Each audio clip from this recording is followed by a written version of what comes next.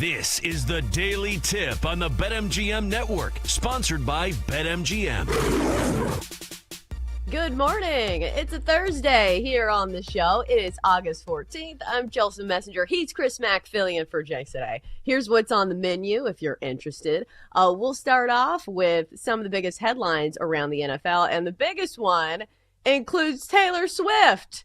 Avert your eyes, middle-aged men, because she's taking over the New Heights podcast. And Chris Mack, I just listened to this as I was getting ready for the show, but it's an hour and a half. Taylor Swift is not, somebody who is short of words, which I should have probably assumed since she is a songwriter and a very successful one.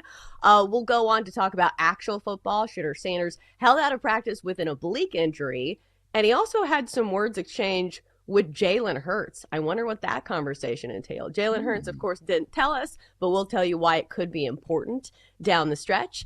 And then we will go back to Chris Mack's team, the Steelers, and why they could be on the market for another wide receiver. It's all coming up next on the Daily Tip, presented by BetMGM. Chris Mack, good morning. I never thought my research would entail so much Taylor Swift for today's show. Yeah, I sent a text this morning to the group chat that I thought, if you would have asked Chris Mack of, say, 7 years ago, let's go back to like 2018. Hey, Chris, you're going to be up at 5:15 in the morning sending a text that says, I have to lock in on this Taylor Swift big board. Where has your life gone? And what happened to you? And where are your wife and kids? And do we need to send you somewhere to get better? But that's the text I sent this morning. I did not. I feel woefully underprepared, Chelsea. I did not listen to nor watch New Heights last night, like it sounds like much of the world did. I saw a clip or two, and that's about all I need. Nothing against the Kelseys, especially Jason, wildly entertaining. And sure, yeah, it's Taylor Swift, so we'll have to talk about it. But right. First and foremost, I am not one of those middle-aged men who's going to rage at his television every time they show Taylor Swift jumping up and down, or even just sitting there watching the game when there's a Chiefs game on. I don't care. You show her as often as you want to. Whatever. But I am not going his impassioned plea. Yeah, sure, whatever. I don't care. It's got to be better than whatever Romo is mumbling under his breath that Nance has no idea that he's saying. But I'm also not going out of my way to consume any new Taylor Swift content. But here we are. Yeah, it's crazy that you had to say that out loud, and we had to be like, oh, well, yeah. But Taylor Swift has turned into a behemoth like the NFL, where she's just inevitable. Like, we talked about this, I think it was me and Jinx the other day, where it's like, oh, you're an artist with new music? That's cute. Taylor Swift is taking over. She has a new album, and it's all people are going to be talking about, for the next year. It's like when the NBA has Christmas games, and, the NFL's like, oh, Christmas? Yeah, we're going to take that. So that's how it feels like Taylor Swift has gotten to that level. Also, she's gotten to the level of you watch and listen to her stuff, not because you are like genuinely interested. It's because you almost have to keep up with pop culture. Like, this is why I started watching Game of Thrones. It wasn't because I was interested in like whatever fantasy culture that is. I had to watch it because everybody else was. This is the level that we've gotten to with Taylor Swift, is you have to pay attention to her because it's a part of our culture now.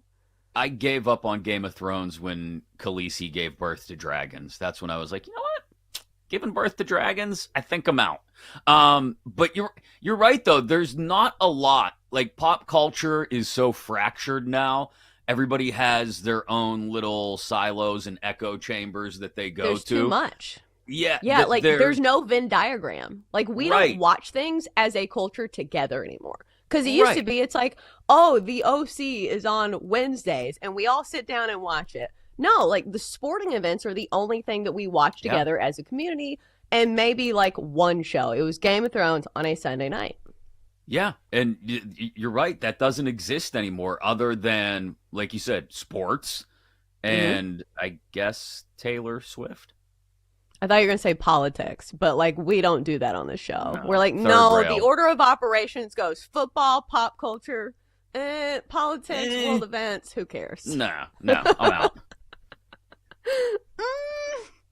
I don't want to talk about it and I don't want to research it. So I will be woefully, living in my bubble and talking about things like Taylor Swift and the NFL. All right, so before we get into our big Taylor Swift discussion, which we already kind of have, let's go over bets for last night. So Brewers on the run line, easy winner. The Brewers continue to absolutely roll against the Pirates. I also had Mariners Orioles first 5 under 4. That was a winner. I believe neither team scored through the first 5 innings. Chris, you have a bunch of bets, so I don't know how they did. Like, didn't follow. Padres run line came home in a big way. I think the final there was like 11-1 over the Giants. I did get my Christian Yelich total bases too. He had a pair of base hits. The Christian Walker anytime homer did not come home. 0 for 3 with a walk, I think it was. But I'll take that. I'll take 3 or 4 wins on the day and losing the little sprinkle on the home run prop. Yeah, because what was the home run prop odds? Let's see, plus 450. So like that's one of those that that's it's not guaranteed to happen. That is a sprinkle bet. But I will say, for somebody who was a little bit worried about being a hater on your parlay last night, Phillies lost, and I think the Blue Jays lost too. Yes, the other two. In fact, I want to say Cade Horton finally had his scoreless inning streak broken for the Cubs at like 28 and a third, whatever it was. But he pitched 5+ scoreless into the 6 scoreless, I think it was. So, yeah, I thank you for talking me off the ledge yesterday, Chelsea, and calling me stupid. It's mom knows best. That's what I say in this household. It's like, see, you didn't need to ride your skateboard down that huge hill. And when you come to me with a bloody knee, guess who told you so? Me. How many times do you think you say "I told you so" in a given week? I think it's my birthright as a wife and a mom, right? Like, did you ever have a mom that said, you have to do this because I said so, like no other reason? And I'm at this juncture in parenting now where it's like, do I repeat all of the things that my parents did that made me mad and that were lies? Or do I break the cycle here? Because, like, there's lots of these. Like, the light on in the back of the car where your parents like, I'm going to have a wreck. That's illegal. Right. And now you're like, wow, that's not illegal. And it really doesn't affect your driving that much. Do I do that just to be annoying? Because I have the power and I want to abuse it? Sure. Yeah, why not? I'm firmly in do as I say, not as I do land. I'm a big one on that. I yelled at my daughter, like actually yelled. I'm not a big yeller at my kids, but I lost it on her one night last week because she asked for something stupid. Oh, it was 11 or a quarter after 11 at night, and she asked if her friend could come over and sleep over. I was like, it's a quarter after 11. Yeah, it's a quarter after 11. I'm going to bed. Your brother's already asleep. Your mother's been sick for a few days. No, your friend can't just come over and sleep over at a quarter after 11. Sorry. What's that have to do with me? And then she mumbled something under her breath as she walked away, and I flipped my ish. And one of the things she said to me when I pointed out that she mumbled something under her breath as she walked away is, well, you do it all the time. I was like, I do. That's not the point. Do as I say, not as I do. You have friends over at 11:15? Yeah, if it's her best friend who lives like 3 minutes away, she sleeps over I meant all you. the time. You were saying you do as you do. You have friends over at 11:15? No. I mean mumbling under the breath, Chelsea. Oh. As you walk away. I was gonna say, I'm in bed, like tucked away, even on weekends by like 10:30. I'm like, I need to be in bed by the time at least I can like watch a show and it still not be my bedtime. Yeah, I mean, no. By 11:15, we've already established I'm sitting on the couch doing nothing productive if I'm not already in bed and asleep. Yeah. All right. So maybe we'll get some headlines on the show instead of, complaining about our lives. All right. So I did have some takeaways from listening to Taylor Swift on the New Heights podcast. Number one, have you listened to this podcast before? I will say this from, I will say, from a broadcaster standpoint, I feel like Jason Kelsey and Travis Kelsey are both really good.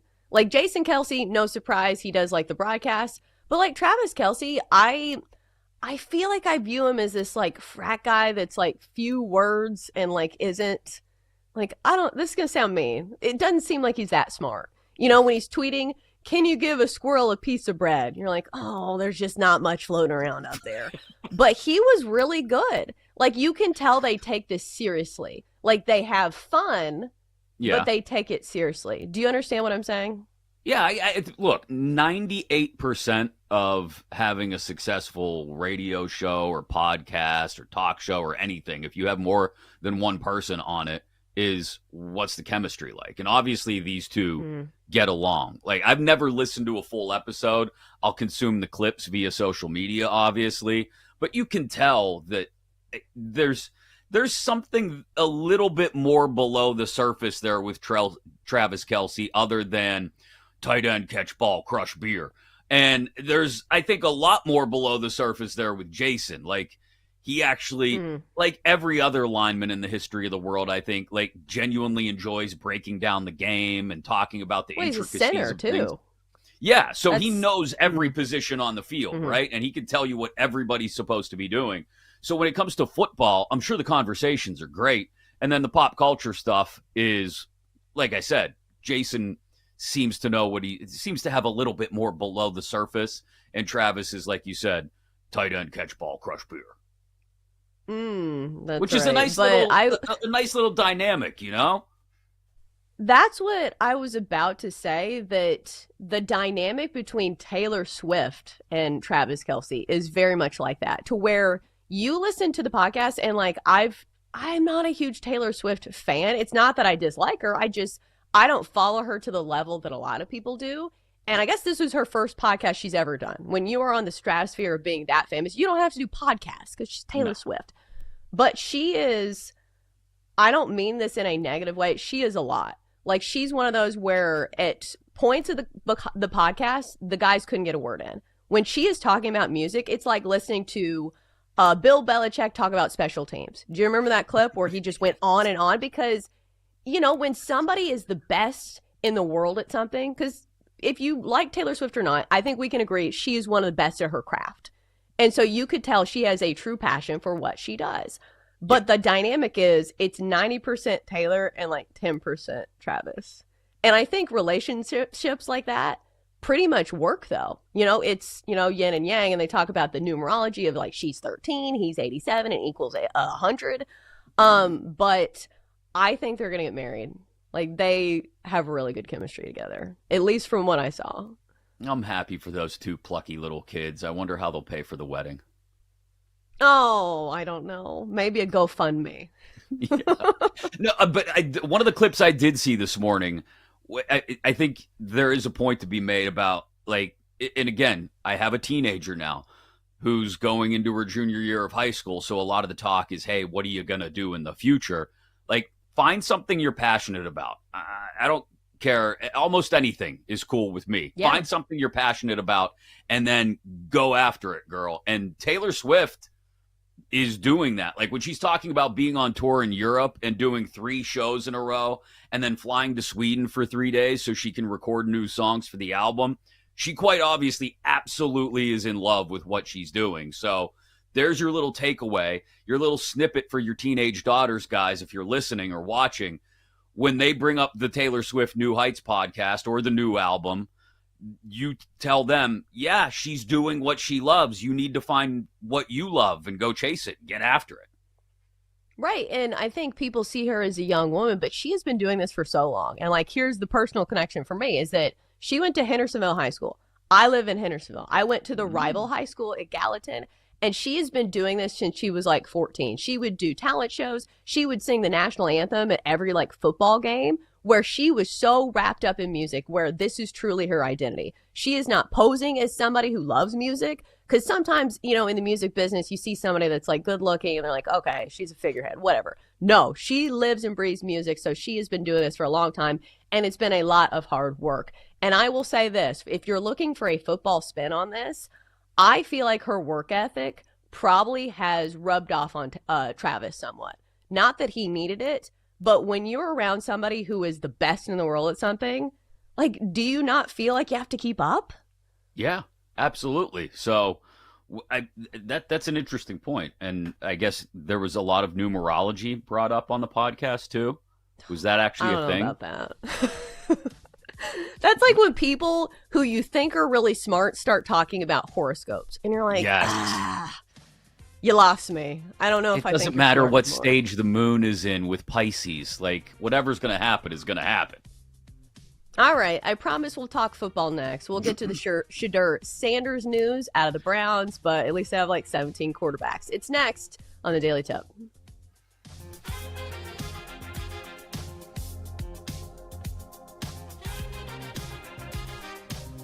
The Daily Tip will be right back on the BetMGM Network, sponsored by BetMGM.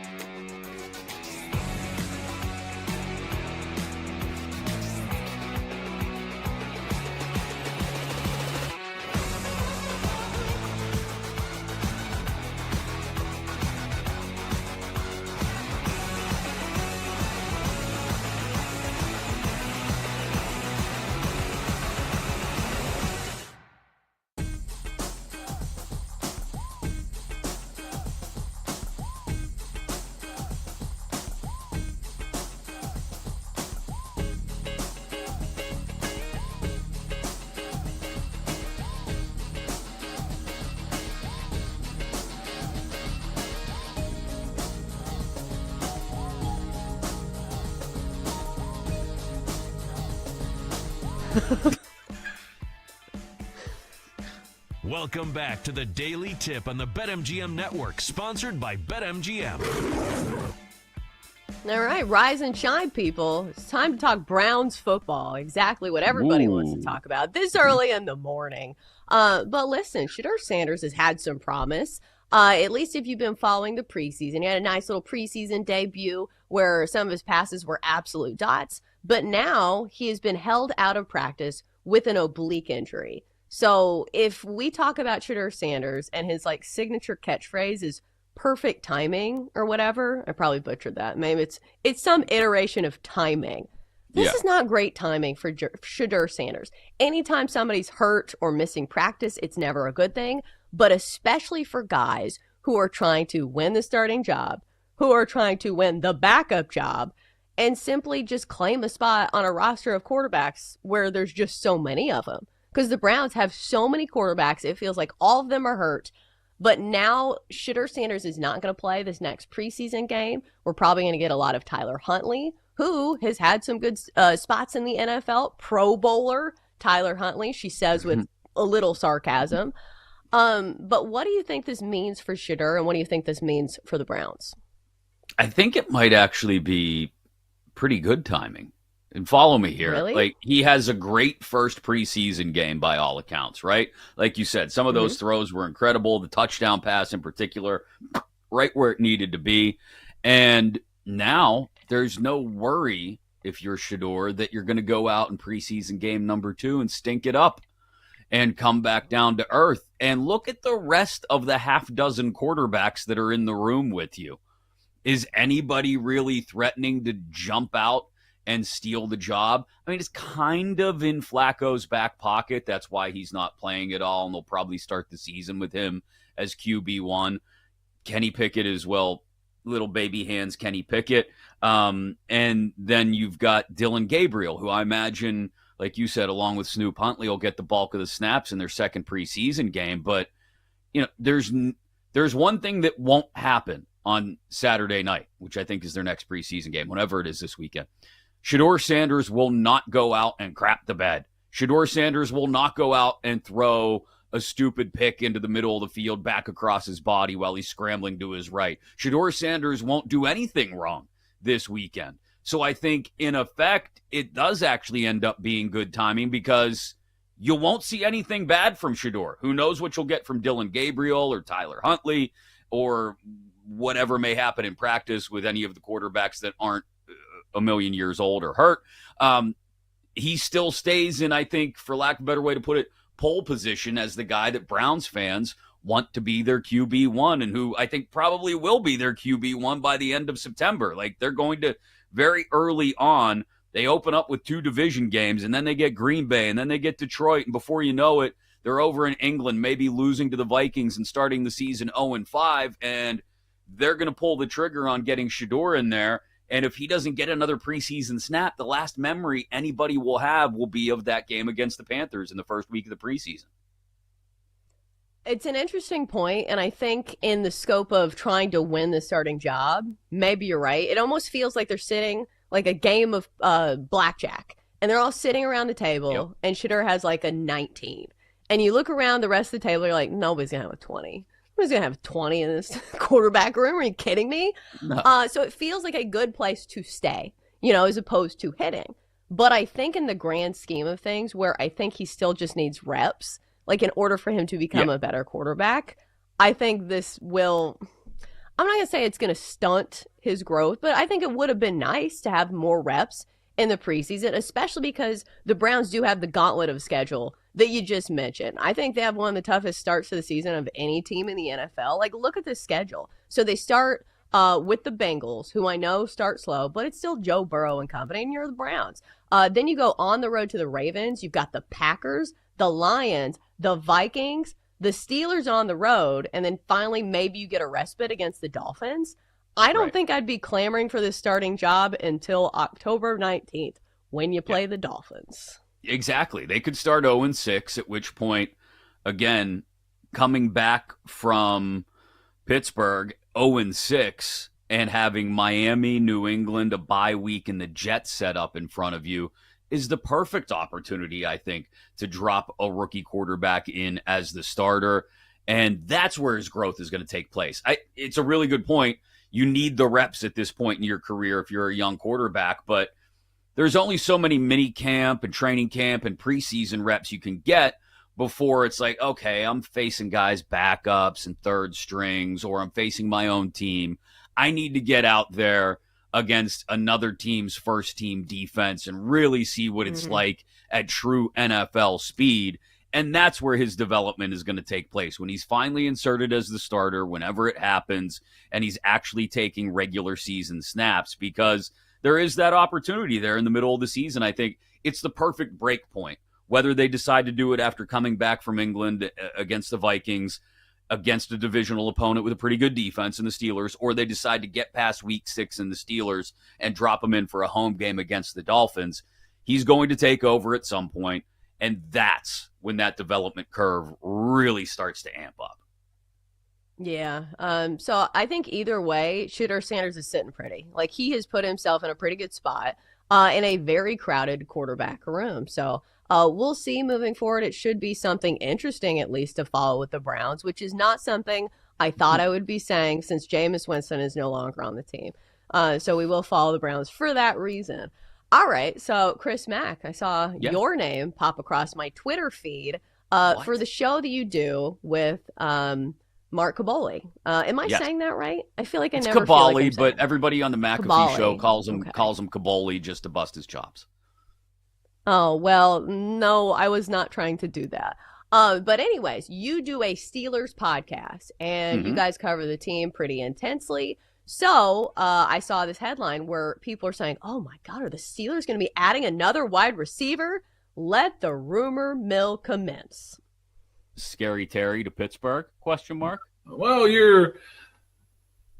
put it this way. You're in the ballpark, but you're on the wrong section.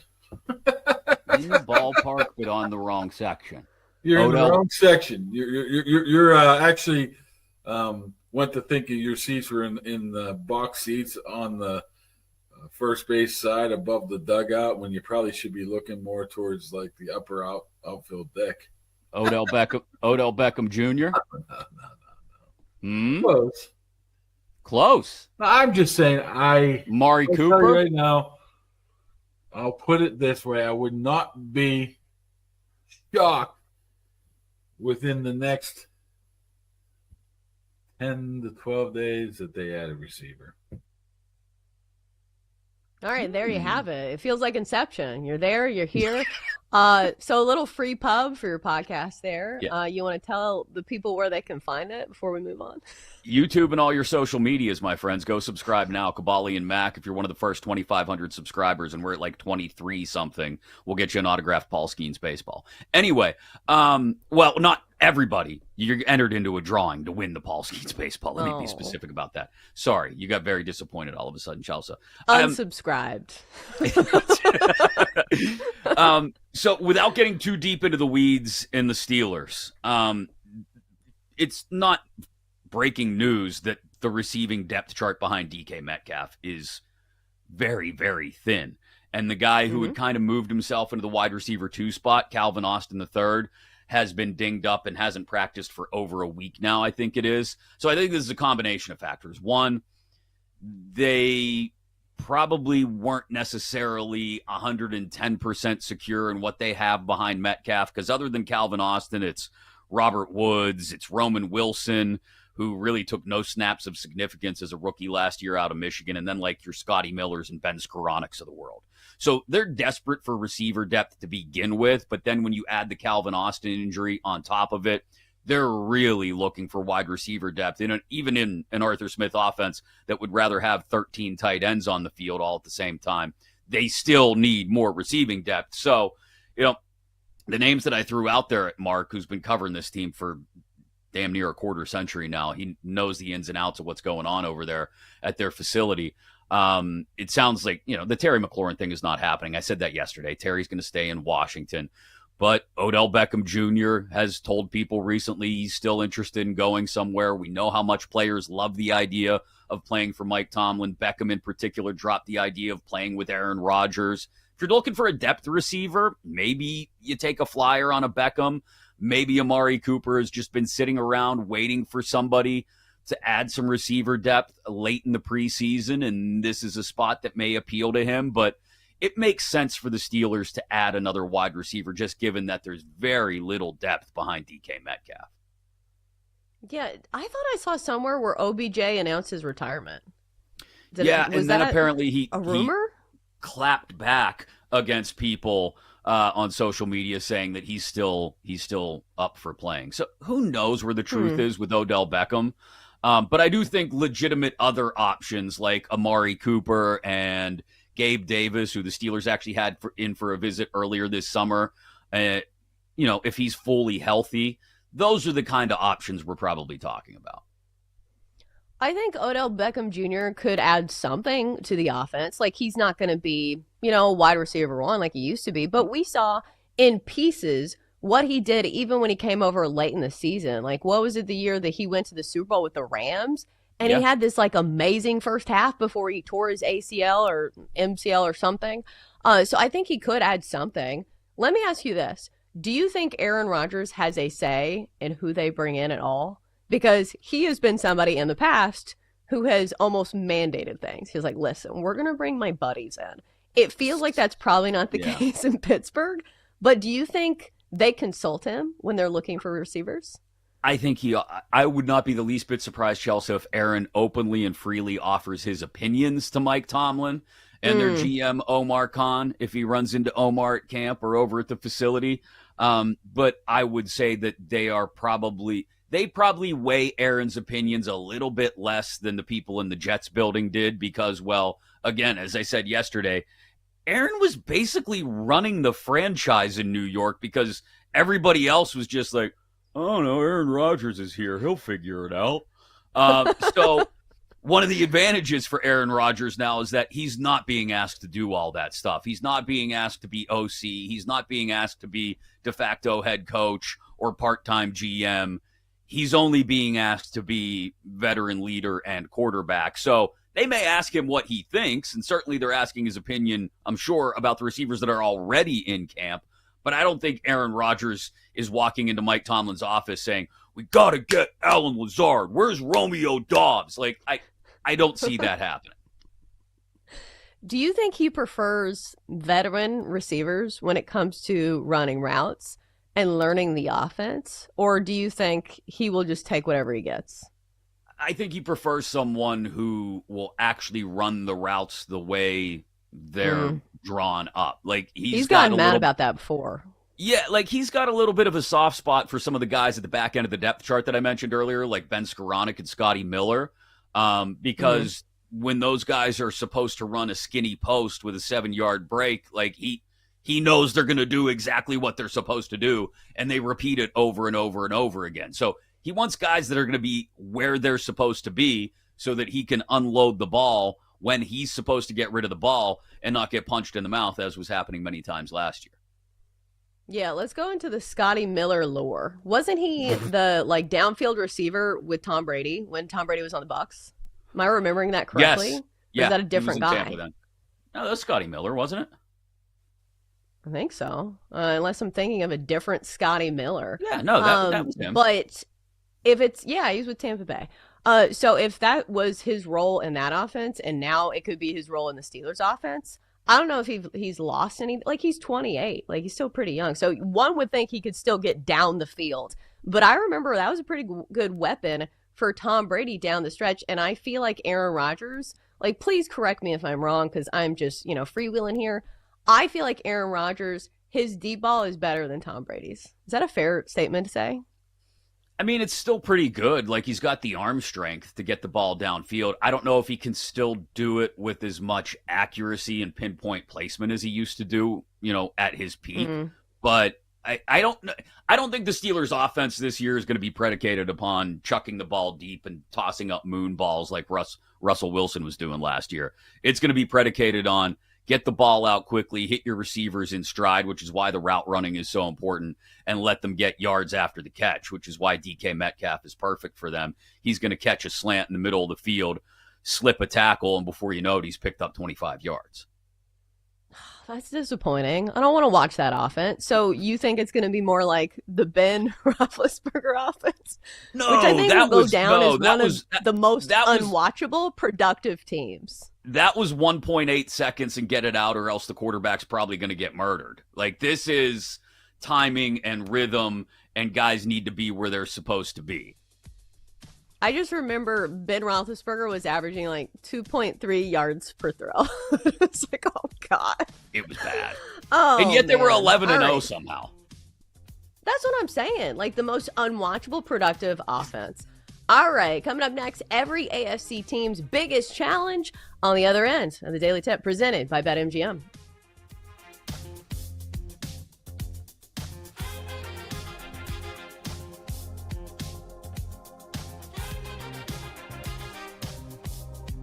The Daily Tip will be right back on the BetMGM Network, sponsored by BetMGM.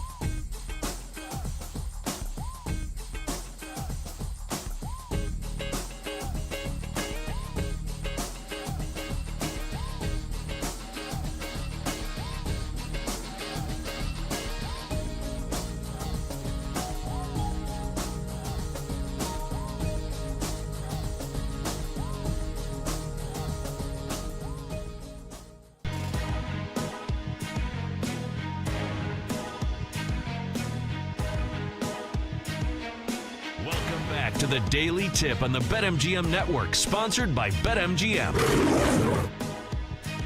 All right, welcome back. Hope you're ready to go this morning, because we are. All right, in this segment, we'll dive into every AFC team's biggest challenge. Maybe we'll not go down every single team. Again, I don't really want to talk about the Browns that much anymore because we just talked about Shooter, and I definitely don't want to talk about the Colts. Even though if I am dancing on their grave, that's cool because I hate the Colts because I'm a Titans fan. But before we get into that, how about this headline that I think everybody was shaking their head, because in this day and age, everybody has an opinion on brand deals and marketability. Even the person down the street, they're like, yeah, I'm posting this for my brand. You're like, you don't have a brand. You're nobody. But everybody has a take on these type of stories, and we had one this week. So Jake Fromm, the former UGA quarterback, who some people even say with his name, Jake from State Farm. Is that his actual name? So post-football, he has found another job in the insurance field, and it is not State Farm. What a swing and a miss. I know State Farm is, going with the new and improved Jake, and they have all these high-dollar commercials with Jason Bateman and, whoever, and Caitlin Clark.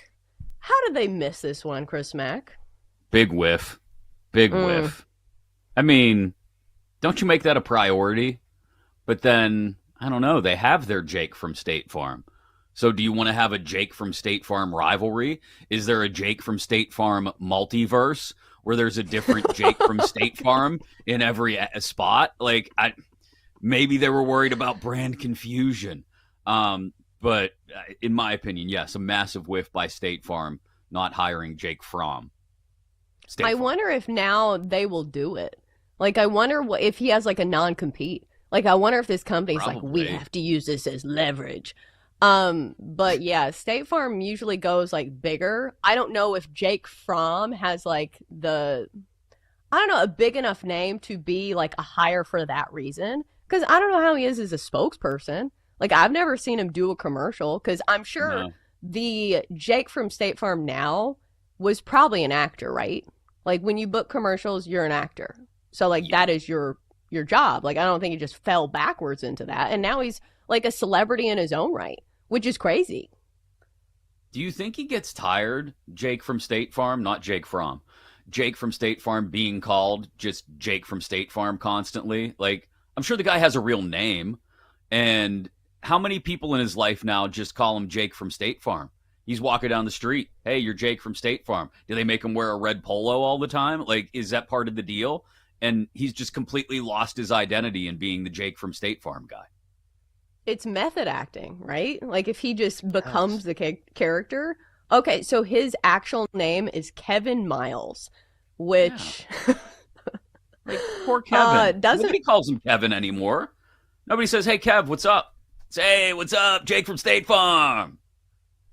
But this is actually probably a nice little gig as an actor. Would you rather have a recurring small role on a TV show or a prominent ad role for a major company? Think Flo from Progressive, Jake from State Farm.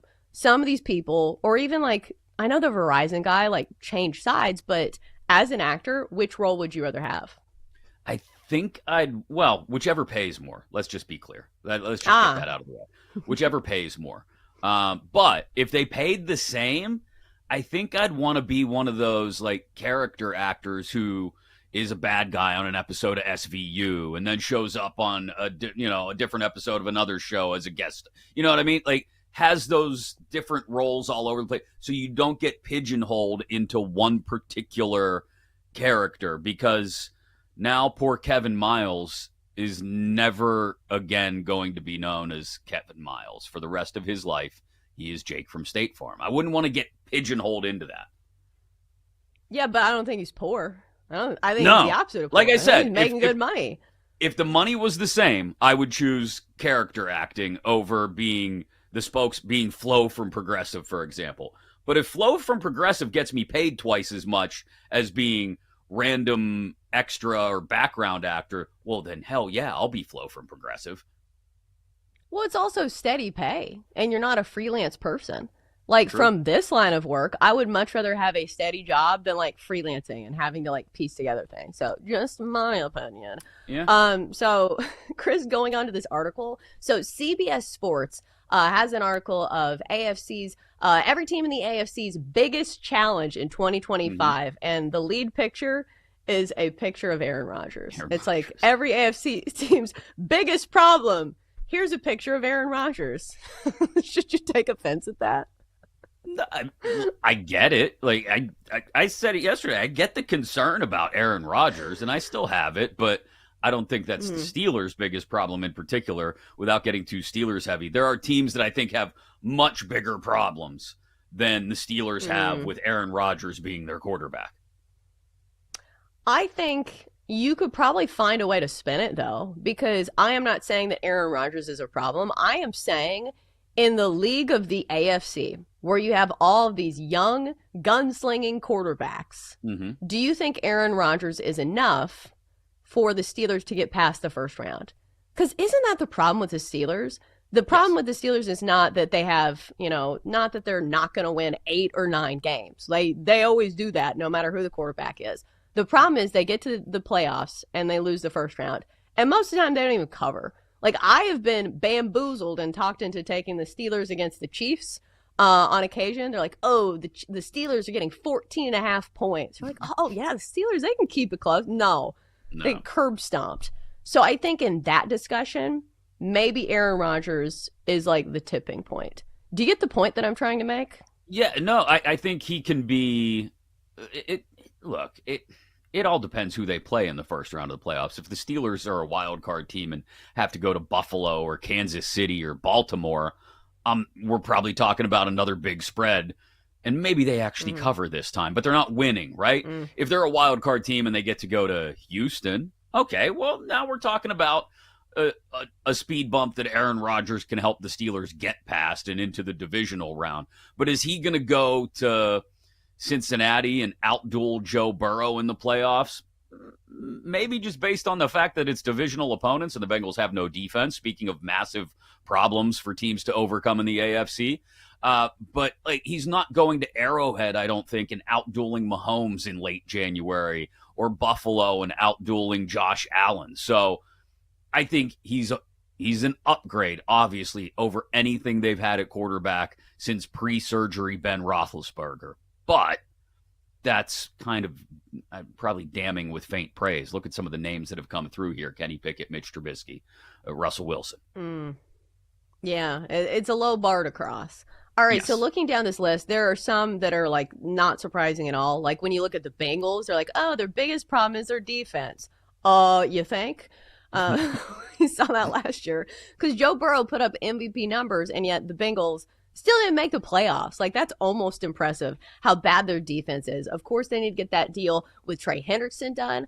And then you look at teams like the Browns. They're like, oh, quarterback play. Yeah, you think? What about the Jags? They said their biggest problem is managing Travis Hunter. Yeah. So to me, I understand why this is your biggest headline because, he's pretty much your face of your franchise now.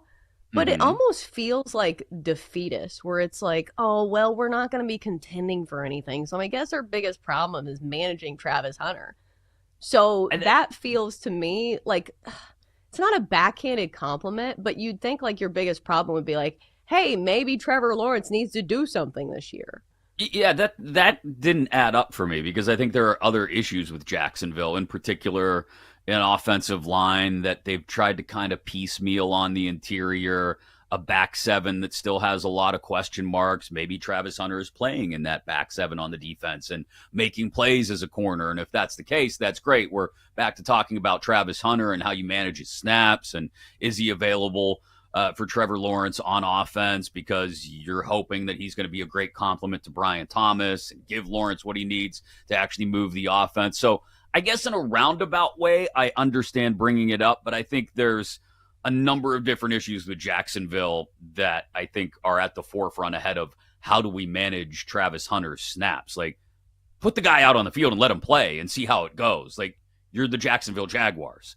You can take that chance, and I think you'll be okay. The thing that opened my eyes up in going through this list of every team in the AFC and their biggest challenge was what's happened, obviously, with Rashawn Slater in LA and the Chargers now having to reshuffle the entire offensive line. And I think it's not just that now. That's what this article listed as their biggest challenge now. All of a sudden, it's the offensive line. But you've also got, it feels like, receiving depth issues. I mean, it's Ladd McConkey and a bunch of dudes. They brought back Keenan Allen, but is that lighting the world on fire? And then when's the last time we saw someone on the defensive side of the ball make a big play for the Chargers defense? When's the last time Derwin James came up with a big play in the secondary? Khalil Mack's 72 years old now, my cousin Khalil. And there's just not a lot of playmaking on that defense. So it opened my eyes up to the possibilities of the AFC West. I had kind of looked at the Chargers as a solid second team in that division, but the more we talk about the issues they're now facing and Denver really not having a lot of shortcomings outside of maybe the run game, the more maybe I start to believe in the Broncos as that second team in the division. Yeah, and just from the jump, that's just a really tough division. So, like, if you have any issues, like, you're probably not going toe-to-toe with the Chiefs because every year people love to say, oh, the AFC West is up for grabs. No, it's not. It's always the Chiefs. It's crazy. Like, we have been down this road before where, oh, Russell Wilson came to the Broncos. They're going to win the division. No, they didn't, and that was a disaster. So I think credit needs to be given to the Chiefs until they lose it because that's just kind of been their division. But you're right. I think the Broncos have made a lot of good moves, and I don't know if it's assumed that we can look at Bo Nix and be like, oh, he's going to have another great season. But I will say this. If anybody can put him in a great position to succeed, it is Sean Payton because we know he is a quarterback guy, and we saw it last year. Bo Nix didn't have to do too much to be a great quarterback for that offense. All right, hour 2, I think, is coming up next. Yeah, hour 2. We'll start off with more talk about football and college football at that. That's next on the Daily Tip presented by BetMGM.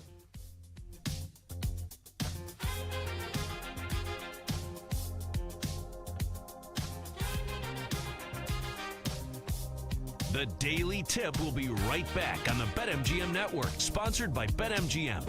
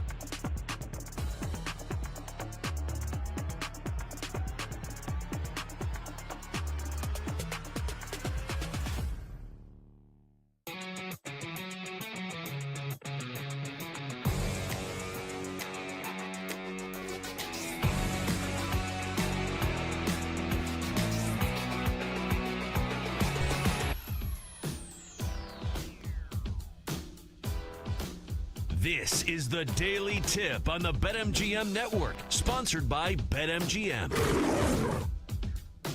Hour 2 of the Daily Tip starts right now on the BetMGM Network. I'm Chelsea Messenger, Chris Mack, and for Jenks today. Over the next hour, here's what we will cover. We'll start in college football as the Big Ten sweeps CBS's preseason awards, including James Franklin, preseason Coach of the Year, which feels like an award tailor-made for James Franklin. Hey, Once listen, the season guys. actually starts, Hey, guys, listen. Before a game gets played, I'm the best coach in the country, okay? Yes, it's like winning the NBA in-season tournament. I don't know if it's something I'd be bragging about. Then at 7:20, we go on to our daily baseball bets that were pretty solid last night, I must say. And then hold your breath. At 7:40, we continue our summer draft series, and this week's installment is Taylor Swift songs. And when I say I actually had to do research for this show, I had to do research for this segment because I don't dislike Taylor Swift, but I don't know her catalog like from memory. Like when I saw the songs, I was like, oh yeah, that was a good song. But like I don't know them. Like I can't reference them. I don't know all these puns off the top of my tongue. No. I told you guys during the break. I found an article online. It's literally some random guy's blog. And the title of the article is Taylor Swift's 272 songs ranked by a 40-something bald professor. And I said, bang, that's my big board. There we go, right there. If we get too deep in the weeds during this thing and I get lost, I'm just picking something off this list towards the top of the list. I got a few written down, okay? A few that when they come on the radio, I might actually listen to and maybe even turn them up. And if no one's paying attention, maybe even sing some of the words that I know. But there's not an extensive list here for me. What's crazy to me is when you say like a 40-something bald professor, like, whoa, that's way out of Taylor Swift's demographic. Taylor Swift is 36, right? 35, 36? And I think of her as this like young girl that's for the youths, but she is closer to our demographic than like Gen Z. Honestly, I'm not even sure if Gen Z is like huge fans of hers, which we are the money-making generation as opposed to Gen. Like, do you know what I'm saying? Is like her demographic is perfect because they're the people with expendable income.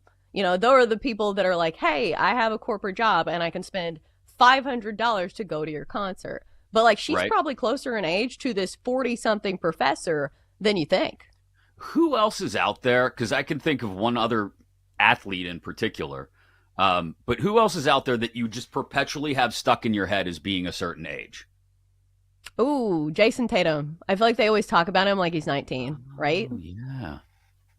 That's a good call. And for me, it's Sidney Crosby. Sidney Crosby is always going to be 18 years old. I was talking with someone about him the other day. Or did I just make that up? No, Sid the Kid, definitely. But now he's almost 40. And so he's going to turn 38, or he just turned 38 last week. And somebody was telling me they think he may have gotten married and he may even have a kid. Like, he lives this quiet lifestyle that nobody knows anything about, not on social media. And so you don't see him out in the public realm at all. And so you're not used to seeing Sidney Crosby get older and progress through all those stages of life that we see people progress through now in public, in particular on your Facebook page, where you're like, hey, Dave, I don't care if you got divorced for a second time. You don't need to write a big, long, emotional post on Facebook, pal. Anyway, so, like, he's one of those people that's just stuck in my head as perpetually being, like, 18, 19 years old. I think, well, especially with, like, actors, I feel like people always imagine them, like, at their age when they're at their peak. Like, do you ever see a picture of an actor like, whoa, they've gotten old? Which is a normal thing for humans to do. Yes. Like, I saw a picture of, I think it was Freddie Prinze Jr., who was like the heartthrob in like the 90s. And he has like gray hair now. And I will say this, his wife, Sarah Michelle Gellar, like, she has aged impeccably and she's kept herself up. So like, here he is with gray hair and then she looks exactly the same. Like, what happened? And we're like, wow, they really let themselves go, when in fact he's just old. Like, he's in his 50s. Like, he really let himself go. What are you gonna do? Sorry, you just got gray hair. It happens. Oh, all right. So let's get to our topic of this segment. Let's talk some college football, because college football happens this month, if I am not mistaken. It is August, and we have 2 weeks? Are you doing a running countdown to college football? I know you love college football. Yes, since I'm now providing at least one shameless plug per hour here on the Daily Tip, don't forget, BetQLU returns in 2 weeks right here on the BetMGM network. But yeah, I absolutely love college football. There is nothing better than getting up on a Saturday morning, making some coffee, sitting down on the couch, watching game day, putting your bets in, and then just sitting there. Whether you're, like I said yesterday, dragged out to a wedding or you've got some kind of function or whatever it may be, filling your day, whether it be staying home or while you're going out and doing things, with college football. And you get home and it's 11:30 and you're watching the end of the 8 o'clock games, flipping over to the West Coast games. I just love the fact that it's a full day experience 14, 15 times every fall. There are times during the fall, Chelsea, where I get more excited for Saturdays than Sundays. Sundays feel like, I don't know, business. Corporate? Saturdays are fun. That's what I feel like the difference is between the NFL and college football. Like, the NFL feels very corporate to me. Like, I'm sure you've been on the sidelines of an NFL game where they don't really allow that many people. And it's pretty clear. It's mostly people with vests on or players. But on the sidelines of a college game, they let everybody and their brother down there. SEC football games is just lined with 5 rows deep with people. And you're like, how many boosters do they need on the field? It's crazy. And it's just the environment, too. NFL games during the playoffs, look, they get crazy. We all know the decibel level at Arrowhead and all that kind of stuff. I'm not saying that the atmosphere at NFL games, especially playoff games, is not intense. But walk into Beaver Stadium for a whiteout. Go into Neyland Stadium when there's 110,000 people there. Go to about 75% of the SEC venues on any given Saturday, and it just feels different. It just means more, or at least it doesn't this year, because the Big Ten is ruling the roost when it comes to preseason rankings and awards. So CBS Sports did this little awards thing. I know I like this little awards thing. CBS Sports, whatever. So they have crowned the Big Ten champs of a lot of things, including preseason player of the year, Jeremiah Smith, Ohio State receiver, which is not a huge shock. He probably will win a ton of awards. But James Franklin named preseason coach of the year. And I've made my jokes about this is, his peak of success is before the season starts. He has the talent. He's a great recruiter. But let me ask you this, because this is the big question that I think everybody's been asking during the offseason. Do you believe James Franklin can win the big game? I think this team can win a national championship. It's not just James Franklin. In spite of James Franklin? No, that's not what I'm saying. I'm saying this team was one terrible decision from Drew Aller, probably away from playing Ohio State in the national championship game last year. So, and they bring essentially, other than Abdul Carter and Tyler Warren, which I realize are two massive pieces, but they essentially bring the same team back this year. A more experienced Aller, the same running backs, maybe a better offensive line, to be totally honest. So I don't think there's much James Franklin can do to screw this up.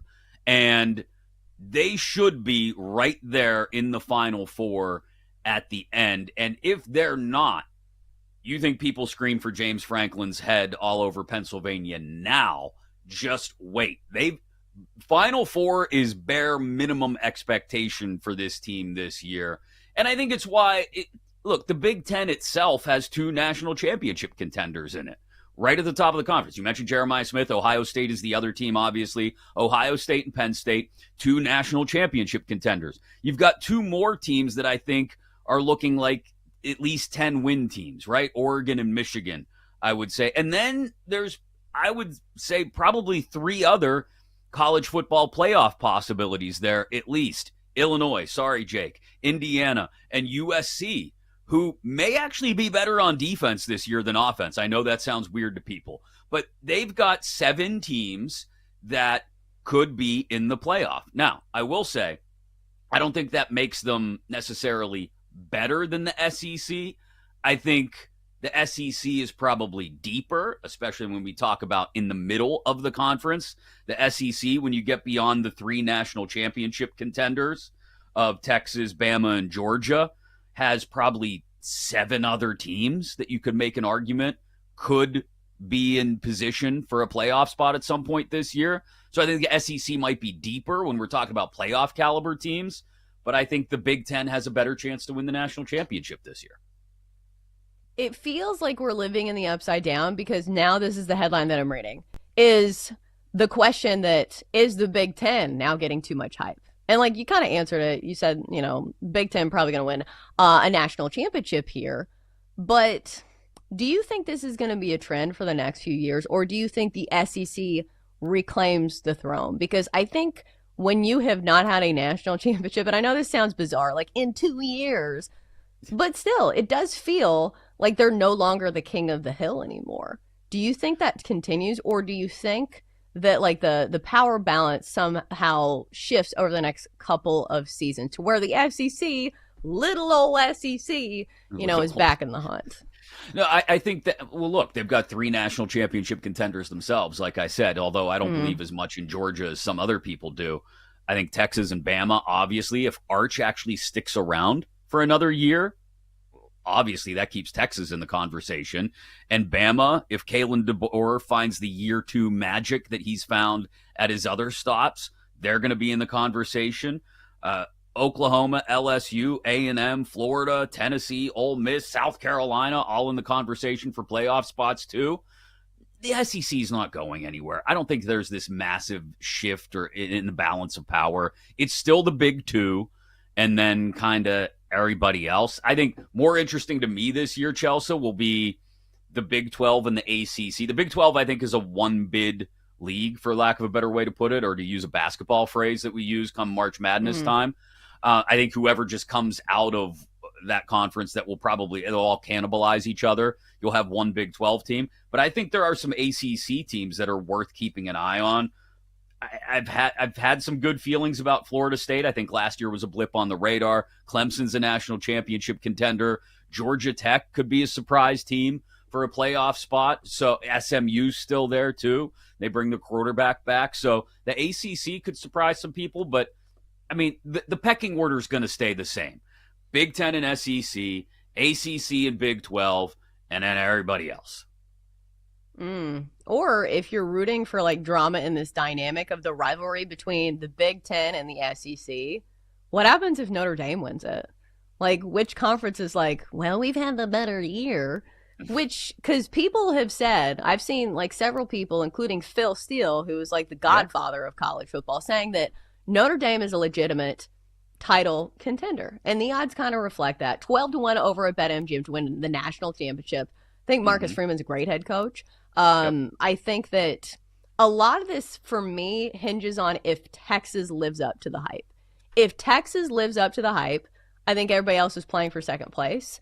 But that is a lot of hype and a lot of expectations that people are putting on Texas right now, and a lot that we are putting on the shoulders of Arch Manning, who really has not played that much in college football. I know he's a Manning, but still, like, I don't think it's one of those things where you can just assume, like, oh, well, he's going to be perfect and he's going to lead us to a national championship.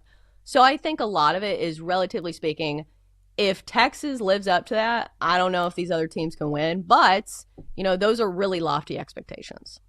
Yeah, look, Texas is right up there with Penn State, Ohio State, and probably Notre Dame as one of the most talented teams in the country. When you look at a prospective Final Four and what it should look like, it's those 4 and Clemson. I should include them as well. I think there are 5 teams that I look at as, okay, these are the 5 most talented teams. There's only going to be 4 of them left when we get to the final 2 weeks. It's more a question of who's the odd man out. And I think Notre Dame definitely belongs in the conversation. You bring Jeremiah Love back, like, that is absolutely huge. So, and that defense is ridiculous. So that would be hilarious if all this bickering back and forth between the Big Ten and SEC fan bases and Notre Dame just snuck right in there. Because it's been a while. I also think it's very funny how, like, when Texas and Oklahoma joined the SEC, the rest of the SEC was like, oh, you're not going to make it around here. To now, if Texas wins a national championship, you damn well know they're going to be claiming that as a national championship for their conference because it is. But still, it's like, yeah, another SEC title. It's like you hated them like 3 years ago. But they love to flip-flop in the SEC. All right, coming up next here on the show, we switch gears a bit. Time to talk our daily baseball bets because it's still baseball season and you can make money on the reg in the majors. All right, coming up next on the Daily Tip presented by BetMGM.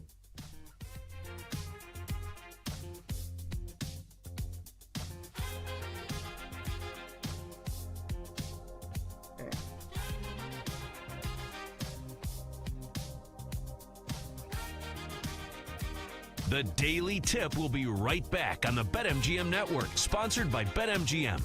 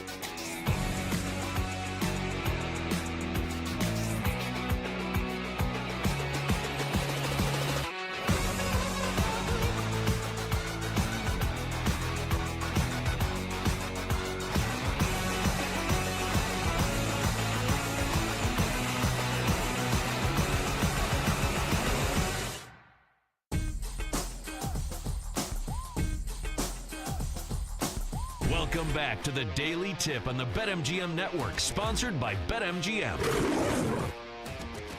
All right, off and rolling. It is Thursday, August the 14th, here on the show.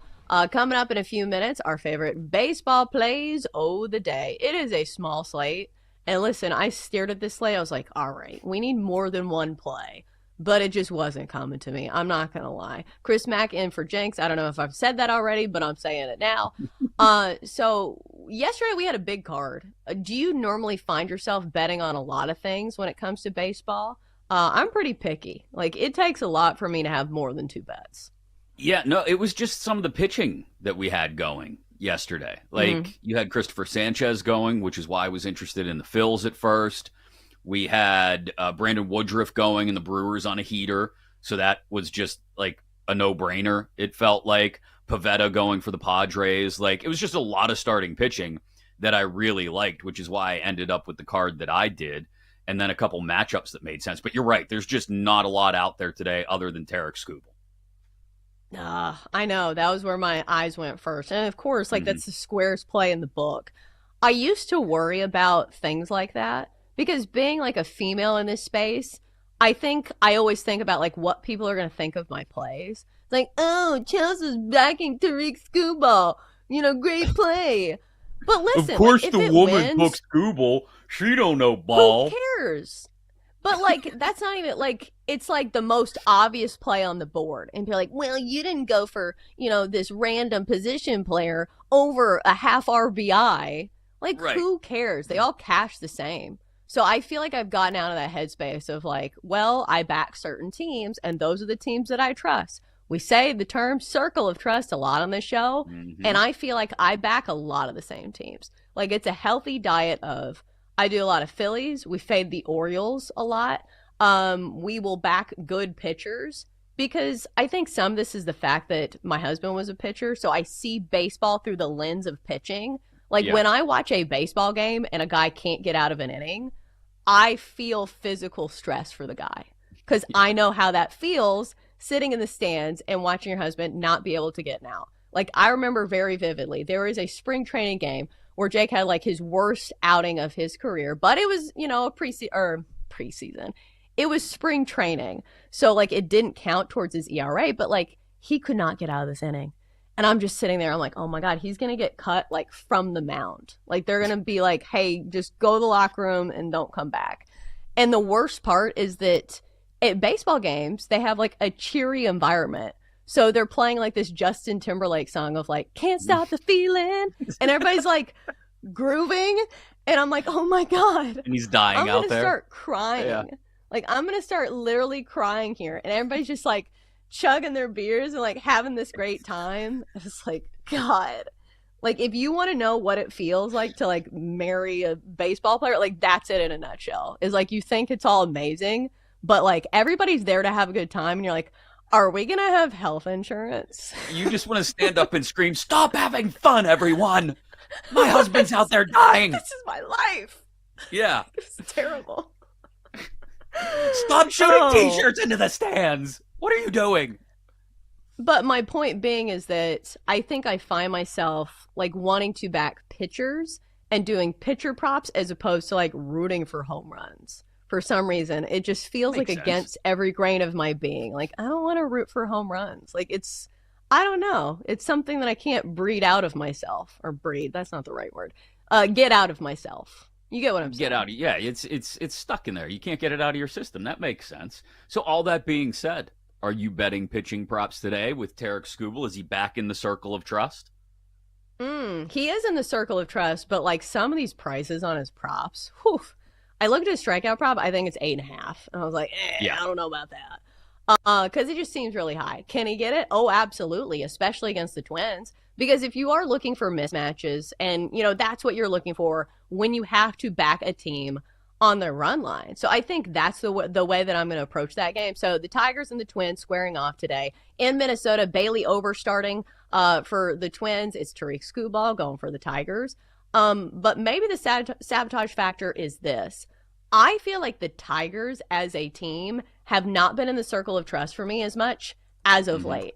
And I don't know if you've seen some of these final scores. Like yesterday they won, but it was 1-0.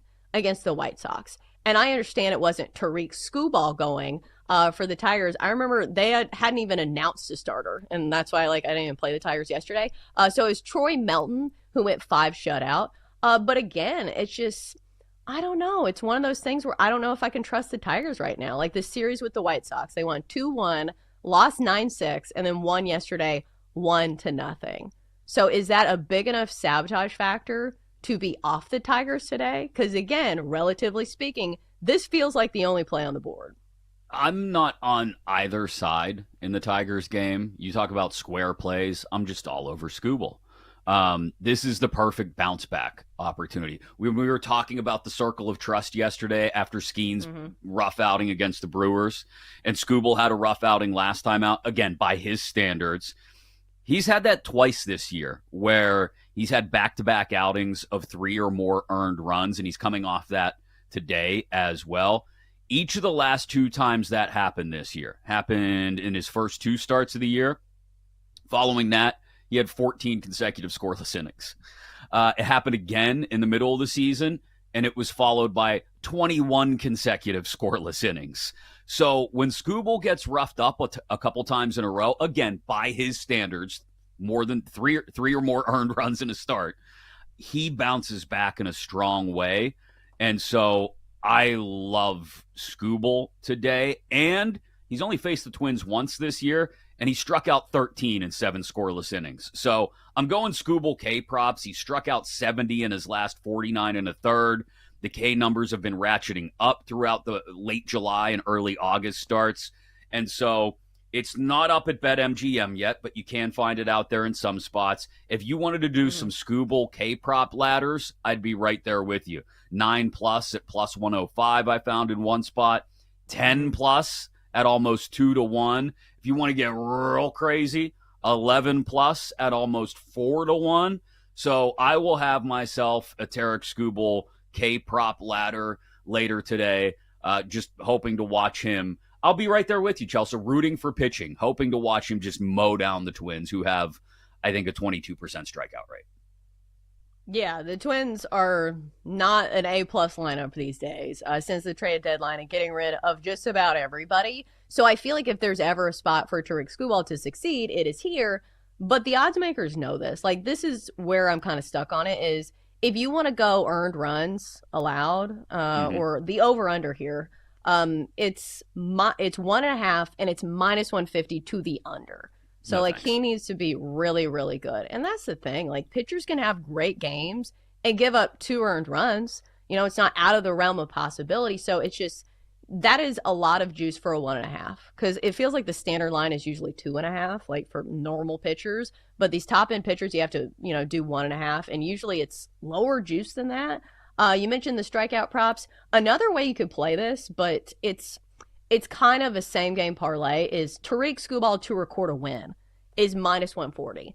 So would you rather play that as opposed to the run line? Like, I think any way you slice it, I think they're both good options. But that means Tariq Skubal needs to be, the game needs to be, the Tigers need to be ahead when he's taken out of the game, and they need to win the game on the whole. Right. And I got to trust the Tigers bullpen, and I got to trust, like you said, the Tigers offense, which last few days, I'm not wholly invested in that. And it's only getting me from -125 to -140. So it's really not changing the price that much between the run line and a Skubal win. It's basically either or. So, I mean, I don't hate the Skubal to get a win if I'm looking for an alternative, I guess. It's not terrible, and you're not paying that much more. So that might be the alternative if you're really in on Skubal and you don't want to bet K props. That's not a terrible look, I guess. I've talked it out now. All right, so let's look at the rest of the slate, and, like, if that's not the option, what is? All right, so let's start Mariners-Orioles. I don't really trust the Mariners that much. Like, the only way I play the Mariners are unders if they have good pitching going. So, like, I don't really trust either of these teams. The Mariners lost yesterday to the Orioles, which are a team that I normally fade. So that's out of contention.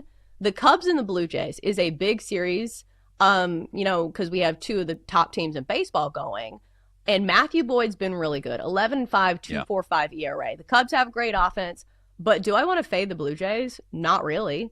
I know Max Scherzer is going, and he has like numbers this year that have not been Max Scherzer-esque. But there is something about this Blue Jays team that, you know, we've talked about the way they play small ball and the way that they are fundamentally sound and the way that they can generate runs, even if they don't have like the heavy hitters. Right now, they have the best WRC plus in baseball over the last month. So it's not a team that I want to fade. Like for me, I want all the factors lining up. I want to feel good about the bets I make. I don't feel good about fading the Blue Jays, so I'm not gonna. So the bet that maybe makes the card for me, and this is a team that I always trust, it feels like almost to a fault, is the Phillies. Like the Phillies, like, okay. I don't know. They're such an easy sell for me because on paper they should be winning all of these games. Their rotation's really good. Luzardo can be a little hit or miss, but when he's on, he's really good. And they're facing the Nationals today. Do I want to fade the Lord, though? Brad Lord starting for the Nats today. Blasphemy. He's probably not going to, right? Probably not going to go deep in this game, though. So I think the Phillies on the run line away from home, obviously because you play the bottom of the ninth, which is nice, minus 135. Is that worth a look?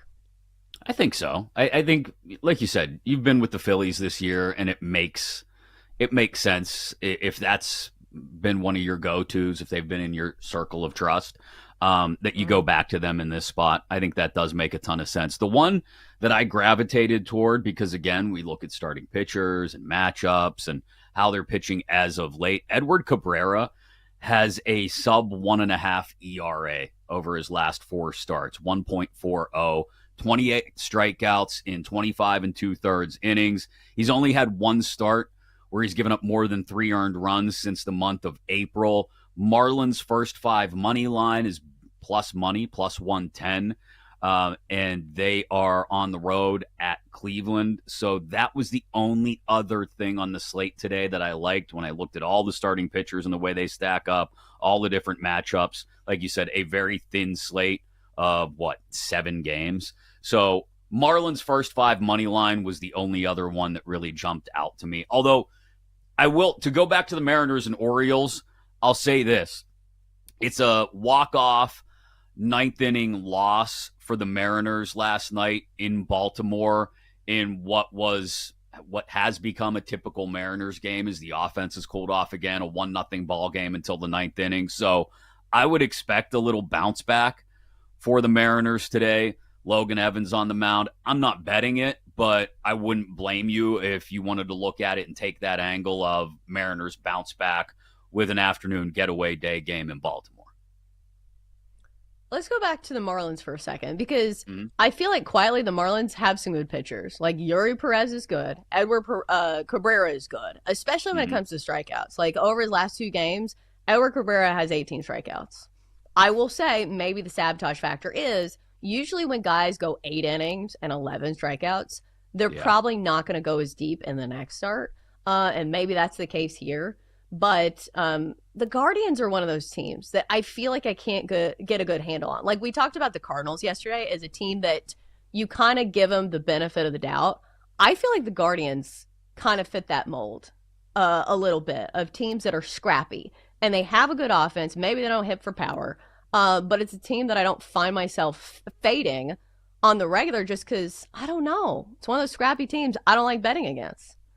Welcome to the AL Central, where everybody's just kind of there, other than Detroit, right? And, well, the White Sox, who are, I don't think, anywhere.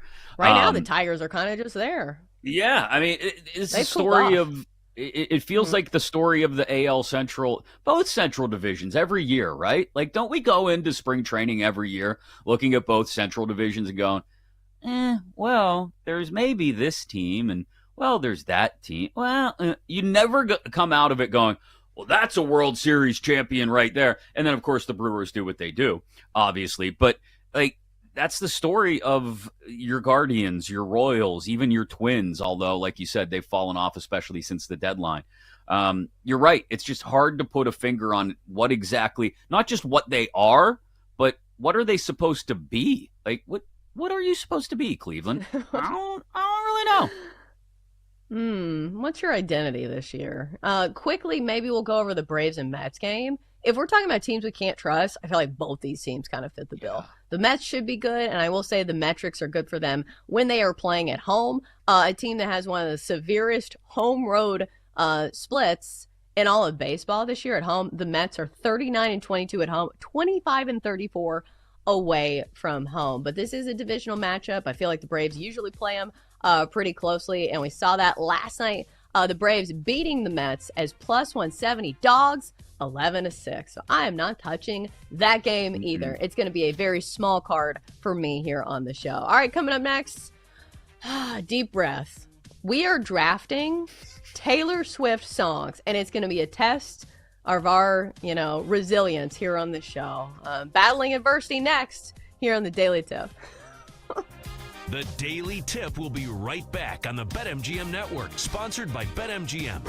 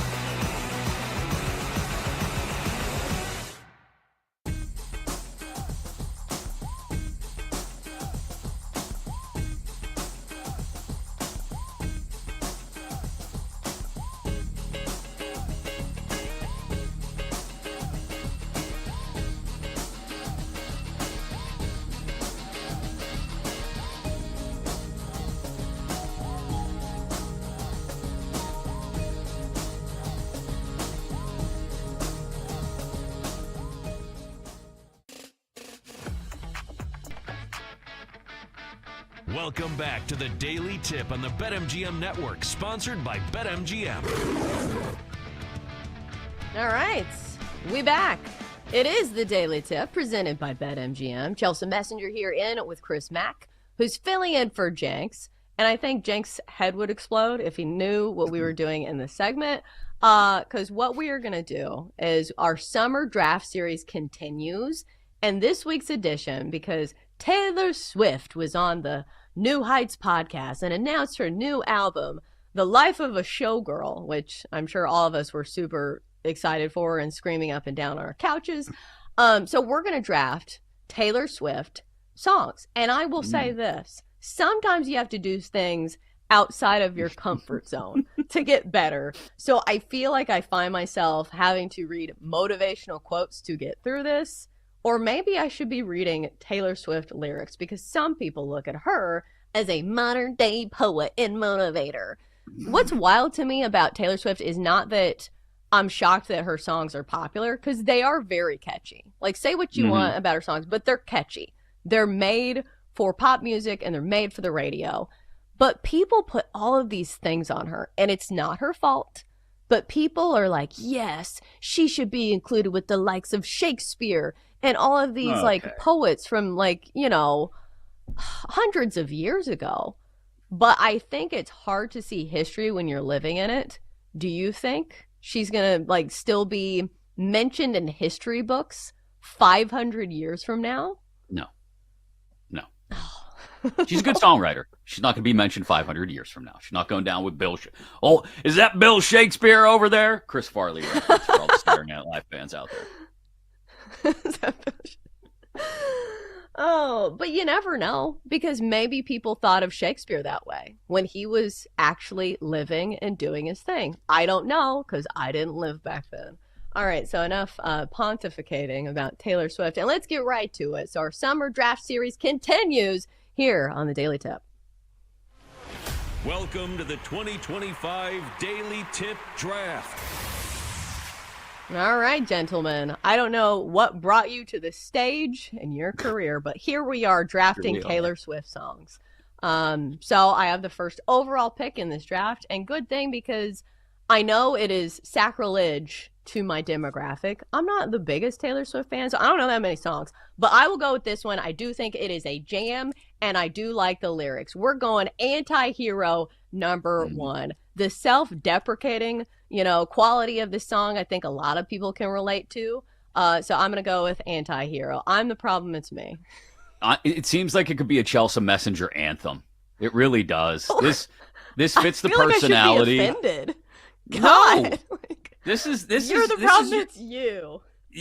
This is perfect. Anti-Hero is right up your alley. Great first pick by you.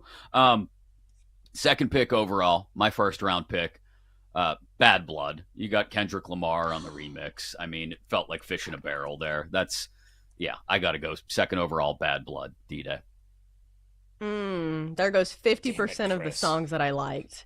All right, Den, I think you're next. Number 3 pick. I was for sure that was going to be available late in the draft, and it was going to be a steal. So I'm a little upset about that. However, my first pick is still on the board. I'm taking All Too Well, the 10-minute version. She said it yesterday. It's one of her favorite songs, so I'm taking that one. I think I just lost respect for you. A 10-minute song? I don't care who you are. It doesn't need to be 10 minutes. I feel like Metallica is pushing it. Like, Metallica can have an 8-minute song?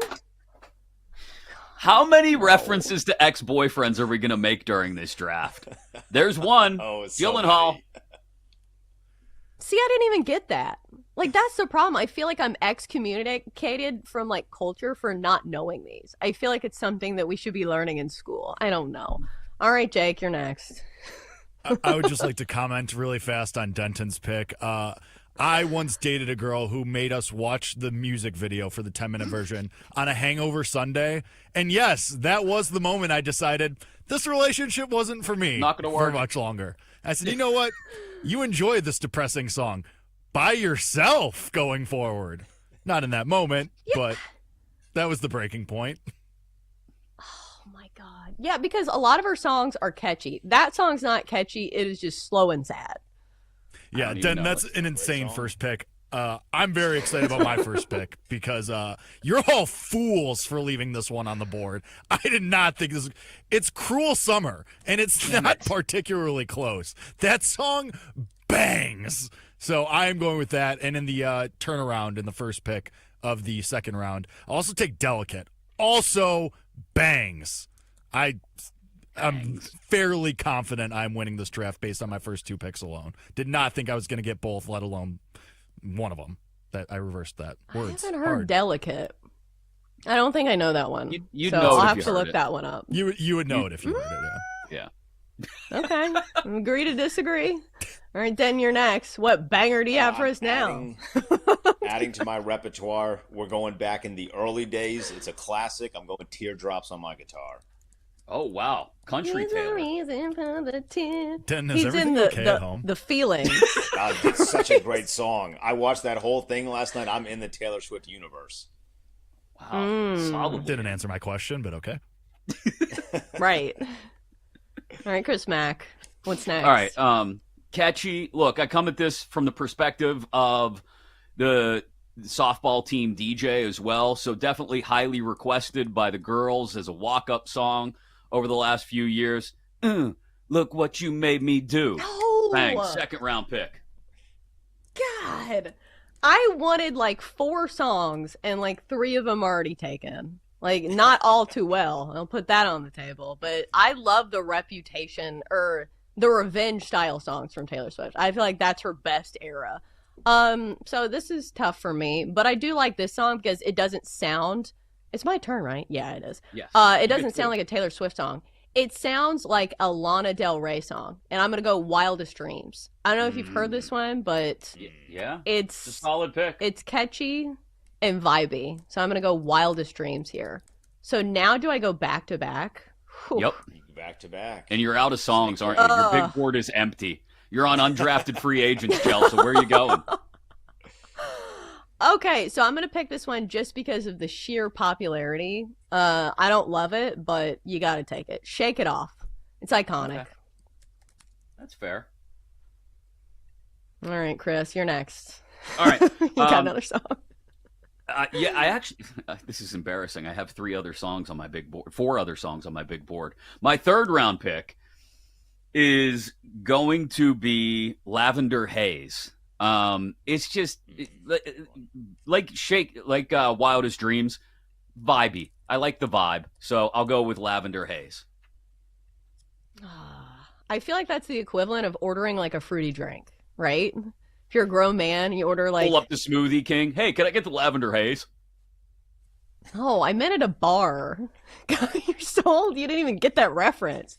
God, Chris, get out more. All right, I'll stop being No, me. sorry. All right, then Not you're gonna next. do that. All right, we're very deep into my big board here, but I'm going to go with Red.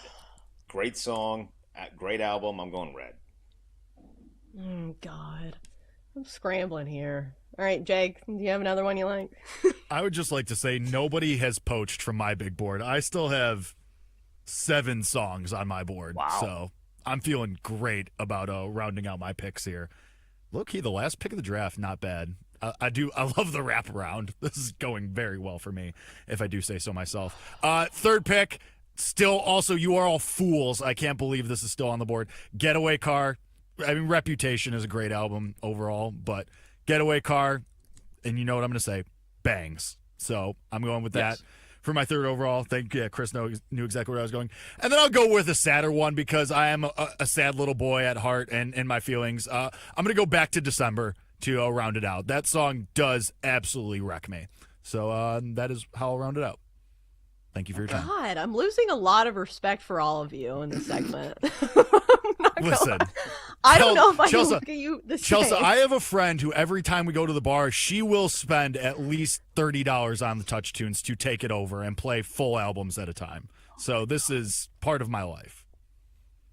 Oh my God. What are the youths doing at bars these days? I remember when we played Lil Jon and we actually danced and we had a life. Now people are just emo We and had they're just on fun. their phones. The youths. All right, so Taylor whose I Swift play turn 3 is a.m. it? by Matchbox We 20 when I go on need the to Touch Tunes, adjust so I don't know what you people It's want 3 from me. a.m. I must be lonely. It's such a good song. It is. Why don't you just play Who's next? closing time at 2 a.m. too? I mean, really. No. That's too expected. Too expected. Den, what It you is got? too expected. All right, I'm rounding this out. My wife and I had a powwow yesterday, and she said I had to draft this song, so I'm taking Mean. Okay. You've officially What's taken behind that? 4 songs, What's that? Denton. 3 of them I've never heard before in my life. So this is how I know I you're haven't living heard with a Jake. Swiftie. Swifties are gonna love me. I'm building You my are. following up. Send this to all the Swifties. You're deep in your I've bag. heard that one. Why you gotta be so mean? Like that's. I've heard that one. That was a popular one. It was on the radio. All right, Chris Mack. Why don't you close? All right. Landing the plane with. I am cheating in a way here by taking a song that barely involves Taylor Swift at all, but should come as no surprise that someone of my age is a massive John Mayer fan, going all the way back to his appearances on Chappelle's show back in the day, Room for Squares. I celebrate the entire catalog, Sob Rock, all of it. So, half of my heart. I didn't know she did a song with John Mayer. Like, doesn't she Oh, yeah. hate him? Did Yes, they date? now. Well, Yes. they did. That's why there's a song called Only Dear 2. John, Chelsea. Only 2 I'm glad to have boyfriend all you references men so far. around to keep me straight on the Taylor Swift floor. All right, final one for me. Maybe this is a different route, and this is why I had it in the back of the bag. Christmas Tree Farm. Oh, It's I had a that on bop. the board. And it's a Yeah. Christmas song that every year I actually like. So as opposed to Mariah Carey's song, like this one I actually like. It's romantic. I like it. And that's Wait. going to do it. You're burying the lead. You don't like All I Want for Christmas Is You? Who likes that song? Like, I feel like it's one of those things that you just have to listen to it. I'm done. I'm done. Oh. I'm out. I'm sorry. I can't finish the show. I got a have to noise go complaint now. in college playing that song too loud my freshman year. How do you not like All I Want for Christmas Is You? How am I not supposed to judge you guys after the segment? I have some thinking to To be do fair, we didn't about ask you what not I to. thought of all of you. My goodness. We need to talk about football, beer, twins, something to get your man card back. Hour 3 is next.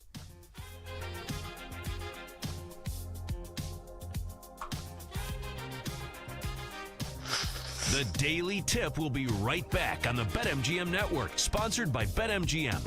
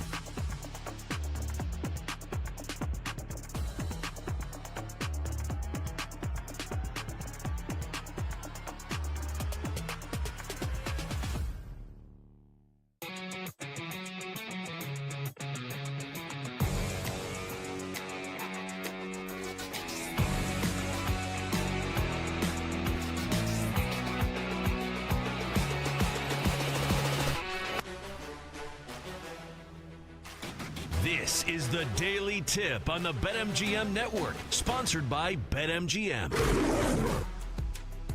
All right, good morning. Hour 3, the Daily Tip starts right now on the BetMGM Network. A special salute to our viewers on Stadium. You can catch us there each and every weekday.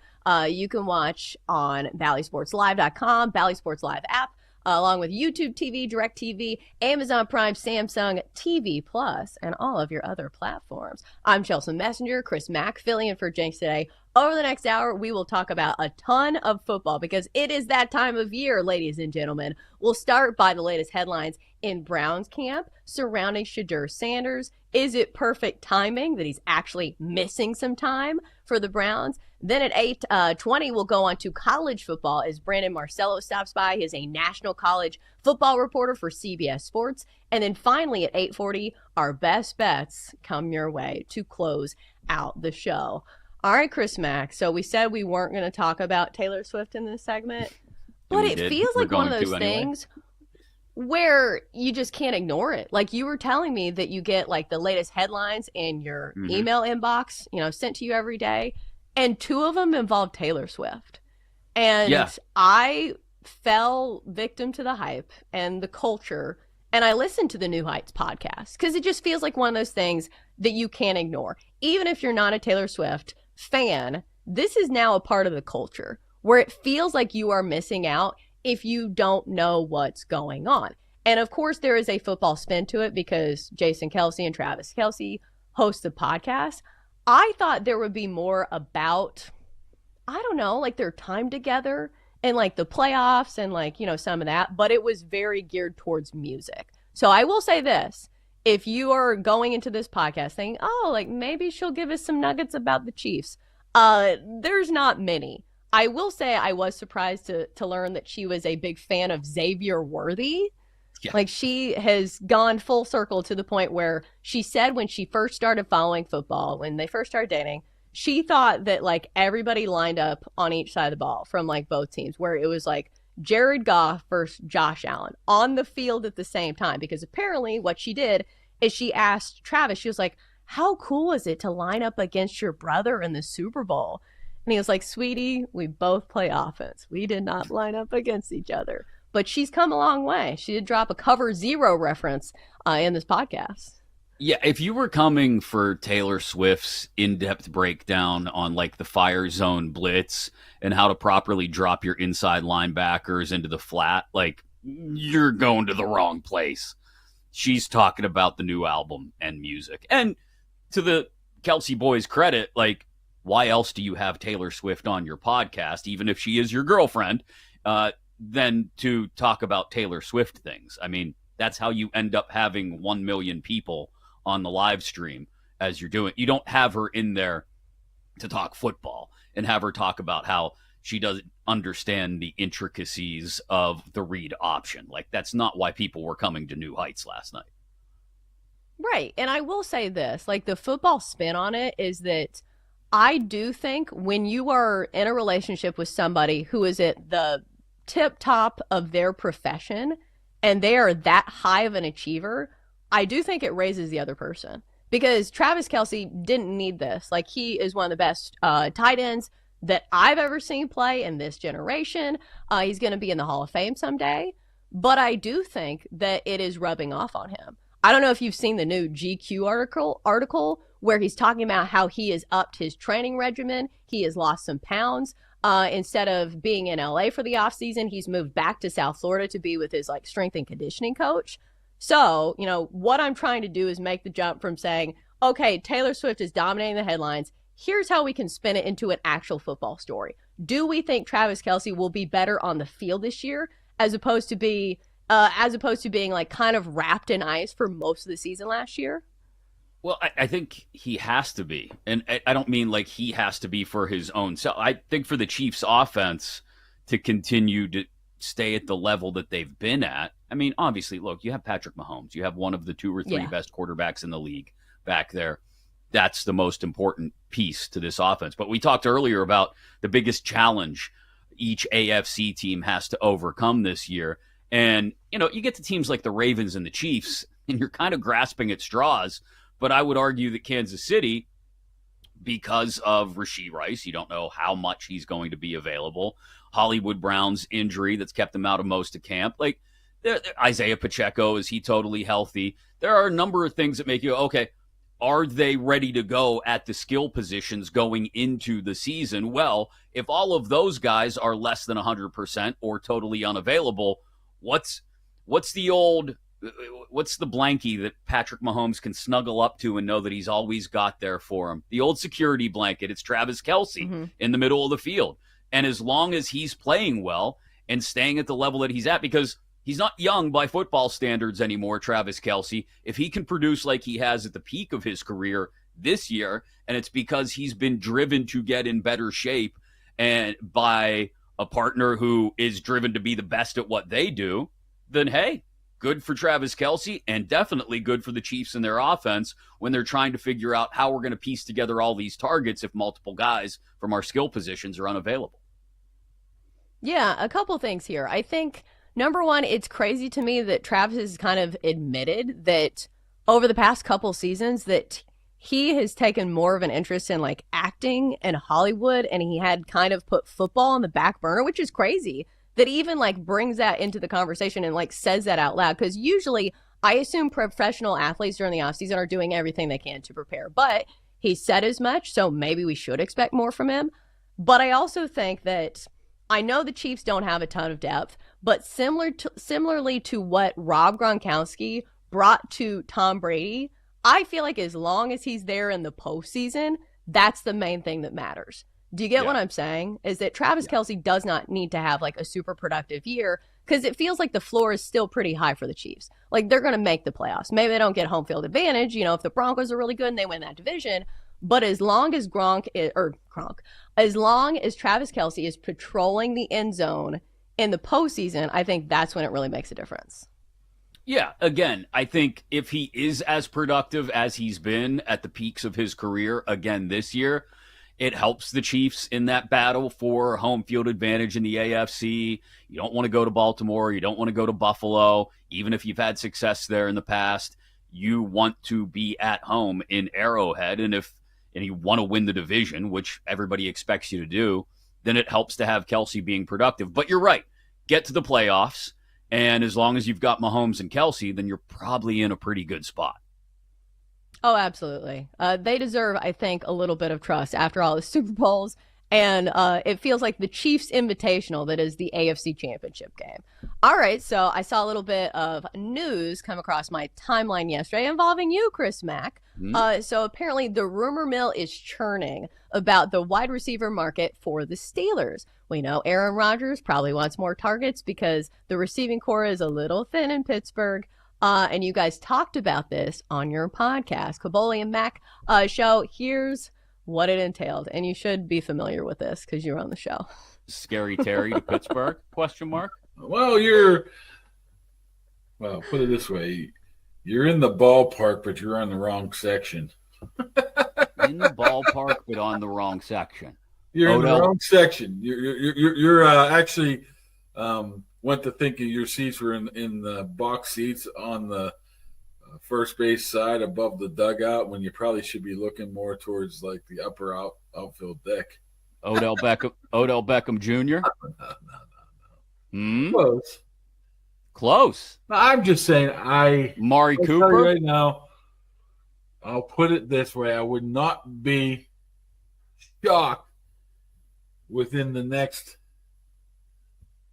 10 to 12 days that they add a receiver.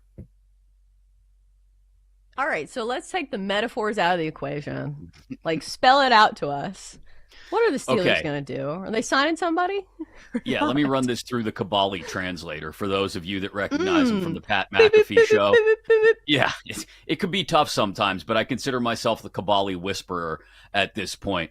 Mark's been covering the team for almost 25 years. He's plugged in. He knows what's going on. He's got some high-level sources and contacts there. What he's saying is they're going to seriously look at picking up another wide receiver over the next couple of weeks. They want to see how the Calvin Austin injury progresses or maybe doesn't progress. He hasn't practiced in over a week. They were counting on him coming into training camp to maybe solidify himself as the wide receiver 2 opposite DK Metcalf on the other side of the field. They think he can make big plays, especially running after the catch. Great kick returner. He's got special teams touchdowns in his past at the NFL level. But I think they'd like to have more depth there, because once you get beyond DK Metcalf and Calvin Austin, we're talking about Robert Woods. We're talking about just a really thin receiving core. Roman Wilson, who has really yet to play at the NFL level after being dinged up a lot of his rookie year, and then like Ben Skoranek and Scotty Miller. So it's not going to be a Terry McLaurin deal. People have been talking, but Terry McLaurin's not leaving Washington. I said that yesterday here on Daily Tip. He's not going anywhere. That's all negotiation by him. I firmly believe he'll still be a Commander come week 1. Odell Beckham Jr., I know there's the rumors about retirement, but he said via social media and a couple podcast appearances he's still interested in playing, likes the idea of playing with Aaron Rodgers. Everybody loves playing for Mike Tomlin. If you saw some of the things Jalen Ramsey has had to say at training camp about playing for Mike Tomlin and what it's like, got to believe Beckham would be interested in that. Don't know how interested the Steelers would be in Beckham other than as a depth receiver. The names I would keep a closer eye on would be Amari Cooper, who's probably been sitting around waiting for a spot that makes sense for him, and maybe Gabe Davis, who the Steelers visited with way back in the spring, but who has some injury concerns coming off, I believe it's a knee injury last year. So those are the names I would keep an eye on, Cooper and Davis. I'll be clear, neither one of those names takes the Steelers from wild card team to division favorite in the AFC North. It just gives them the added depth I think a lot of people, if not everyone, would agree they need behind DK Metcalf in that receiver room. Right, especially when you have an older quarterback like Rodgers. I feel like those type of quarterbacks do well when they have a lot of pieces around them. We saw that with Tom Brady. Like, he played on a great Bucs team in his final few years in the NFL. But going back to Amari Cooper, because for a second, like, Square Chelsea entered the chat. And, oh, Amari Cooper, that's a big name. Should be noted that he has not had super productive seasons over the last couple, only playing 8. He played 14 games last year, but with 2 teams. Went from the Browns to Buffalo, but only combined for 547 yards in that season. So I am trying to separate like the big name from what it actually brings to the table, because I think the same goes for Odell Beckham Jr. Like, I need to look up how old he is. Like, can he really be a productive part of this offense, or is he one of those pieces where you design packages for him and you say, okay, maybe he's not going to play every down, and that's fine, but you have these special plays drawn up for him, and we've seen it. I think there were a lot of people who doubted him when he went to the Rams, and he ended up having a great season with them. I know it was a smaller sample size. He didn't play the whole season, but in the Super Bowl, he had an incredible first half before getting hurt. So he is 32 years old. Say you had both of these names. Does it make a difference? Or like you said, is it just a depth thing? I think if we're talking about the Cooper or Beckham, like you said, Beckham's or coming both. up on. If you had both, well, that's a different conversation. Now you can really slot Beckham into a spot that more suits him at the age of almost 33, where he is just maybe on the field on third downs. Cooper, I think, makes more sense because you're right. Wasn't very productive last year. Went to Buffalo. There were some hopes that maybe he'd be a red zone target for Josh Allen. Didn't really come up with much in the way of that. But I think, again, what's important for the Steelers is you have to think about what happens if DK has to miss a week or two. And if you're down to Calvin Austin and Roman Wilson and Scotty Miller and Robert Woods, you're in trouble. If you get a guy like Amari Cooper, again, it doesn't replace DK Metcalf, but I think it would give Aaron Rodgers one of those possession-type receivers that you can trust to come up with the ball in the middle of the field in traffic and maybe make something happen after the catch, not to the level of Metcalf, but maybe a little more confidence in a veteran receiver to be there and be available. Okay, so my prop mind wheels are turning. So it feels like we have established a connection between DK Metcalf and Aaron Rodgers. Like, they did their workouts even before he announced he was going with the team. And you also say that the Steelers don't have a ton of receiver depth. Does this mean we should be playing DK Metcalf props either for the season or for individual games? I would watch it week to week, especially early in the season, because, again, it's an Arthur Smith offense. So they're going to lean on the tight ends, Pat Fryermuth, Jonnu Smith, Darnell Washington, third-year guy out of Georgia who's had a fantastic training camp, had a touchdown in the first preseason game. But, yeah, DK Metcalf is going to get a ton of targets in this offense, especially with the chemistry that he's building with Rodgers throughout training camp. So early in the season, I'd see what some of those Metcalf props, especially for receptions, are listed at. And I think you're talking about a 100 reception kind of year for Metcalf. Does he actually get to that number? I don't know, but he'll be in the neighborhood. Yeah, because usually that's the recipe for success, is if the quarterback likes somebody and there's not a lot of depth. Who else are you going to throw to? All right, coming up next, time to switch gears to college football. We bring in Brandon Marcello, national college football writer for CBS Sports, to break the season down and who you should be betting on to win it all. Next on the Daily Tip. The Daily Tip will be right back on the BetMGM Network, sponsored by BetMGM.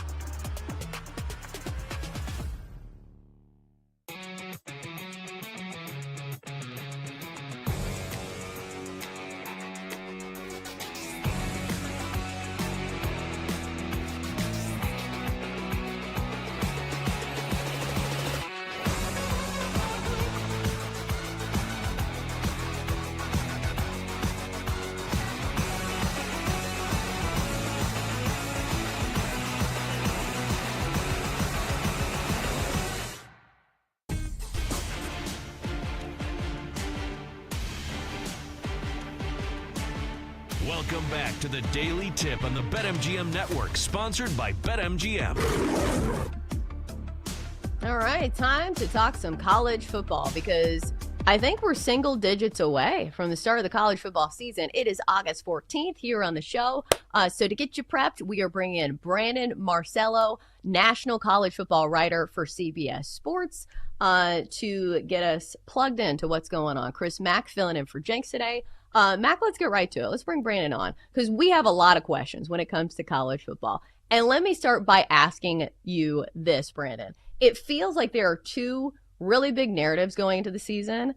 Number one, James Franklin can't win the big game. Number two, Arch Manning should have already been handed the Heisman.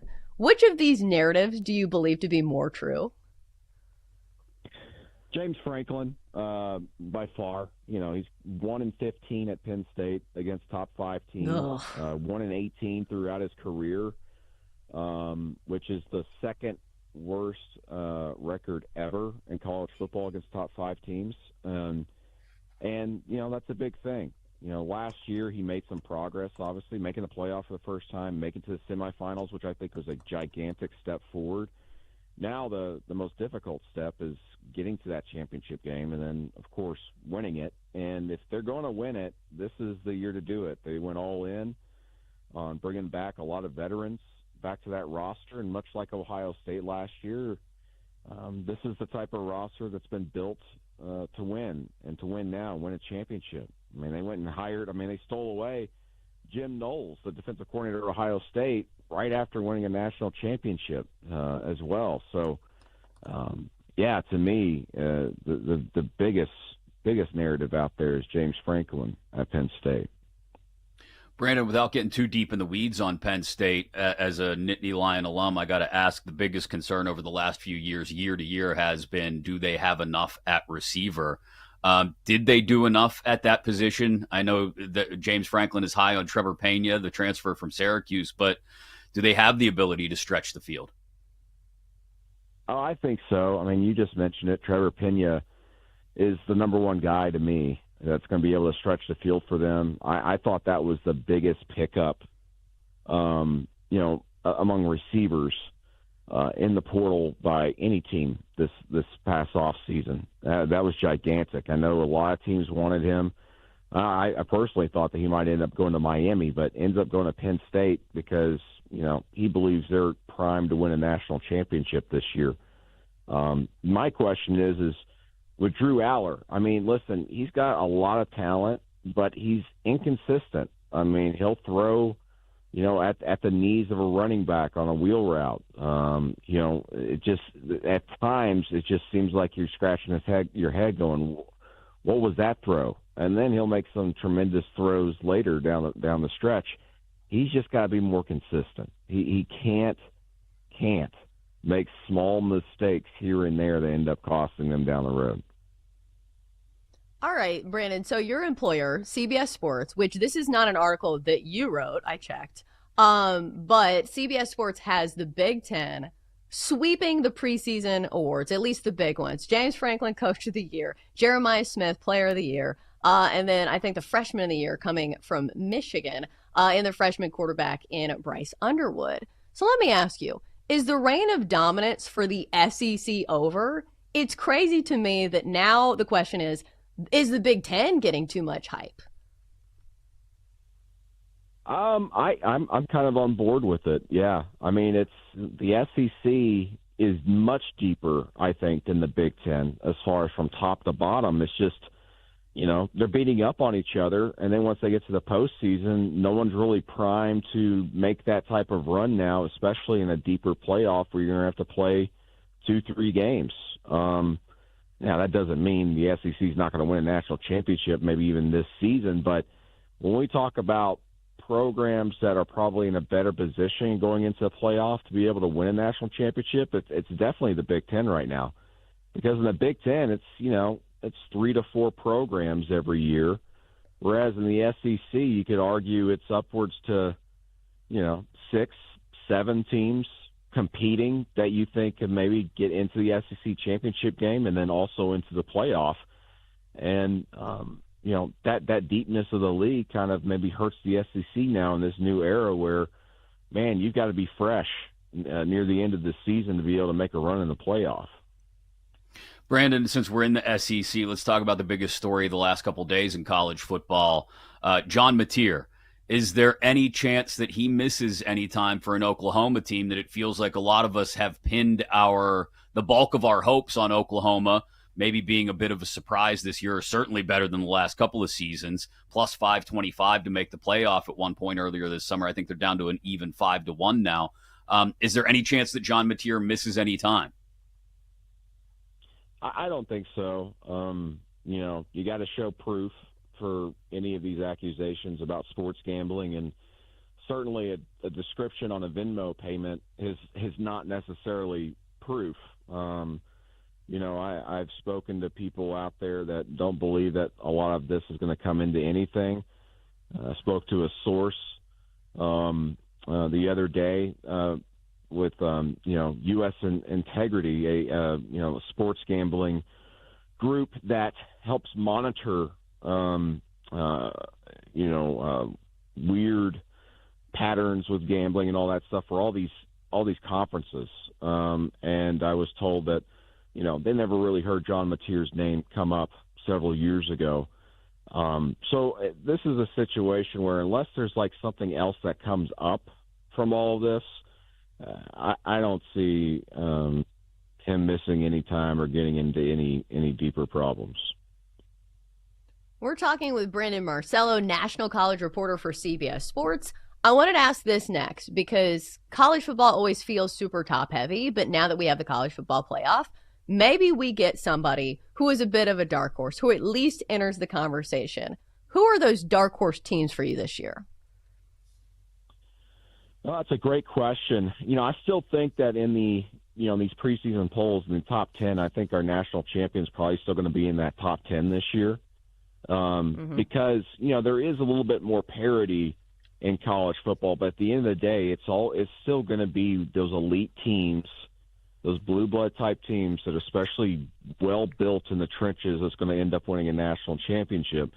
But when I look at teams maybe that are either in the top 10 or just outside the top 10 that I think could maybe make a run to the national championship, I look at a program like, say,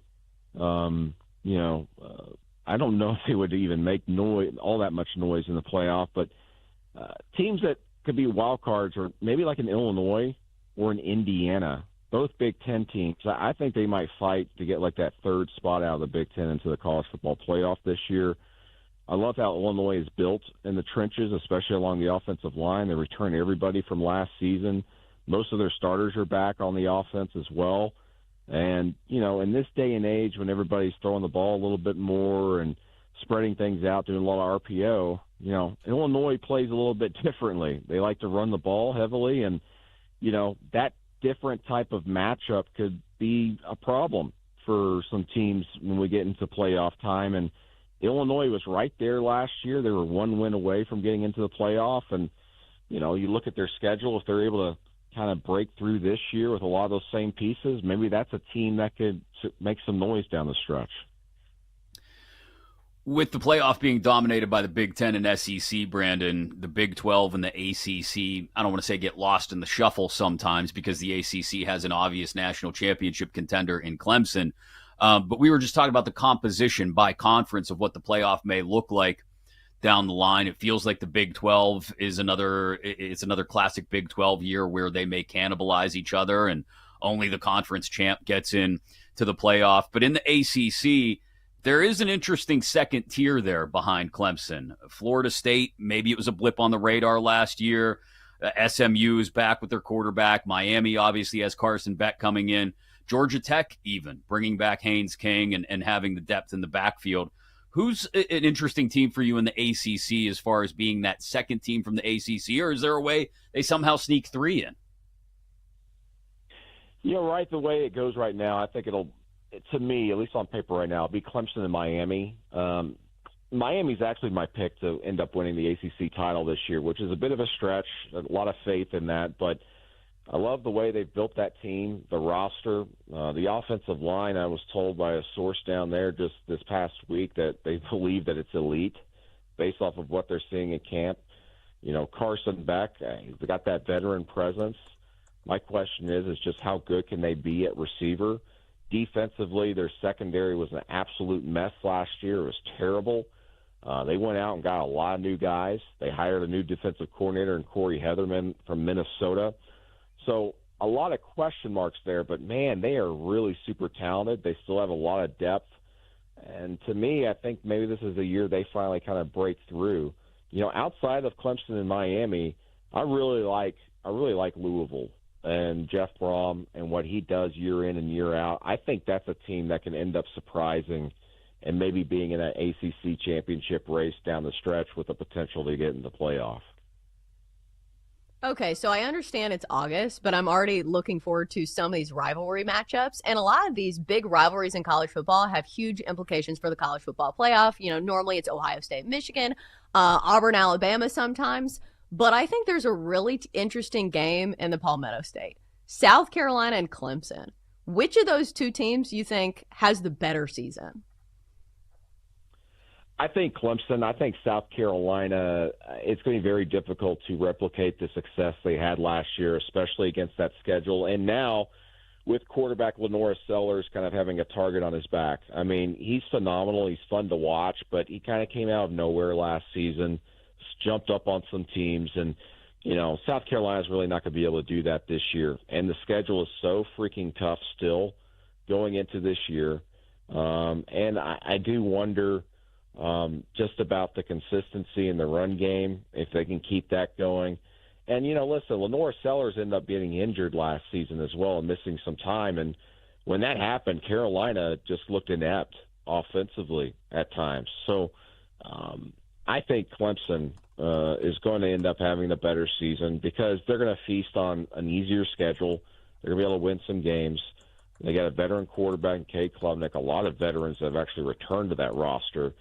But South Carolina is one of those teams that probably has the lowest floor and one of the highest ceilings in the SEC just because Lenora Sellers is such a great quarterback that could take over a game with his feet. We saw it last year. Heck, Clemson saw it last year on the road when South Carolina went in there and he ended up picking a first down. They end up leading to a touchdown and to win that game. He's someone that could take a game over. Only got about a minute here, Brandon, but I wanted to ask you about the team that Clemson opens up against, actually, LSU. Brian Kelly has this history now, and it's not a good one, of falling short in season openers, and they go on the road to Death Valley for their opener, but they've got a Heisman hopeful in Garrett Nussmeier being talked about as a possible first-round draft pick. What's the ceiling for LSU, and just how much pressure is on Kelly this year? Yeah, he better win like 10 games or somehow get into the playoff even as a 9-3 team. And they've got the talent to do so, as you mentioned, with Garrett Nussmeier. They got one of the best classes out of the transfer portal. They are absolutely stacked. They've got a lot of depth. That's a program that needs to be back in the playoff to kind of quiet down the fans down at LSU. You know, Brian Kelly went into last year with the longest active winning streak of 10-win seasons at 7, fell short once again last year for the first time, and I think this year they're absolutely equipped to win 10 games, but again, it's just can they beat Alabama on the road, for example? They've got a very difficult schedule, and as you mentioned, it starts right off week 1 going to Death Valley and Clemson, and they're 0-5 in their last 5 season openers, and I would argue this is their toughest season opener during that stretch. So they got a lot to figure out, and they better figure it out if they want to win a championship this year, and for that matter, even get into the playoff. Yeah, I feel like that's what the difference is in the SEC is that there is so much pressure. I feel like there are so many teams that believe they should be national championship contenders every single season. So it just adds another dynamic to the SEC where it just means more. He is Brandon Marcello. He is a national college reporter for CBS Sports. We know it's a busy time of year. So Brandon, thanks for waking up early. Thanks for stopping by. All right. Thanks, guys. All right. So a lot to digest there. And I think for me, it was kind of jarring to hear him talk about South Carolina, how he's not super high on them. because that was one of my teams I was kind of rooting for. And maybe it's because they've been featured on that, like the SEC show on Netflix. Yeah. And plus, I kind of root for like the second tier SEC teams because like you just want like a balance of power, right? Like you want to see somebody else rise to, greatness. So we'll see and I think, if South Carolina. I think there's that feeling too, like, hey, you have a potential first round quarterback and you were a borderline playoff team last year. That close, people making the argument you should have been in. Why shouldn't you take a step forward? Yeah. All right. Coming up next, we've saved our best for last. Our best bets come your way after the break here on the Daily Tip presented by BetMGM.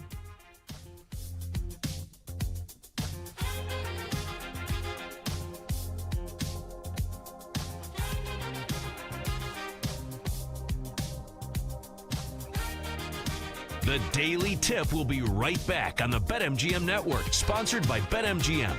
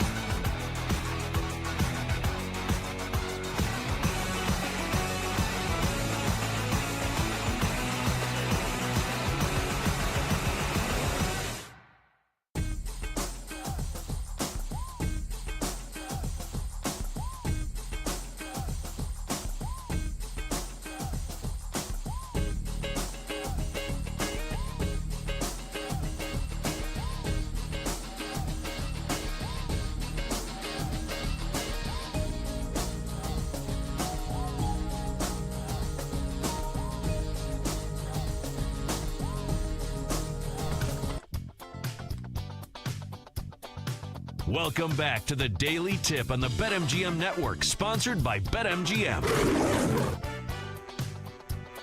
All right, so we're back. Time to land the plane. Final segment of the Daily Tip here on the BetMGM Network starts now. I'm Chelsea Messenger. He's Chris Mack filling in for Jenks. Coming up on Bet Sweats, it's Kate Constable and Sean Little. I don't think I know Sean Little. He's not in the normal rotation of utility players. And Chris Mack, I think you're one of the tops on the list. Like, it's you, PJ Glasser, Kate Constable. Like, you guys are the best. Like, you can fill in on any show. Have you completed the Grand Slam of BetMGM shows? What's the grand? I've definitely, obviously, I'm doing the Daily Tip today. I've definitely done Bet Sweats. Bet Sweats. I have done BetMGM Tonight. I haven't done BetMGM Tonight, but I have done You Better You Bet. So 3 Still for 4. need one more Ain't for the bad. Grand Slam. Yeah, to hit for the cycle. Even though I don't know if I'd want to do the late show, I always think this. It's like, what if I took the other path? But I don't think I'd want to work late at night. Like, as much as I hate waking up early, it's so nice to like have the whole day ahead of you, and not work until 11 o'clock at night. Like, Yeah.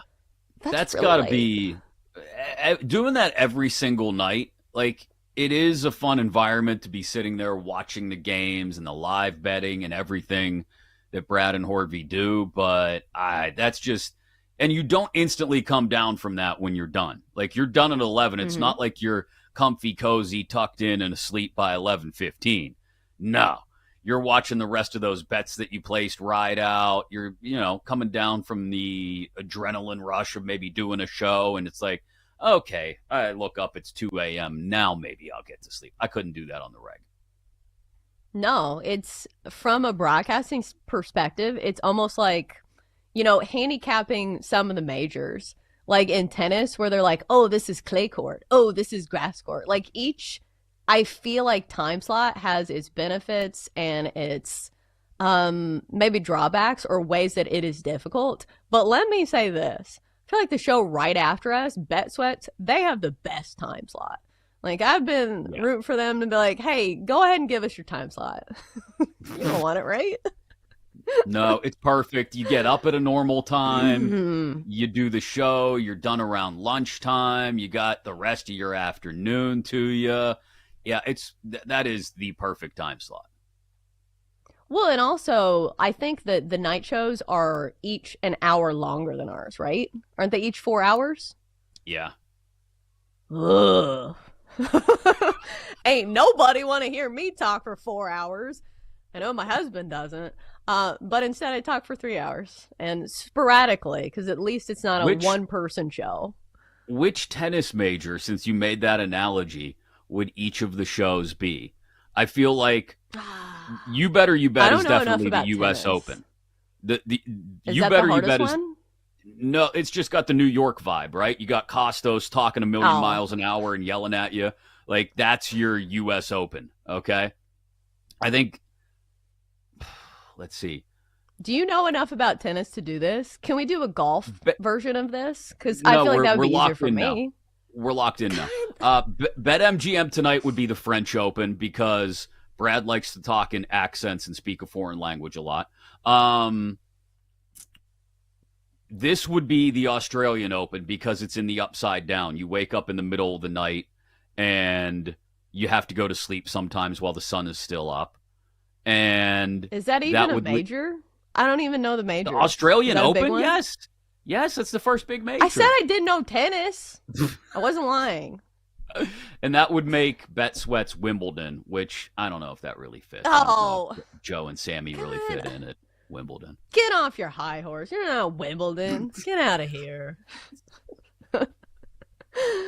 All right. So I think I've slung everybody through the mud enough for one show. Good job by you. Enough. Back up the bus and run them over again, Chelsea. Well, I mean, true to form. That is my character here on the network. All right. So how about we serve up some best bets? I don't know if your card is as big as it was yesterday, but how about we tell you who we have the most faith in today? Time to place your bets. All right. So we have a smallish slate in baseball. So it's going to be one bet and one bet only for this girl. And what a matchup for somebody who goes to church. We have Jesus versus the Lord. Jesus Luzardo versus Brad Lord is your starting pitching matchup. And I'm backing the youngest. I'm going with Jesus here. Jesus Luzardo in the field is going to take him on the run line. Hopefully I don't go to hell after this segment. Going to church on Sunday. All right, so Phillies on the run line minus 135 here. I feel like this is a good bounce back spot for the Phils. Just got boat raced yesterday, 8-0 by the Reds. But I like this matchup here on the road for the Phillies because Jesus Luzardo is kind of up and down. But over his last three, he's been really good. Quality starts in each of his last three, going at least 6 innings in all 3 of those. And plus, he gets a Nationals offense that's trending in the wrong direction. Over the last month in baseball, have the second worst WRC plus of any team in the big leagues. Then you get the Phillies, who sit in the top 5, top 6 of just about every statistical metric over the last month and over the course of the season as well. So let's bank on the Phils to win big here. Let's take the Phillies on the run line at minus 135. All right, Chris Mack, it's your turn. I feel like going to church every Sunday is the religious equivalent of saying with all due respect, because then you can do or say whatever you want after that. I don't remember it saying that in like Ephesians. But like, listen, if you go to church, you can do what you want. Like, I don't think that's like the 11th commandment. It's like, listen, none of this matters if you go to church. Like, I'm pretty sure you still have to like follow the teachings. No, it's right there. Corinthians 3:19. If thou shalt say with all due respect, thou can then say whatever thou wants after the fact. Oh, I'm pretty sure Jesus said that. You're right. Or my favorite is when people wear the shirts of, remember what was it, Stone Cold, Steve Austin 3:16? Austin 3:16, yeah.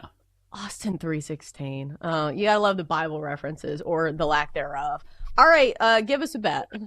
All right, I got a couple for you. I mentioned the Marlins at the Guardians later. Edward Cabrera has been on fire lately for Miami. 1.40 ERA in his last 4 starts, 28 strikeouts and 25 2/3 innings. He's only got 1 start since April where he's given up more than 3 earned runs. So I like Miami first 5 money line at plus 110. And then we're going all in on Skubal.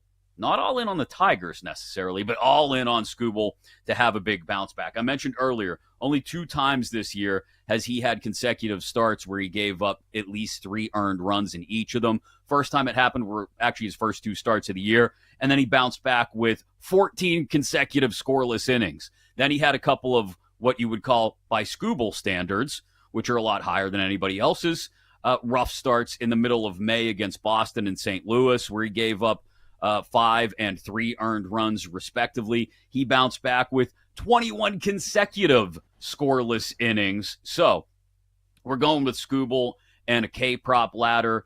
9+ Ks, you can find it at plus 105, 10+ at plus 190, 11+ at plus 370. If you want to keep it in Haas at BetMGM, you can go over 18.5 outs at minus 105. I think Skubal goes deep and gets a lot of whiffs today for the Tigers. So how many of those are you playing? Like, are you playing like 6 Skubal bets? I'm just playing the K-prop ladder, the 9, 10, and 11. Okay. Whew. You are braver than us here on the show. I feel like we turn towards like conservative. Like me and Jenks are pretty conservative on the show. Not politically speaking, but I'm talking about like our bets. We want to depend on people. We're not swinging for the fences. We're not fun like you are. But best of luck to you on your bets. All right, coming up next on Bet Sweats, we have Kate Constable and with Sean Little. I see she's doing her makeup. We'll give her a little bit extra time. All right, so we have a couple minutes to play with here, and I feel like to offset the Taylor Swift conversation, can I ask something about wrestling? Because I feel like everybody on the show follows wrestling. Is it just me, or is it like all the old names are popular again? Like I saw something with like Goldberg. Like, what are we doing? Yeah. Aren't these guys old? Like, do they have Goldberg's nothing old. Else? Goldberg's old, so he came back for a retirement match. That was it. That was all. But the classics are always the classics. Like, I mean, when you can get a guy when you can get The Rock to show up, I mean, you get The Rock to show up, you know, and he does the eyebrow thing and everybody goes crazy. So is John Cena still a wrestler, or is he too big for wrestling now? No, this is his last year. He's on his retirement tour as well. He'll be done in December. So do they give him presents along the way like they do in baseball? Like No. when they go to cities, No. they're like, here's a bowl of chili. Their present to John Cena was that they turned him into a bad guy for like 6 months, and he would just come out and berate the crowd and tell them what a bunch of losers they were. But he's a good guy again. Just don't ask questions, Chelsea. It's wrestling.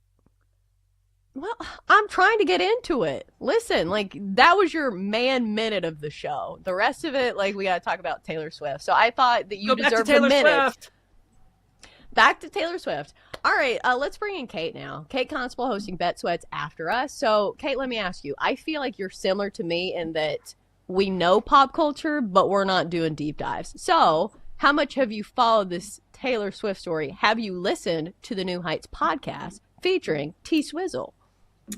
Chelsea, Chris, you guys are probably going to be so impressed by me. I not only listened last night, I watched. Wow. Ooh. I forewent any other TV shows, any games last night. I watched, and it started to drag on by the end. By the end, I was doing other stuff and just like had it on. But I was interested to see what it was all about. So yeah, I thought it was fine, good, like cool. But like that's the extent of it for me. I'm not freaking out. Like, cool, great episode. You weren't sitting there breaking down the Swift track standards. listing as she was going over the songs. I learned a lot last night. I didn't know a whole lot about her. I know the basics, but I learned a little bit more in depth. She's very smart. Like how she kind of plants little, she calls them Easter eggs. That was pretty cool. Mm-hmm. She's very smart, and she's definitely a wordsmith, which shouldn't be like a shock because she is a songwriter. But the dynamic between her and Travis Kelce, it's like 90% Taylor, 10% Travis. But I wanted it was them a to good stop watch. touching during it. They were holding hands the whole time. Weird. Barf. All right, show's ending. We'll see Kate on Sweats. It's been a great show for me, for Chris Mack, for the entire crew. Have a great Thursday. You've been listening to The Daily Tip on the BetMGM network. Download the app today. Please gamble responsibly. If you missed any of the show, listen back anytime on the new and improved Odyssey app.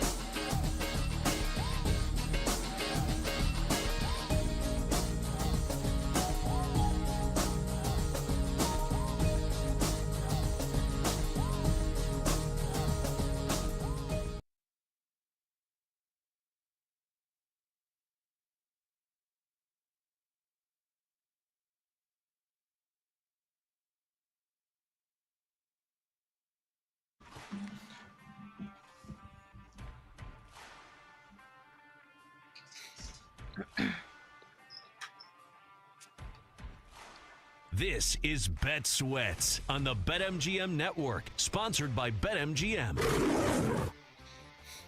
It's a big day here on Bet Sweats. Jake Hassan off the injury report, probable for tonight's kickball game. Of course, we have to touch on that throughout the show. It might even be our lead story. Kate Constable and Sean Little here with you on Bet Sweats, filling in for Joe and Sam today. Got a great show continuing our countdown to kickoff series for the NFL. Today, it's the Denver Broncos. A lot of people either very high on them or think Bo Nix is going to take a big dip in his second year. So Sean and I will talk about that coming up in about 20 minutes, give our thoughts. And then at 10 a.m. Eastern, Zach Bai will join us to talk Broncos. He's the host of The Drive on Denver Sports Station, 1043 The Fan. So we'll get his thoughts. Play a little nickel or dime today. We also have fantasy football punishments.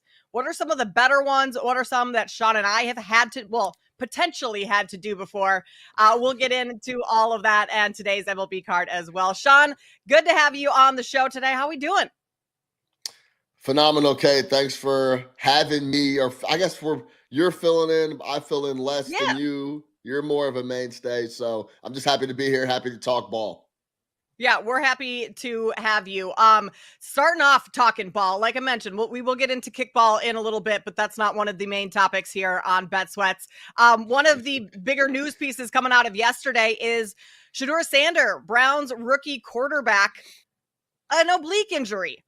He injured that in practice against the Eagles, one of those joint practices, and he may miss the preseason game this weekend. And that's, Sean, after he's coming off of a great first preseason game where it looked like, okay, maybe he's able to move up the depth chart a little bit if he continues playing like this, but now another setback for Shedeur Sanders in the Browns quarterback room.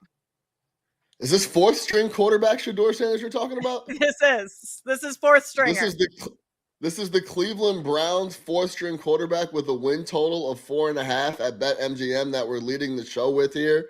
Is that the Shedeur Sanders we're talking about? Yeah, that's the guy. Crazy, okay, right? I was just making sure his dad is Deion Sanders, which it brings a little bit more hype around him at all times. Is that guy one of the best corners of all time? I got it now. Okay, I'm on track here.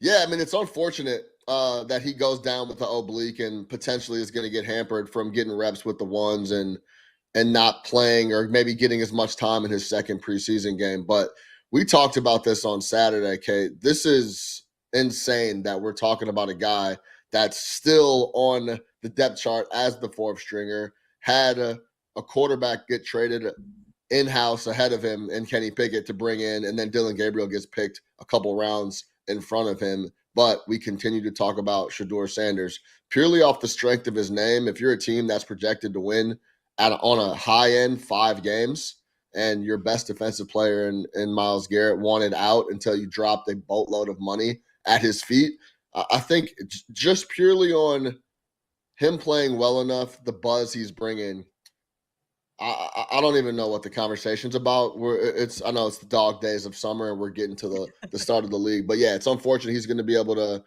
miss reps and not get those first team reps that are going to be valuable for him if he's going to continue to make a statement and try to be that QB1. I want to know what's going on at Browns camp, because Shedeur started that first preseason game because Dylan Gabriel was injured. Kenny Pickett's injured.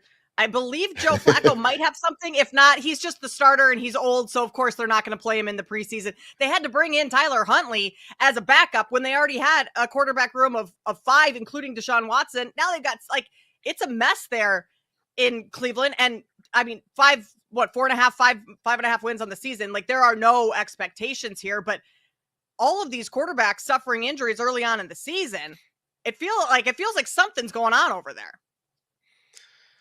Yeah, the medical staff is probably the most underrated unit for a lot of franchises in a lot of various sports across the landscape for franchises in general. But yeah, I mean, guys are going down. Joe Flacco doesn't count. Joe probably got hurt getting up this morning to go get a cup of coffee, tweak something. So we'll remove Joe. And he's put in his time. He had a great career so far. I think everything that's been going on with him is gravy.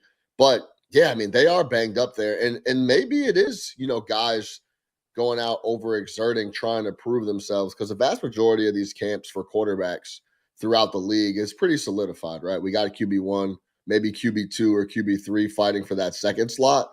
But I think a lot of the Browns have set it up to where it sounds like a lot of guys think they could be QB1 come week one. So it could be some of that. But yeah, some of these are probably unfortunate knacks, but nothing serious. Stuff that guys are coming back from. So that's good to see.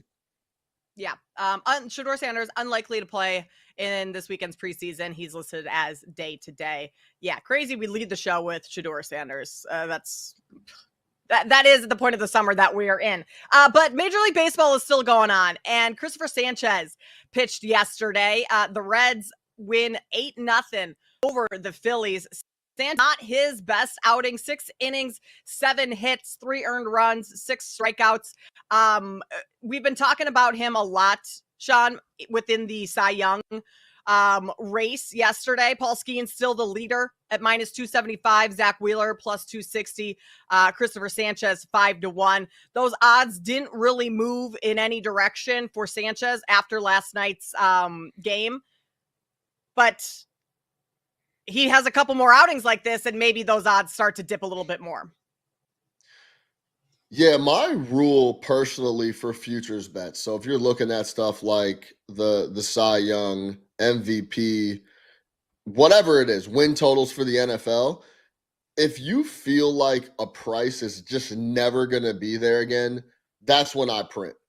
If I feel very compelled or very confident that either if I'm looking at schedule or matchups coming up or just the fluctuation, the narratives going on in the markets with conversations around said player, that's when I print the slip. If I feel like the number can continue to fluctuate and continue to bounce around the number that is currently posted at BetMGM, that's when I'll hold off. But if I feel like I'm getting the best price or I see it elsewhere at a cheaper number, and I'm getting a longer number at a specific book that I play at, that's when I'll print the slip. And I think overall, when you're talking futures markets, that's a really good way to approach it, just so you're not overreaching. Step back and ask yourself, is there a potential where I'll ever see this exact price again later on in the year when I have, more proof and more things to go off of as you get closer to the playoffs or the beginning of the season? And I think that's a good base to start when you're looking at whether or not to print futures tickets. Hunter Green went for the Reds yesterday, his first outing back since, I believe, June. 6 innings, 3 hits, 6 strikeouts, no earned runs. So he got the better of Sanchez last night. But speaking of futures tickets and when to print them, I mean, Jake Hassan hit this one fairly early on in the season. Jake, you got a 50-1 on Sanchez. How are you feeling after last night's performance? Because when we had Skeens kind of get shelled a little bit early in the week, this opened up the door for Sanchez, and he just couldn't take advantage last night, Jake. Yeah, I mean, Sean just went on a really well thought out and well said explanation of why you should be patient with futures and take your time. And it was very smart and very well said. What number we're not going to see again, Sean? The 50s and 40s and 30s from March that I'm holding in my back pocket, and I just cry. Yesterday was fine. It wasn't what you wanted. It started great. I mean, through 3 innings, Sanchez had 4 strikeouts. He'd allowed 2 hits. It looked awesome. Fell apart a little bit late in the game, but it wasn't a disaster. Still a quality start. Takes the tough luck loss. It was better than what Skeens did. And I've seen Wheeler at some places drop to 4-1. Sanchez is as low as +425. So moved at other books, which is an indication that some people are still betting him, which I guess we're still on the right side. I mean, I kind of said this yesterday that it's still 2 months. You just needed Sanchez. Ideally, he would have gone a complete game shutout or 8 innings, no runs. Yesterday was fine. It was a quality start. We'll take it. You're still in the running. He didn't take himself out of it. He didn't have a blow up to the point where it's just over. And now it's just back to Skeens -500. So we take that. obviously could have gone better, but could have went way worse. You're going to need better going forward. You're going to need another mediocre Skeens start. You're still behind the 8 ball, and that's why Skeens is still minus 275. But you're still alive, still have something to root for the next 2 months or so, month and a half, if you will. And we'll see how it goes. Not dead yet, not ultra alive. I still think Sanchez would be a finalist if the season ended today. I still think he would end second, but we're in the conversation at least. Confidence factor, Cool. Confidence factor, Jake.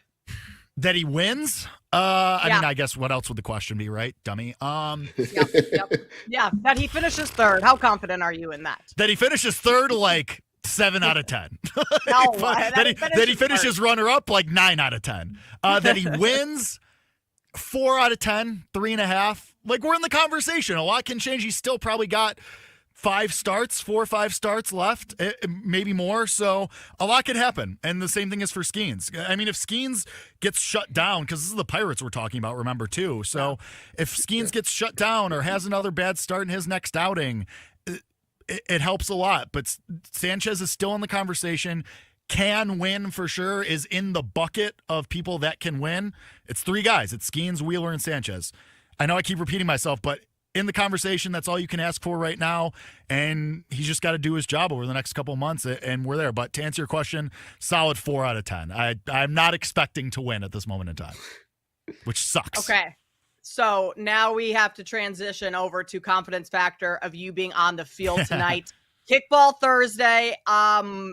You've been on the IL throughout the week. We've been monitoring day to day, icing. We've got the brace on, Jake. Give us a update on how you're feeling going into tonight's matchup. So I'm not going to say that I ever went on the injured list. It was treacherous there for a second. We were never put on IR. We were never put on IL. There were conversations. The front office was debating it, but at the end of the day, we just slapped a doubtful tag on there and decided to see what treatment would do. I'm ready to say that I'm probable. I'm ready to, after conversations with the coaching staff and the training staff, I'm ready to say that we're looking at a probable tag for tonight. It's like when a wide receiver has an ankle injury. Like, we're going to go through pregame warmups. We're going to go through pregame drills. And barring a setback, I think we're going to be active tonight. Not officially off the injured report, still listed on the injury report, but probable. And listen, we have some of our PEDs in the bag off camera right now for before the game. So we got a brace, got some other stuff that I think we could slam on the way to the game. But listen, as long, and I have full faith in my team. Like I said yesterday, I'm going to miss the quarterfinal game because I will be hosting You Better You Bet, 3 to 7 p.m. Eastern. Myself with Femi Abebefe tonight. Ran out of air there for a second. Really good job, Jake. Really pretends and seems like it's going to go well tonight. But anyway, my point being, I have full confidence in my team. I think they will win the quarterfinal game, and I'll be there. And I am expecting to suit up for the semifinal game against my hated rivals. Jake, is this the kick leg or the kick ankle or the plant ankle? This is the plant ankle, so we'll see how that goes. Not awesome either way, obviously, but I think it would be worse if it was the kick ankle. So I think we'll be all right. Is swelling fully down? Swelling, dude. I woke up this morning, worked with my best friends at Just the Daily Tip this morning. Nowhere else I'd rather be, obviously, on a Thursday morning. My foot looked like a foot this morning at 4 a.m. So for the first time in a couple days. So we're feeling pretty good about that. Paul, your follow up. Paul Aspen. Active, but are we fading you? Like under total bases? Like what? Like how much of the point spread moved? I would say the over 1.5 total bases is definitely like a plus 130 price. It's not awesome. The over a half total base to get a hit probably is like minus 120. Still a minus price, I would say, but you're not having to pay a lot of juice. Listen, I'm going to be batting myself down in the lineup. I usually do anyway. We got heavy hitters like Isaac Trotter, friend of the program, near the top. So they don't really need me for run production. My value, I like to say, comes more with my defense. At first base, I think we're going to be able to move around enough. It should be okay. That your bag leg or your stretch leg? It's my lead leg. It's my stretch leg. Okay. Well, that's better. I think so, too. This is amazing. How pissed are you going to be if your team loses the first game without you? I will chuck myself off the Kennedy, Kate. If I show up and we don't have to play a semifinal game and I have to watch those people play a different team in the semifinal game, I will be I will be laying in the middle of Damon Avenue. Well, I hope for all of our sakes, and yours especially, that they get the job done for you in that first game, and you are hoisting the trophy at the end of the night, Jake. We can have a full segment recap on the game tomorrow on the show. Other news in Major League Baseball: Ohtani pitched last night into the 5th inning. MVP odds move a big way in his favor. He's now minus 3,000. And the Brewers, they win their 12th straight game. No one can stop them. It's burger time in Milwaukee. They beat the Pirates 12-5 yesterday. Coming up on the other side, we dive into the Denver Broncos as we continue our countdown to kickoff. You're listening to Bet Sweats with Kate Constable and Sean Little.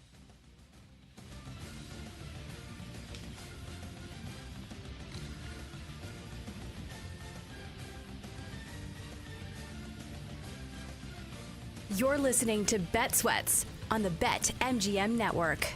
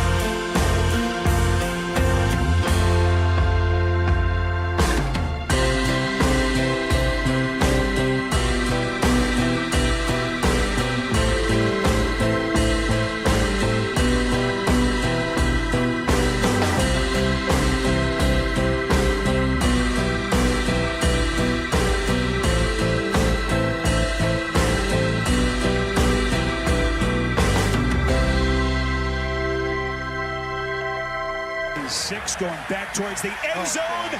Sutton all by himself for the touchdown. Welcome back to Bet Sweats on the BetMGM Network. Bo Nix threw quite a few touchdowns to Courtland Sutton last season. That Broncos team exceeding expectations in Bo Nix' first season. Today on Countdown to Kickoff, you guessed it, with Bo Nix, the Denver Broncos. We're going to talk to Zach Bye a little later in the show. He'll join us after Broncos practice this afternoon. So we'll get an even better look into what's going on over in Denver. That's coming up at 11 a.m. Eastern. But for now, Sean Little, Kate Constable here with you on Bet Sweats. Sean, I'm fairly high on the Broncos, and I will give you my whole laundry list of reasons here in seconds. But I want to start with you and figure out where you gauge where your confidence level is in Denver this upcoming season. Yeah, well, Kate, Saturday we talked about how good we think the AFC West is going to be. It's going to be stacked. I'm high still, even after the Slater injury on the Chargers. I still think Harbaugh is going to have those guys ready to go. The run-first offense, maybe put a little more emphasis on Herbert coming into this year. I think they're going to be really good. The AFC West is going to be stacked. Denver's going to be right there. As a bettor, my initial gut always is to be a little contrarian because it seems like everyone's high on the Broncos. I haven't heard a single negative thing about the Broncos. I'm a Bill Simmons listener. Diana Rossini was on, and she talked about talking to Sean Payton. They go all the way back to his New Orleans Saints days, and Sean Payton is high on Bo Nix, loves him. He randomly texts Diana Rossini, "I love my quarterback," talking about Bo Nix. So the juice is high, and if you go through like their depth chart, not a lot of big name guys. They only have 5 players on the roster that are banging 10 million or more on the cap. So they're flexible, and 2 of the top 3 are offensive and defensive linemen. So they're going about it the right way while they rebuild and deal with that Russell Wilson number. I'm high on the Broncos, but I think the Kool-Aid may be getting a little too sweet overall, because more times than not, when the Broncos come up, everyone says top 3, top 4 defense in the NFL, and Bo Nix is going to take another leap. So I'm a little weary when we're talking about 10, 11, maybe even 12 wins. Some people are projecting for the Broncos. So I'm not as high as you, I think, Kate.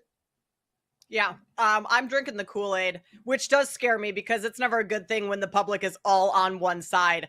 But I just believe in the tandem of quarterback and coach, Sean Payton, Bo Nix. And you talk about the defensive line, the offensive line for the Broncos, and they're solid on both sides there. Where they lack is talent on the outside. Like Courtland Sutton really is not a true number 1 receiver, right? Like, can we agree on that? They probably need a number 1, and having Sutton as your number 1 right now probably isn't going to get it done unless you're Josh Allen. Like Josh Allen can play with a grab bag of receivers without having a true number 1. I think Bo Nix will need that throughout his career. Yeah, I think that's fair, and I think every quarterback in the league wants a number 1, right? That takes guys to the next level. If you go throughout the years, we know football's the biggest team game. If you go through some of these, every quarterback had a guy that they went to consistently, and they both needed each other. For example, I was actually in a deep dive on Jordy Nelson the other day, just remembering how good he was. But when he leaves Aaron Rodgers, those numbers dip a little bit, Then Devontae Adams shows up, and that's his next guy. So, yeah, of course, Bo Nix would love to have a number 1, but Courtland Sutton is very good. And for a second there, you sounded like Terry McLaurin's agent. Like, Courtland Sutton's not even a 1. He got a deal. Where's my deal, So, but yes, I agree with you. When you start thinking of wide receivers in the NFL, Courtland Sutton doesn't come up until we start talking about, I would say, outside the top 10, you can argue. Yeah. So they've gotten a ton of production out of him. He's been very good. But yeah, if they could add some more talent on the outside, that's why this is such an intriguing story. It's because Sean Payton has turned this thing around with the dead money from Russell Wilson. Yeah. The defense is a lot better than I think a lot of people thought. And then we know Sean Payton's going to have the offense on track. So Bo Nix, of course, would love to have a number 1, but They got it done with Sutton as the key guy last year. He's now paid. It's second year under Bo Nix. The verbiage, the consistent voice of Sean Payton in his head should be able to do wonders in year 2. But the Kool-Aid is extremely sweet. Yeah, it is. Broncos also added tight end Evan Ingram, who should be able to make a little impact. The running back room is interesting to me because you bring over J.K. Dobbins from the Chargers. Dobbins can't stay healthy. 13 games last year. Yeah. He's only played in 37 games in his 4-year career. He's never made it through an entire year. 2 years ago, basically out the entire season with an injury. You draft RJ Harvey coming out of UCF, second round, 60th overall. I think RJ Harvey is someone that you look at, Sean. Like, if you don't want to play any sort of Broncos futures, whether that's Super Bowl, AFC, even win the AFC West, playoffs, anything like that, I think Harvey could be someone that, going for his season-long player props, 700.5 yards, rushing yards this year. I'm not confident Dobbins can make it through the entire season, or at least have the workload. Like, maybe they split reps more evenly with Harvey and Dobbins because of the injury proneness that J.K. Dobbins is. So Harvey would be someone I would look at for over his season-long rushing yards. And I know we haven't even seen him in actual meaningful game action, but just knowing the role he's going to play, I think that is something that's worth a look. Yeah, I agree. I think RJ Harvey is a good look because if you go back to last year, as much success as the Broncos had, they got off to really poor starts, and they were kind of scrambling and leaning on defense to turn guys over and make plays that way. If this team does take a leap and Bo Nix takes a leap, it'll be a lot more of a balanced offense and them not trying to throw the ball or not needing to throw the ball and try to come back into games like they did last year. So Harvey is a guy that would get a lot of touches alongside J.K. Dobbins. J.K. Dobbins, well, number one, I'm team never pay the running back, if I'm being completely honest. Maybe I make an exception for McCaffrey, Barkley in those situations, but I would still, even after all the success they've had, I think Barkley was a very particular situation because of how run heavy and how good up front the Philadelphia Eagles are. And then you add Jalen Hurts, and they could just run them. I'm confident, sincerely, that the Eagles could run the ball every play when they had Jason Kelce, and they could potentially score 17, 20 points a game and just run the clock out on people. But when you remove situations like that, I'm always team don't pay the running back. Just go get a lot of looks at different guys. Harvey is a perfect example of that. J.K. Dobbins is a guy that has a lot of mileage, even going back all the way back to Ohio State. Really good back, but yes, has a hard time staying healthy. And if this team does take a leap, they get very balanced offensively, and RJ would get a lot of touches. Sean, in terms of Broncos futures, I'll play over 9.5 win total. I think that is doable. I'm not going to play them to win the AFC West. The only reason I would do that is like any sort of insurance if Patrick Mahomes goes down. The Chiefs have won the division every year since 2015. So I guess that's coming up on, a decade? And the games that the Chargers have against the Chiefs this year, they're in tough spots. They have the Chiefs, who are coming off of a bye in week 11. Not great for Denver, and Denver's going into their bye after that week. And then they play on Christmas Day. It's a short week. That's a Thursday, and that game's in Kansas City in week 17. So I don't think the Broncos win this division. Again, the only reason I think that if they cash a division ticket, it's because something drastic happens in Kansas City. But I still think they could get to 10 wins.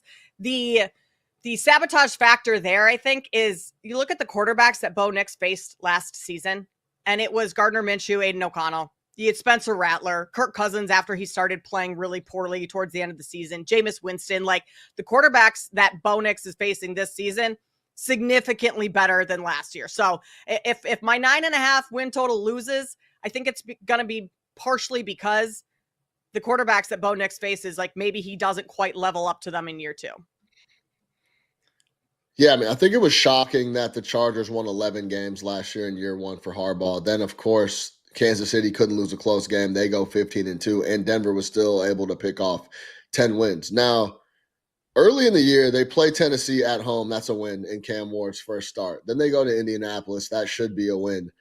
But after that home game against Tennessee, 3 of the next 4 games are on the road, with the home game being against the Cincinnati Bengals. Bo Nix should be able to move the rock and score points on that Cincinnati defense, but Cincinnati's going to put up a lot of points. Couple mistakes there. As much as Joe Burrow and the Bengals are going to be coming in offensively thinking they have to score every possession, there might be a stretch where defensively the Broncos are like, if we can get a stop on more possessions than not and not put as much pressure on Bo Nix, that's going to be their key to success. I think a lot of the talk is about Sean Payton, Bo Nix offense.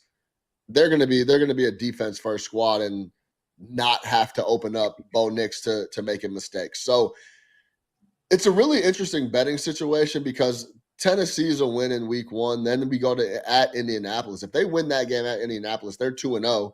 The win total probably goes up to 10.5, potentially even 11.5. But then you have a tough stretch. You got to go to LA. Then you play Cincy, as I mentioned. Then you go to Philly. That home game against the Jets. How good are they going to be? So yeah, I would agree with you that I would have to bet 10 plus wins at a juiced number, but it's going to be a lot tighter, I believe, than a lot of folks think. All right, Paul, contrarian take. Give it to us. We sure that's a win in week 1? That's going to be everyone's survivor pick. I'm telling you, I'll be on the Titans plus 7.5. Like, it's probably a win. It's a rookie quarterback in Denver. Tough place to play. Bo Nix should not be laying 7.5 points to anyone in this league. I think that's insane. So I'll definitely be on the Titans. Kate, to back up your point about the opposing quarterbacks, yeah, they were 1-6 straight up and 2-5 against the spread versus playoff teams last year. Yeah. They were 6-2 against the spread and straight up at home. Denver, again, pretty good home field advantage. Defense. Kate, I see a Bears helmet over your shoulder. Sean, Yeah. You got Chicago ties. You guys know as good as anyone. Defense is not sticky year to year. Khalil Mack from a defensive player of the year candidate to like on a milk carton from year to year. Like that's kind of like, yeah, the defense is stout and they got some great players on that defense. And they even kind of retooled a little bit. I'm just not ready to like put them in the division conversation, like playoff adjacent maybe. But as you guys have said, there has been no counterpoint to that all offseason. And then like just this, but look, I love in New Orleans seeing Sean Payton wheel the safe into the locker room before the NFC title game, all the swag. That was great. They lost that game. When's the last time Sean Payton won something? Like, I think that's fair to say. I think he got to pick his quarterback. He's one of the best offensive play callers in the league. I'll grant all that. But I just think there's a lot of flowers being given maybe prematurely. And maybe Bo Nix's floor is pretty high because of Sean Payton. But he was 19th when you look at EPA and plus CPOE composite last year. It's not like he was CJ Stroud in year 1. And on this show and other shows on this network, we made cases for CJ Stroud regression in year 2, which we saw. That's not really being talked about with Bo Nix. Now, the floor is pretty high. Like it'd be tough to see him take a step back. But if he takes a step back from where he was last year, now that there's film on him and everything else, it's going to be pretty tough sledding there. And you're going to be counting on that defense to win a lot of games. I am skeptical. And so I will, Sean, your point about the schedule, for sure. Like, Titans should be a win. They should start pretty strong, but I was kind of looking at it too. Like, I could see a scenario where they start 5-2, and then all of a sudden they're 5-5. And it'll be kind of interesting to see how that plays out. The defense also, I mean, to your point, Paul, like, is already dealing with some injuries this early in the season if those continue on. And it is interesting that we've even talked more about Jaden Daniels.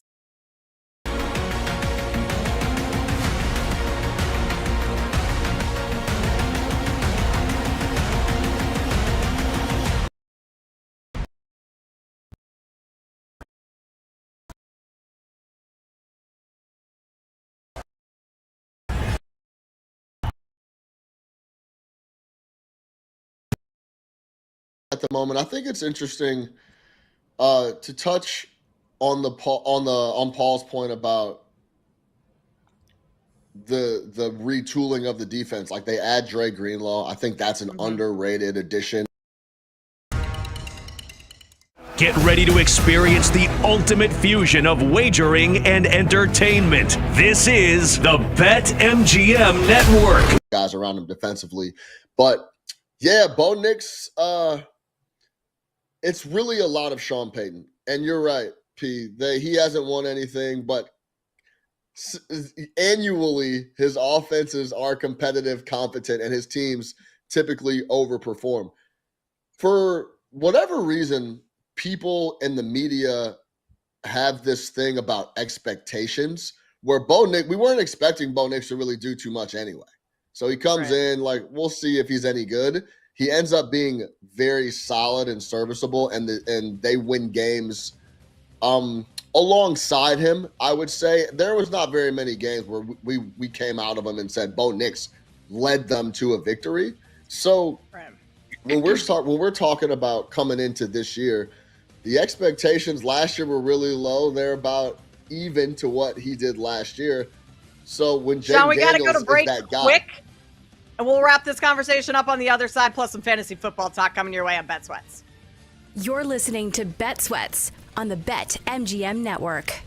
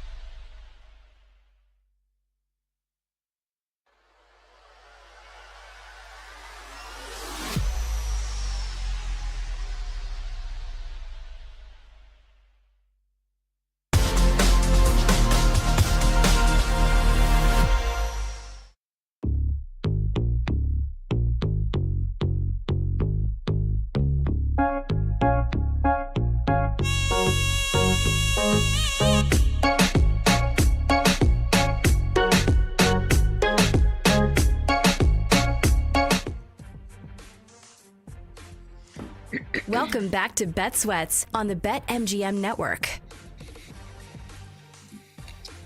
Fantasy football punishments. Some of the best times and the worst times for fantasy football participants. We'll touch on that in just seconds. Coming up at 11 a.m. Eastern, Zach Bai will join us to talk Denver Broncos. He's the host of The Drive on Denver Sports Station 1043 The Fan. But Sean, to put a bow on our conversation about the Broncos and Bo Nix and potentially taking a step back in year two, just the narrative around him is a little bit quieter than some of those other year two quarterbacks of Caleb Williams. Certainly a lot of pressure on him. Jane Daniels potentially taking a year back is a conversation that a lot of people have had. But Bo Nix, for some reason, not quite talked about as much. Yeah, I think it's just coming in the expectations are what changes things. If you go back to Brock Purdy, people were trying to say it was impossible for him to win MVP because he was the last pick in the draft, when everything that he did on the field backed up that he should be right in the running to win MVP. So expectations coming in to the league, regardless of what happens in year one, I think do morph a lot of different things. CJ Stroud, Jaden Daniels, Caleb Williams, those are all top 5 guys. So when we expect them to be really good and continue to be really good. So them stepping back is talked about a little more. Me included, I never thought much of Bo Nix coming in to have a ton of success. And I'm there now. He's a 15-ish type quarterback. So that's where I expect him to be going forward this year. So not too high, not too low on Bo Nix. I think he's right where he's supposed to be. Not being talked about too much, but overall the team being talked about a lot. Bo Nix is a fantasy quarterback. Not one of the top guys I'll be going after this year. Certainly, I don't believe he's like a top 5 fantasy quarterback by any means. But fantasy football punishments, Sean, have a little fun here on this segment. How many fantasy leagues are you in year to year? And what have been some of the more crazy punishments that your leagues have had? Yeah, Kay, you don't know this about me. I don't play fantasy football. I'm not a fantasy football guy. I've never played fantasy football because I've always been a bettor. So I don't care who scores the touchdowns. I don't care who catches the most passes. I don't care about any of that. I just try to find an edge in the said game. If it's 3 touchdowns from the backup fullback, I really don't care. Just cover the number. So it's never been attractive to me. And I can't I'm not a big watch 6 games guy. I try to focus on a game every window and then go back and check out stuff before. So I've never had a bad punishment because I don't play fantasy football. Wow. Smart man, Sean.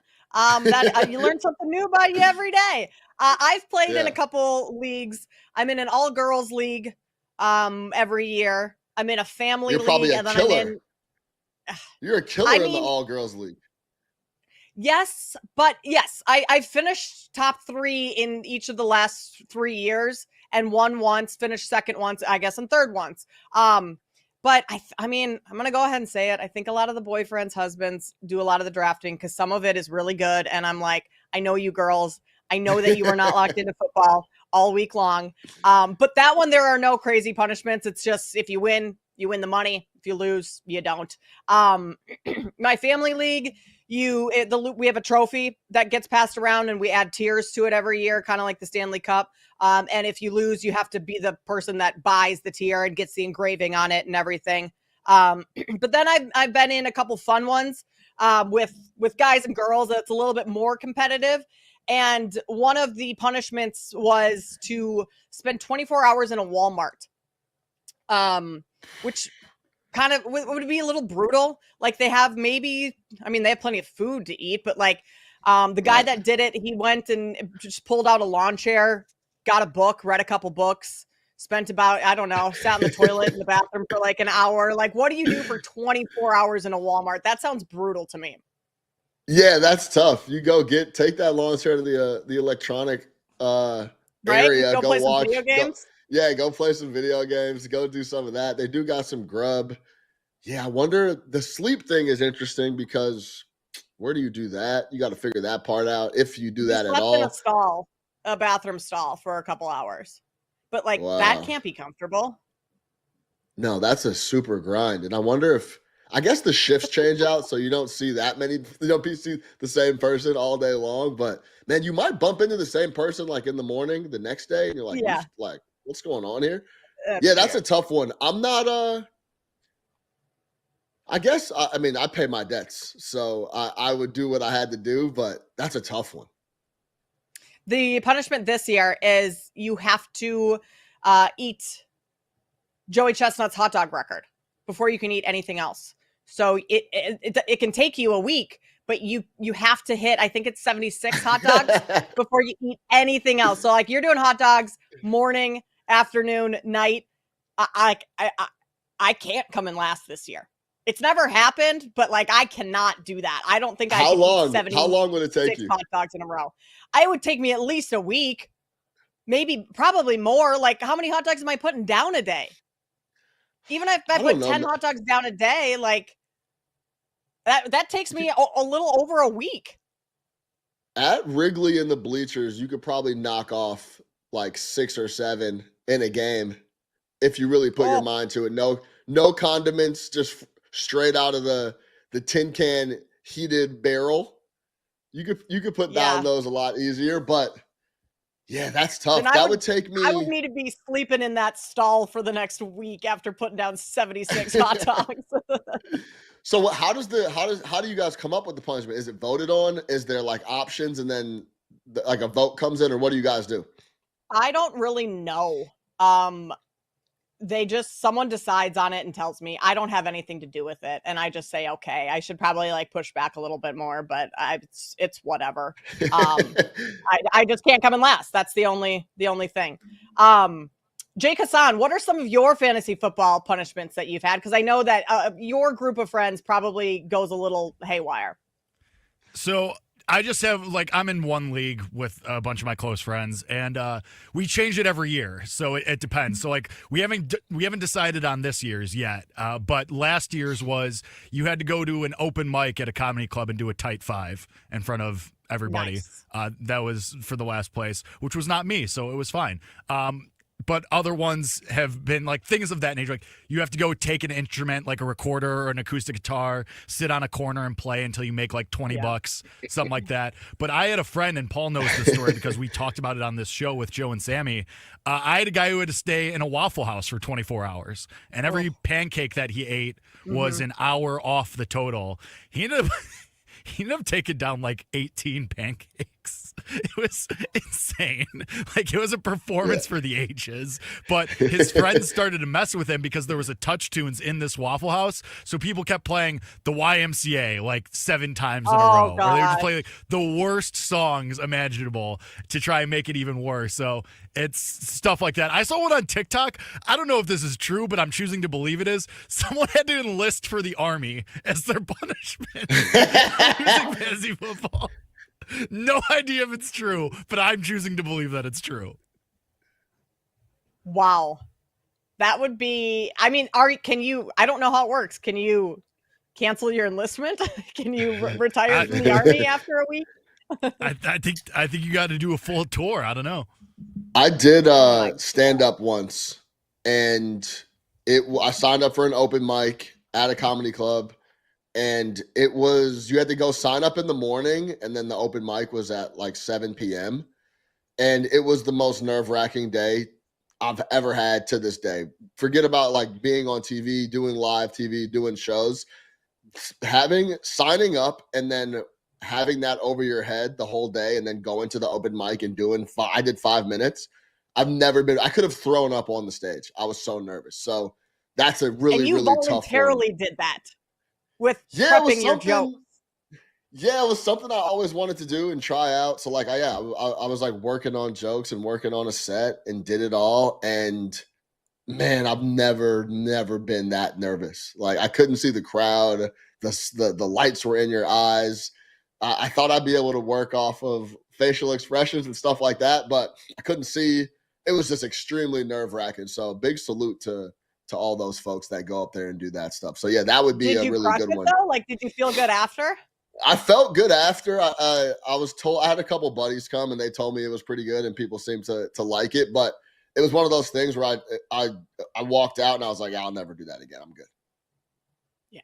Well, hey, at least you did it. And voluntarily is probably better than as a punishment. Bro Bible put out a handful of fantasy football punishments, some of the craziest ones.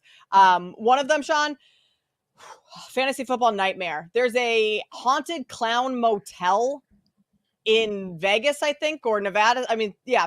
Nevada. I would absolutely never stay in a haunted clown motel. I would rather do a zillion different things. Clowns, no, hard pass there. And this motel just looks nasty. What does that mean? So they were clowns used to live there, or people dress up as clowns that are working there, or I think it's people I think dress up as clowns. It's retired? Also supposed to be haunted. All the retired clowns, all the retired bozos that didn't make it big. And then there's a cemetery connected onto it. Like the decor in the hotel is all clowns. Clowns just freak me out because you don't know who's underneath all of that stuff. I don't like it. Yeah, that is true. That is the key. You don't know who that is, but I'm probably sleeping straight through that. I'm good on that one. I'm not worried about that. I would serve my punishment. Maybe I'll watch it at the Clown Museum and pack it up and go to bed and wake up and stretch and get out Serial of it. killer behavior. Immediately jail. Yes. Yeah, we've been also, Sean, this week talking about serial killer traits. That's a serial killer trait for Sean Little right there. Another one, spend 24 hours in Las Vegas. You only have $20. So either you take it to the tables, you double, triple, quadruple, win a bunch of money, and your night's paid for, or you are sleeping in the casino and very poor and hungry, most likely. That one would be rough. Yeah, that'd be rough because you could blow it up early, or you could thrive. So it could go a lot of different directions. Yeah, things could go sideways really quick, or be pretty good. That would go sideways for me. I would lose all my money right now. NFL preseason week 2 coming up this weekend. What's going on around the league? Jerry Jones, Shedeur Sanders. We'll talk about that all next here on Bet Sweats with Sean Little and Kate Constable.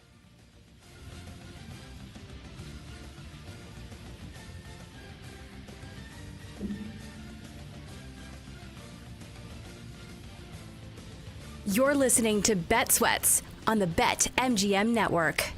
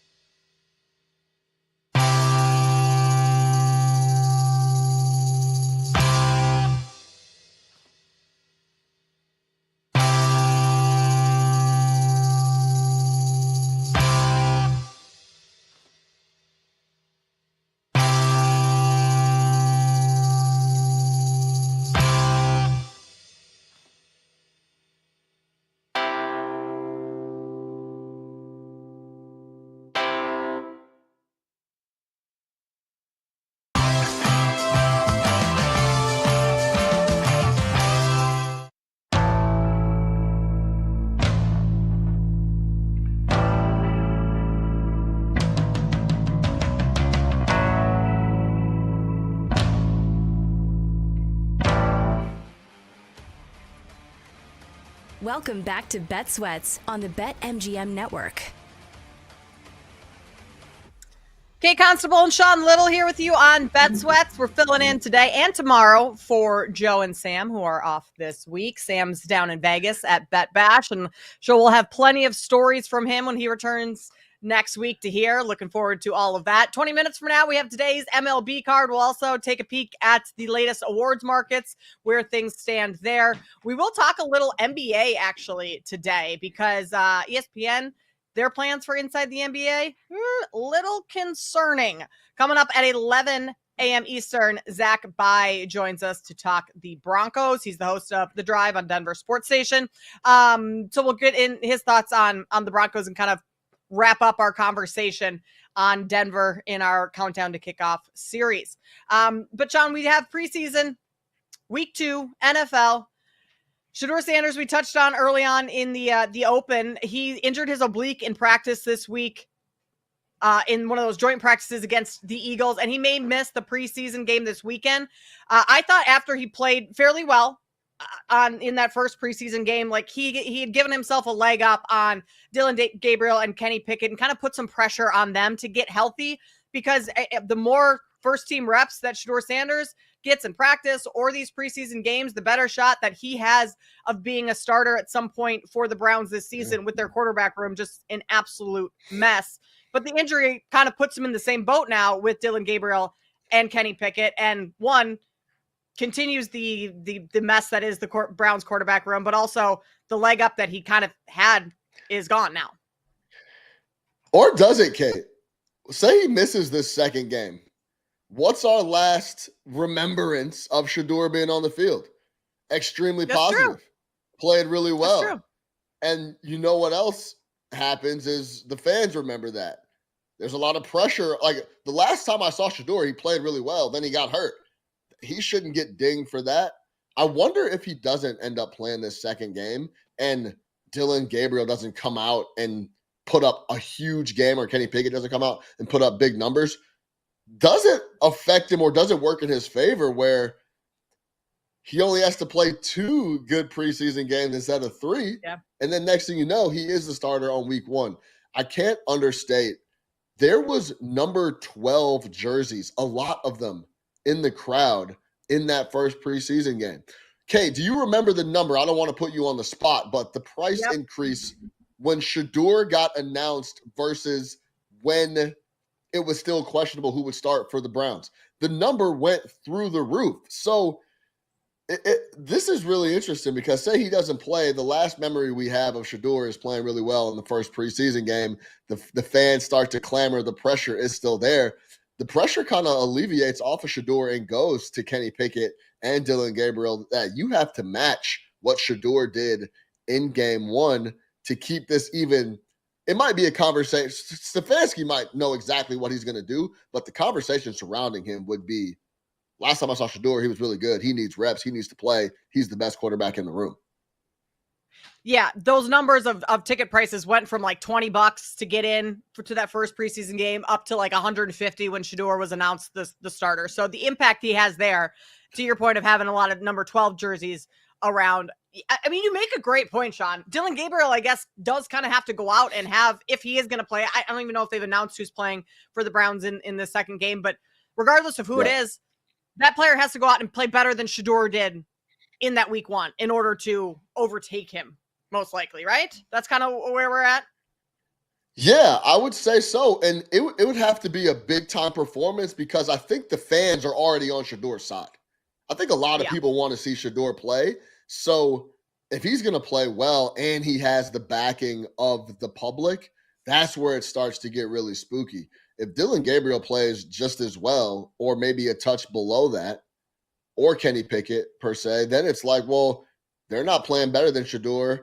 Shedeur creates more buzz, and we like Shedeur more from the dog pound. And obviously, I don't know what the entirety of the fan base is thinking, but like we talked about, Kate, we've led 2 straight shows with Shedeur Sanders. One talking about the preseason game. Now it was a full week ago. We're still talking about Shedeur Sanders and potentially what they could be, and the team is projected to win 4 or 5 games. So yeah, I think it could work in his advantage if he only has to play, say, 2 really good preseason games rather than 3. Yeah, I have a TV right in front of me on the wall, and I've had it on all morning. And every time I look up, they're talking about Shedeur. They're talking about the Browns quarterback for a team that's projected to win 4 games. The public, speaking of the public potentially being on Shedeur's side, I think the public is on Micah Parsons' side in this whole feud between Parsons and Jerry Jones. And Jerry just keeps running his mouth. And I mean, he's just making this so much worse for himself. I know he doesn't care. Like, I think he kind of thrives off of this stuff. But he says there's no timeline to extend Micah. And now Micah's telling reporters that he's just keeping his mouth closed. So I think there's a chance that Parsons actually does sit out a couple games. And if that's the case and this defense gives up a ton of points, like then that's where the leverage, I think, shifts to Micah, because it just proves we already know the Cowboys need Micah Parsons out there, but it would just be more strengthen his case. It'll prove more if the Cowboys go out and their defense doesn't hold up in these first couple weeks if Parsons does decide to sit. We just saw this with Chris Jones and the Chiefs. He waited for his deal. He didn't get it. We start the season. They're not getting pressure on the quarterback, and they cut to Chris Jones in the skybox maybe 3 times in the first half, and Chris Jones had a deal after the game. So sometimes you got to push it to the first couple weeks of the season to show the impact. And guess who makes the big play on the pressure on Josh Allen? Chris Jones in the playoffs. They end up going to the Super Bowl even though they lose. So, yeah, you got to sign your big-time players. The Micah Parsons thing is really interesting. For me, I think Jerry Jones is tired of giving guys max dollars and not seeing it produce playoff wins. Going back to Zeke Elliott. Now, this might just be a raw deal for Micah Parsons, but going back to Zeke Elliott, remember Zeke went to the beach in Mexico and he got a huge deal. Then he gives a huge deal to Trayvon Diggs. Or not Trayvon. Yeah, Trayvon Diggs. Uh-huh. He doesn't really live up to that number. He ends up getting hurt also. And it seems like Jerry Jones doesn't care if you get hurt. That's almost your fault too. It's like, I paid you and you got hurt. What can I do, right? So Zeke Elliott, Trayvon Diggs. Then you go Dak Prescott. He pays Dak Prescott the absolute max. No playoff wins. He gives CD the absolute max. No playoff wins. So he's kind of, I really truly believe he's looking at Micah like, here we go again. I'm going to max this dude out. I'm going to guarantee I'm going to lose. And partly, I think, Kate, is he feels like he's losing these negotiations. I lost the Dak negotiation. I lost another one in CD. And then now everyone's talking about how I'm a bad owner and I talk too much and I'm doing this and I'm doing that. And I'm going to lose another negotiation. I'm going to max out Micah and we're going to win 8 games. So I think that's his concern deep down. If you gave him some truth serum, because it's clear that Micah has earned that money and deserves it and is one of the best defensive players in the entire league. But don't you think Jerry could, quote unquote, win the negotiation if he got it done earlier in the offseason, if he actually communicated with the agent? Like, that's the weird part about this, because, I mean, you make a great point there that, like, yeah, it makes sense. If you're maxing out players and you're not seeing results on the field, I'd be frustrated too as an owner. Right. But the fact that he's not even talking to Micah's agent, he just makes it so much more difficult on himself and kind of puts himself in these situations. Absolutely. It's pretty clear to me that he doesn't like Micah Parsons' agent. I don't have the name on the tip of my tongue here, but it's pretty clear throughout this entire process, he's been trying to go around the agent. He went and tried to meet with Micah personally. Then when they brought the agent up, he said he didn't know his name in the press conference, which is an absolute bold-faced lie. He just doesn't want to give him any credit for whatever reason. I don't know the details and how way back that relationship goes, but it seems like he doesn't appreciate Micah Parsons' agent, and Micah Parsons doesn't appreciate that he's been disrespecting his agent. So it's this animosity triangle that is preventing things from getting done. I just wonder, we know Myles Garrett said, I want out of town, I'm leaving. Then they drop a big bag of money, like I mentioned, and he's back, no problem. I love Cleveland. The Browns are going to win a play. Yeah, everything is all berries, right? I wonder if that's the same case here for Micah if he just gets the money as everything forgiven, because he feels disrespected. It's pretty clear, and it's really tough to get that back and that love back for a guy, regardless if he signs your checks or not. If you feel man to man, he's disrespecting you. And it's very clear that that's the way Micah Parsons feels, which is probably why he's following everyone's mother's advice. If you don't have anything nice to say, don't say anything at all. And he's telling reporters he's just shutting his mouth for the time being. Going over to the Titans, Sean, Cam Ward thinks that the Titans can be a top 10 offense. Cam Ward, number 1 pick in this year's class, but he's a rookie. And going back to our Broncos conversation, the Titans, they go on the road week 1 to Denver to play the Broncos.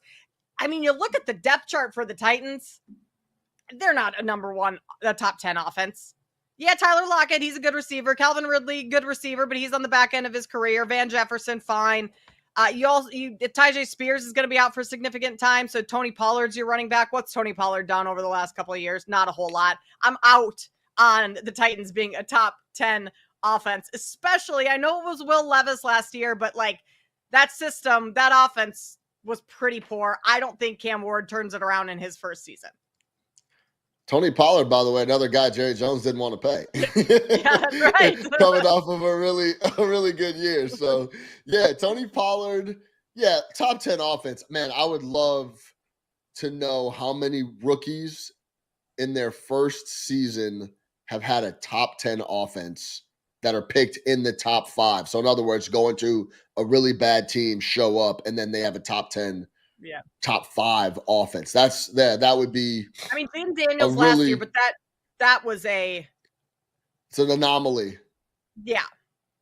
Yes. Legitimately, we're talking about the best quarterback rookie season we've ever seen, especially coming off of. There's been a lot of good, really good rookie years, but still, that team was really good offensively, led by Jaden Daniels. So that I mean, he's a special guy.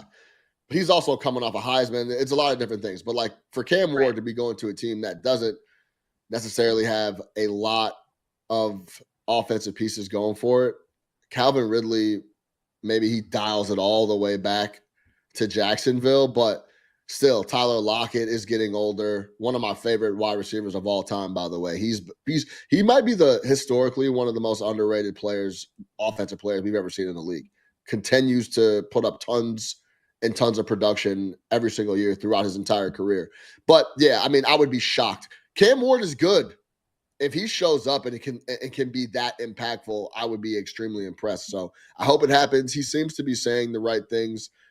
Honestly, this is the first quarterback that's went number 1 that we haven't gushed over and talked about more. Yeah. I think it's partly because he's in Tennessee and playing for the Titans, but not a lot of conversation. It's been a lot of Caleb Williams. I mean, clearly he's number 1 pick last year, but it's been a lot of Caleb Williams. It's been a lot of Bo Nix.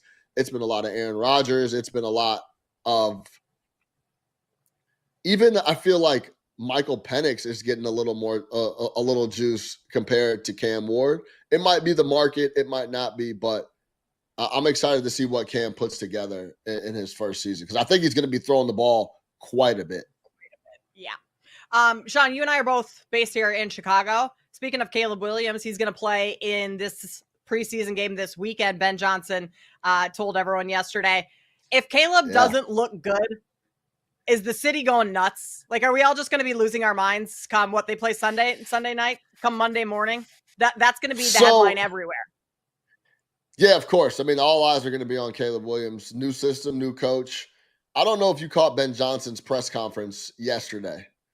He talked a lot about Caleb and the verbiage, and here let me pull up exactly what he said so I don't misquote the coach of the Chicago Bears. Ben Johnson yesterday. I'm pleased with how this is on Caleb Williams. I'm pleased with how he is able to spit these plays out right now. He's made significant progress in that regard, and once we get going here in game week, we're going to condense the verbiage even more. So that's just a small part of what Ben Johnson said. You could go check out the full quote. But he goes on to talk about how, we've dumped a ton of things on him, and now it's kind of time to chop it down and see how he reacts to that. I wasn't that encouraged with what he said and how he said it. It more seemed like to me that Caleb is having a hard time getting all this stuff together, but it is a lot. So you're kind of in the middle part where do you fault him for having to learn an entire new offense with an entire new coach, where Ben Johnson's offense has historically been very complicated? So we'll see. This is an important preseason game. Yes. Very important preseason game for Caleb Williams, for the Chicago Bears, and for all the conversation that's going to be coming out of it. Coming up on the other side, today's MLB card. We'll go through that and take a look at some of the awards markets where we can find some value even this late in the season. That's next on Bet Sweats.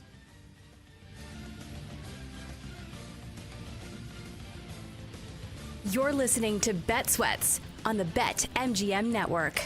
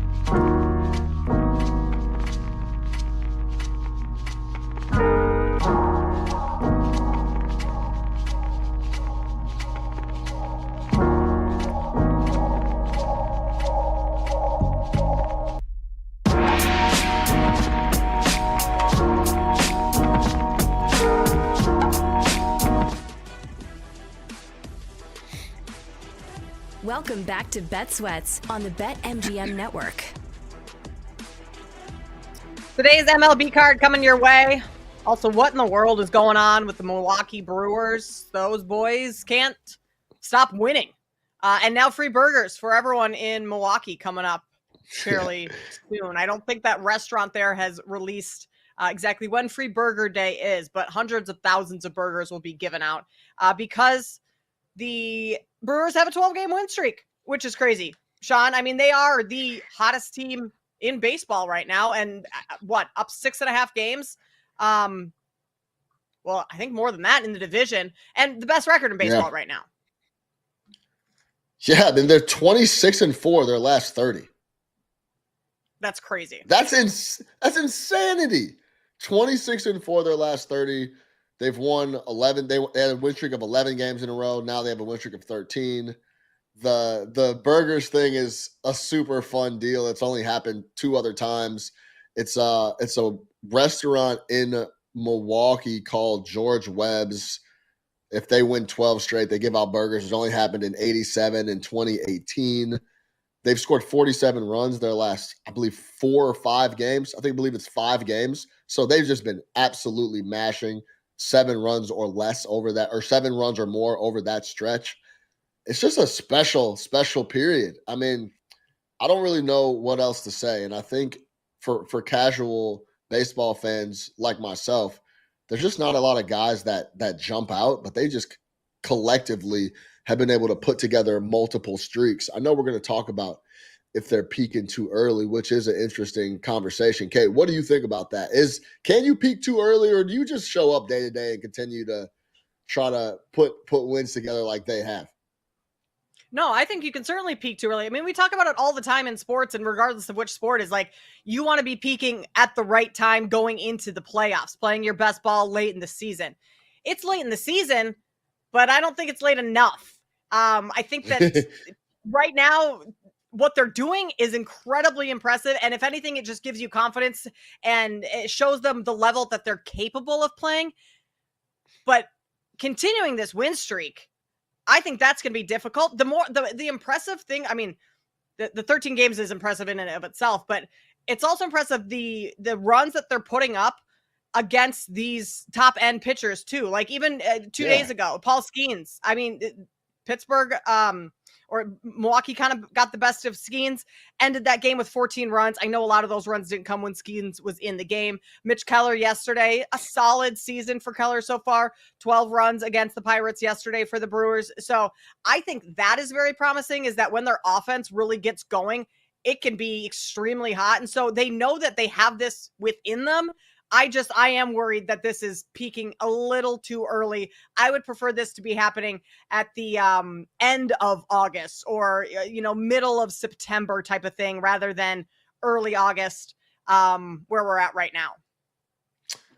Yeah, I mean, I think more of that for me is about playing, like for football, that's when you can really get hot. You're playing your best ball towards the end of the year, just because it's a 1-game sample. I think a lot of these baseball series, you at least they should be playing best of 7. I think they're that good to get that deep in the playoffs.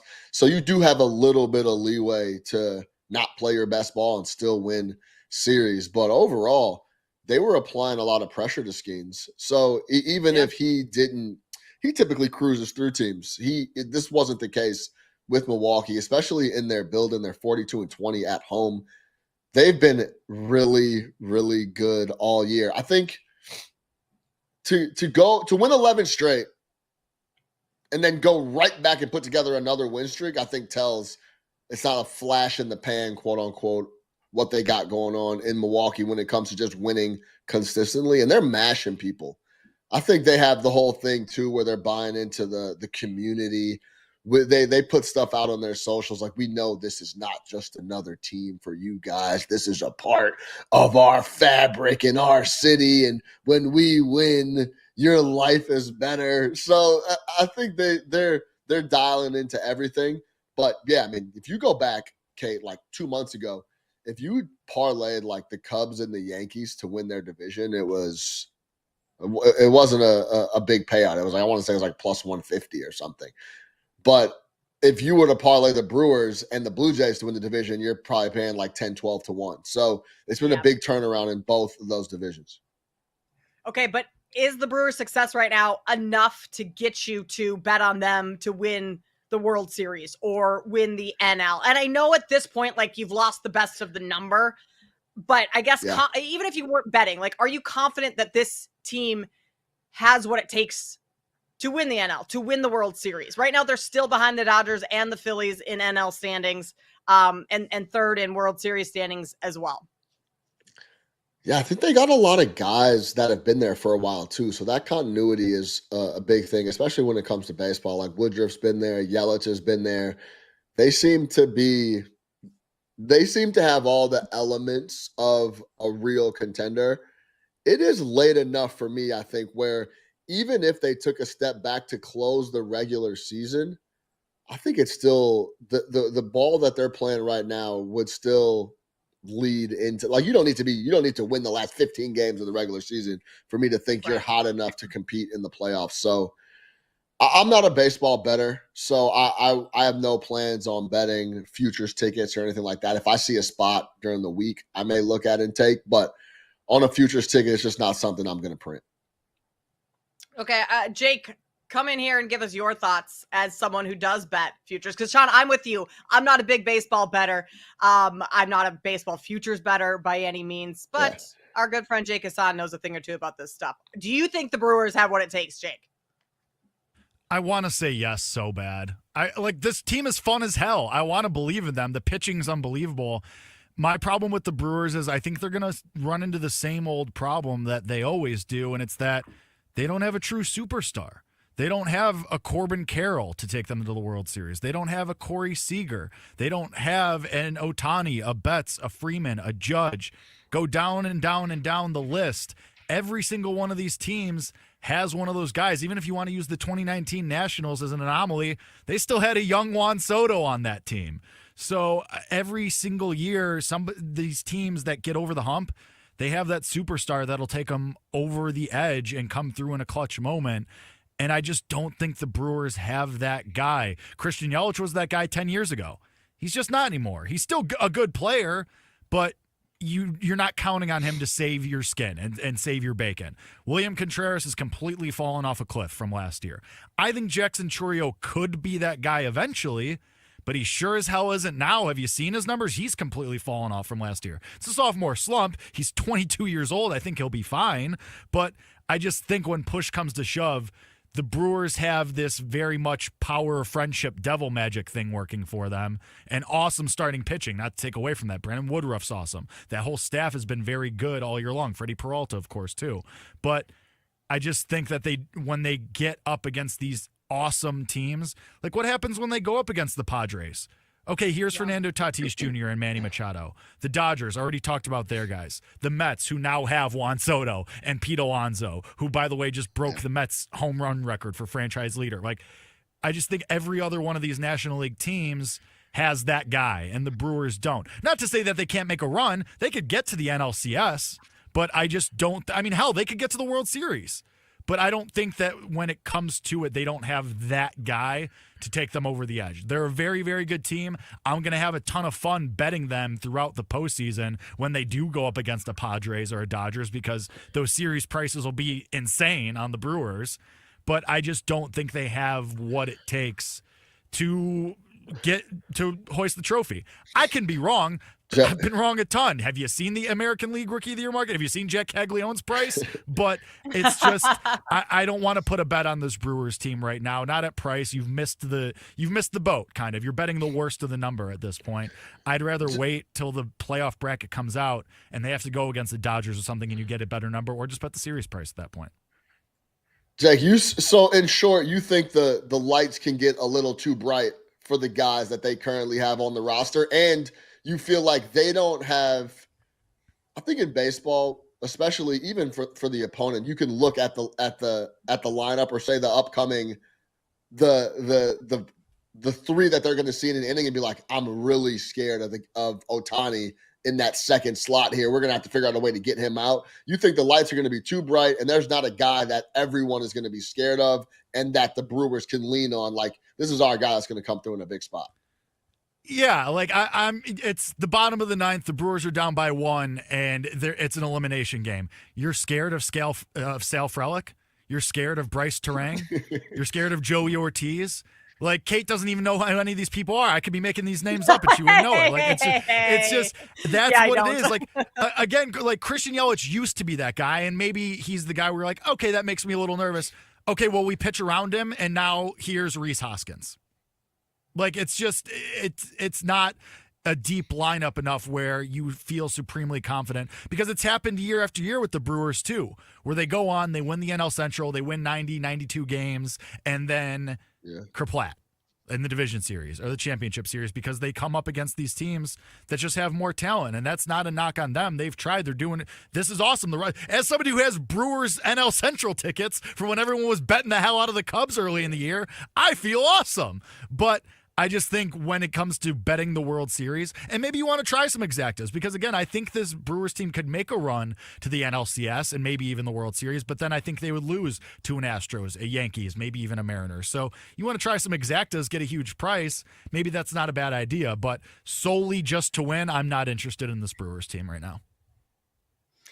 I mean, the Padres have been pretty hot too. Like, the Padres don't have the win streak, but they've won 14 of their last 7. I mean, just a couple losses have broken up that streak. So we're not talking about them quite as much, but they've been playing pretty well right now. And I think, to your point of having the star power or those guys in the lineup that you're scared of, the Padres have a lot more of those than the Brewers do, right, Jake?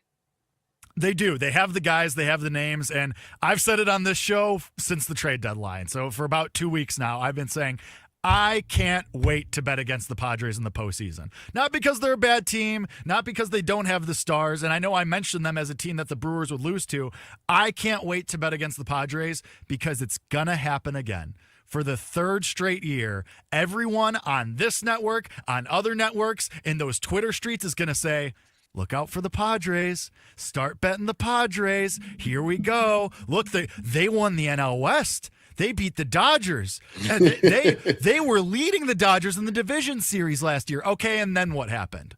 Oh, yeah, the Dodgers won the World Series. So I can't wait, because this is like this Padres team, they are mentally soft. They're soft. They're weak. They don't have it. They get a little rattled, everything falls apart. You get up in Manny Machado's face, you buzz the tower, the fans are ready to riot and pour out of the stands and beat your ass. Like, it's just they're weak. They don't have it. They can't get themselves over the hump. They have all the star power in the world. I love Fernando Tatis Jr. I love Jackson Merrill. I love Manny Machado. But this team is soft. So when we get to the postseason and everybody and their mother is tweeting, Padres, #value, get it while you can, and that number goes,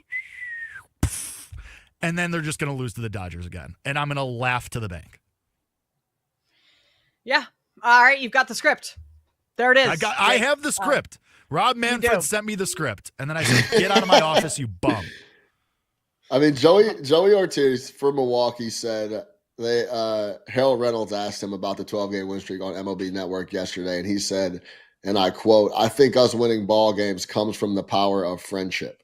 So, like, everything is dandy over there, and they're just putting them together. The playoff pressure and lights is a completely different story. So we'll see if they can hold up. Yeah, right, congratulations. You beat the hell out of the Pirates. Way to go. Like, that team stinks. Like, sorry, Chris Mack, but like, it's the Pirates. It's the Cubs whose fans hate them right now. Like, okay, great. Go play a real team. Again, Brewers are a good team. I think they can make a run and they can win a playoff round or two, but I just don't think they're a World Series winner. They start a new series tomorrow with the Reds. That might give them a little bit more competition than the Brewers did. Today's card, real quick, we have Skubal going against the Twins. Skubal going for the Tigers. I think you go over his strikeout prop. It's juicy. It's 8.5, 7.5. I think you could take it up to 8.5. Get some plus money there. Sean, you were looking at the matchup between the Blue Jays and the Cubs. Cubs got the win yesterday. Real quick, in about 20 seconds, anything on Chicago today? Yeah, I was just going to say I like them getting a win, putting together 2 straight here. Matt Boyd on the mound has been extremely solid all year long. Scherzer, only his 5th start, so the numbers are there, but he's still getting acclimated. Matt Boyd's been consistent all year. maybe the offense bounces back like they were earlier in the year. They can get a second straight win. I like the Cubs -110. Yeah, Cubs put up 4 runs, 4-1 win over Toronto yesterday. Kind of got back on track a little bit. See if they can continue that this afternoon. -110 on both sides for Cubs and Blue Jays. We'll let you know what our official bets are in Lightning Bets. We'll have a couple Major League plays, I'm sure. But coming up on the other side, we need to talk about what's going on with Inside the NBA. The best sports show there ever was might no longer be the best sports show there ever was because it's moving over to ESPN, and we've got to discuss what's going on there. That's next on Bet Switch with Sean Little and Kate Constable here on the BetMGM Network.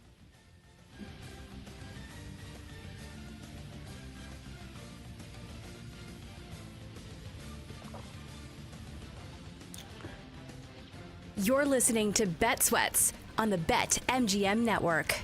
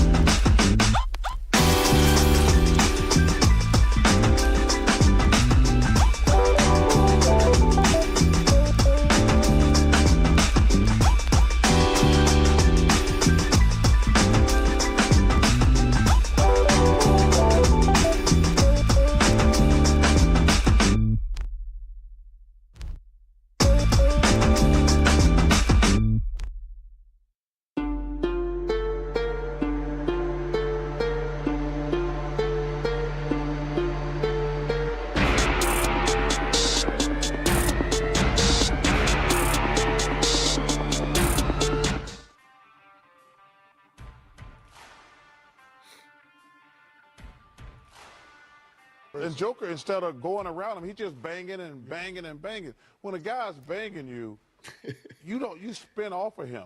Those are the worst defenders to play against, actually, because if you can feel their body, come on. 18 points for Joker, only Nugget in double figures. 69-59. Golden State shooting 67. Way out of order right now. Welcome back to Bet Sweats on the BetMGM network. Can't even listen to that clip without laughing. Like Charles Barkley, the TNT, Inside the NBA crew, they are the best of the best. It was just comedy on a nightly basis with that crew, Sean. And now they move over to ESPN. I am concerned about what that show is going to look like not being aired on TNT this season, because can we agree that like that show, peak sports talk show or pre-post game show, whatever you want to call it, like that was the best of the best? Absolutely. There's, especially the last couple of years living on the East Coast in New York City, there's not very many things that could get me to stay up to watch West Coast basketball. But Thursdays, I would stay up, watch West Coast basketball, and then watch postgame so I could watch Chuck, Ernie, Shaq, and Kenny. Yeah, it's the best show. And I'm a little closer than most to that show because I've been down to Atlanta while they're recording that. I do a little work for TNT Sports. I was working a bunch on NBA TV, and those guys are having a ball in the green room. I've been around them there. I've been around those guys getting makeup done. I've been around those guys when they come out for halftime. I mean, they're just really hanging out and being themselves and watching ball and then going and having a good time and talking about it. So just what you see on TV, it's just like that in the back of the house when they're getting ready, either at half or pregame. So, yeah, best show ever. We'll see what ESPN does with it. I don't see why tinker with it. I don't get why you would change anything. Just tell them to do what they do and don't even go in the room. Let them produce the show and just tell them what time slot's going to come on. Because they're producing the show from Atlanta, those same TNT studios, right? Like all the same producers, directors will be the same. So you would imagine that would be wise of ESPN just to say, do the show, send it to us. We'll put it out on our network and it'll be exactly the same. It doesn't sound like that's going to be the case. Yeah, legitimately flip the front logo from TNT Sports to ESPN. That's all you have to do. That should be the only thing ESPN does. I haven't read up on or heard anything. What's the most recent you think they're saying people think it's going to change? Yeah, okay, so historically inside the NBA 40 to 50 minute shows. ESPN is going to move it to a 30-minute show. And as of now, they're going to be just kind of testing it out early in the season. So the season, NBA season tips off with a doubleheader October 22nd. And that'll be inside the NBA's first airing on ESPN, a 30-minute slot after the doubleheader. Sean, you're not going to be watching a whole lot of Inside the NBA, I don't think, because their time slot, their first time on air on ESPN, 12:05 to 12:35 a.m. Eastern. It makes no sense. Why are you throwing that show in a time slot where half the country is already in bed?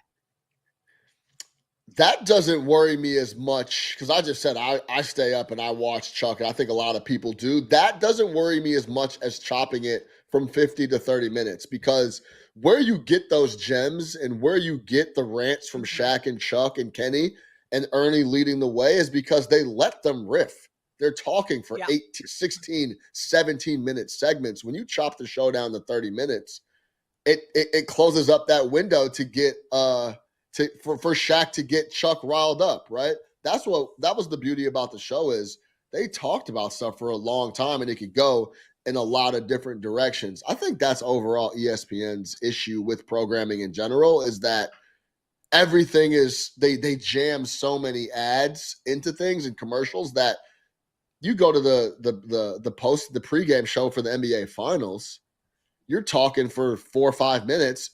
We're going to commercial. Then we're coming back from break, 90 seconds with Stephen A. Smith, then back to break. There's just no real flow to it, and that's what made the Inside the NBA great is that you would hear those guys talk for 20 minutes straight, break down a couple games, and then who knows, all hell could break loose in the middle. Yeah, giving them time to expand on stuff is when the personalities come out. Right. Like, you can't really get a sense of the personalities on ESPN, to your point, because there's no time to do that. You can't show anything like that within 90 seconds or even 3-4 minutes when you have stats to run through or updates, injury updates to run through. Like, you're just kind of checking the boxes of all the important logistical information in that sense, where you're not allowing the show to actually kind of thrive, which is what made Inside the NBA what it is. It'll also be on October 23rd, so the second day of the season. That time slot, 12:35 to 1:05 a.m. So that's after SportsCenter with Scott Van Pelt. Like, it's almost feels like they needed to get rid of, and I like SVP. Like, I watch that a lot after sports. Like that's a great program, but it almost feels like they have too much where you got to pick and choose. You can't have those all on the same nights, because then you're just kind of throwing one to the wayside. I don't are you like saying right after the? So you're saying right after the game, it's going to go SVP and then Inside the NBA? That's what this report is saying, which doesn't make a whole lot of sense, because at that point, everyone who's kind of watched the game has gotten the recap from SVP. Are you sticking, or is the average fan? I know you and I, Sean, like, you staying up late to watch it. Sure. We're a little bit more hardcore than the average person, I think. But like, I feel like at that point, you've already tuned out. Like, you can't keep an audience's attention for an hour after a game's ended when you've already given them a lot of the information from the game in the first 30 minutes of that post game. I agree. And that removes all player interviews and things of that nature, because they're going to be gone and then doing press in the back. So a lot of the great segments from Inside the NBA are catching Luka Doncic after he scores 40 and then talking to him right after it when he's got the towel over his head and he's still sweating, right? So SVP does that as well. Yeah, that's tough. I don't get why you would change the structure. I get it. You know, when you're a network that's paid a lot of money for the rights, you need to pay those bills and recoup that money. But man, it is going to be tough. I don't know if you put SVP on ESPN2 and let those boys go on ESPN. I don't know how you work it, but pushing them behind SVP seems like a tough call. And I mean, this report has said that they're going to test out the 30-minute model. There's a chance that they expand it. I would imagine that they see value in expanding it and they do that. But the other thing is that they're not going to be on, Inside the NBA isn't going to be on every night. Outside of those first two nights, then it's Christmas Day is their next time on air. So they're going to use Inside the NBA for those big moments. So conference finals, obviously NBA finals, final week of the regular season, Christmas Day games. I don't know, maybe the in-season tournament, something like that. So it's going to be picking and choosing their spots, which sucks. Which you could have counted every, Tuesday, Thursday on TNT that you would get them. And now like it's clockwork. Sporadic. Yeah. Yeah, and the court of public opinion is already that ESPN's going to mess up the show. So it has to Charles be Barkley's just going as in good. thinking that the show's going to get messed up.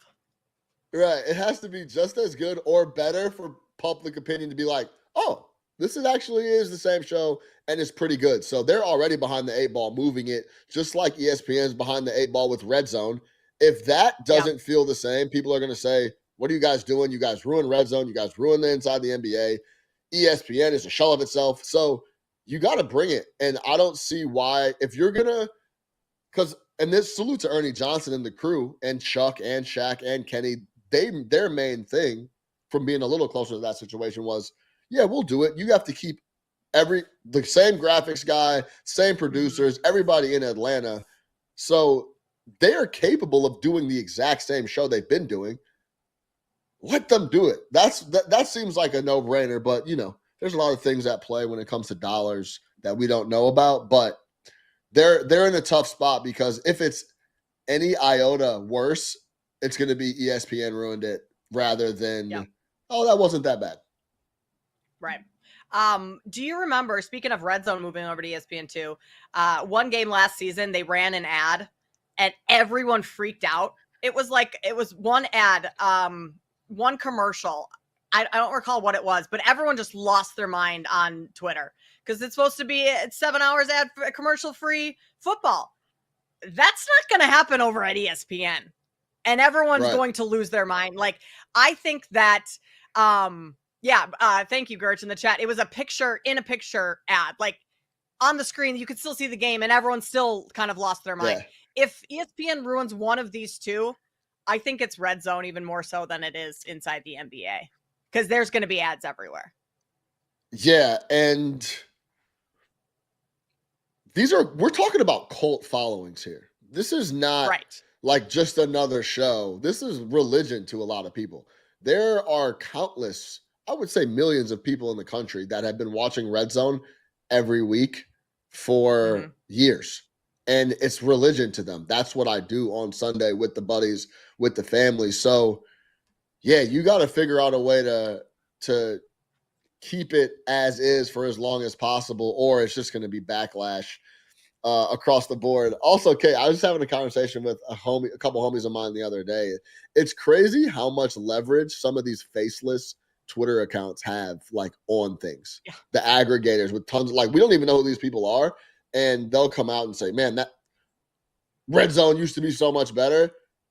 There's 500,000 views and 3,500 comments about, yeah, you're right. And it like picks up like wildfire. And then ESPN ruined Red Zone. And it's essentially was started by like three guys that we don't even know who they are. And there's a picture of like Ben Gordon from Connecticut as their profile picture. So it's crazy. Yeah, they're probably bots, right? But they get the conversation going. Everyone jumps on, and all of a sudden that type of stuff is trending, and ESPN is not looking too pretty at all.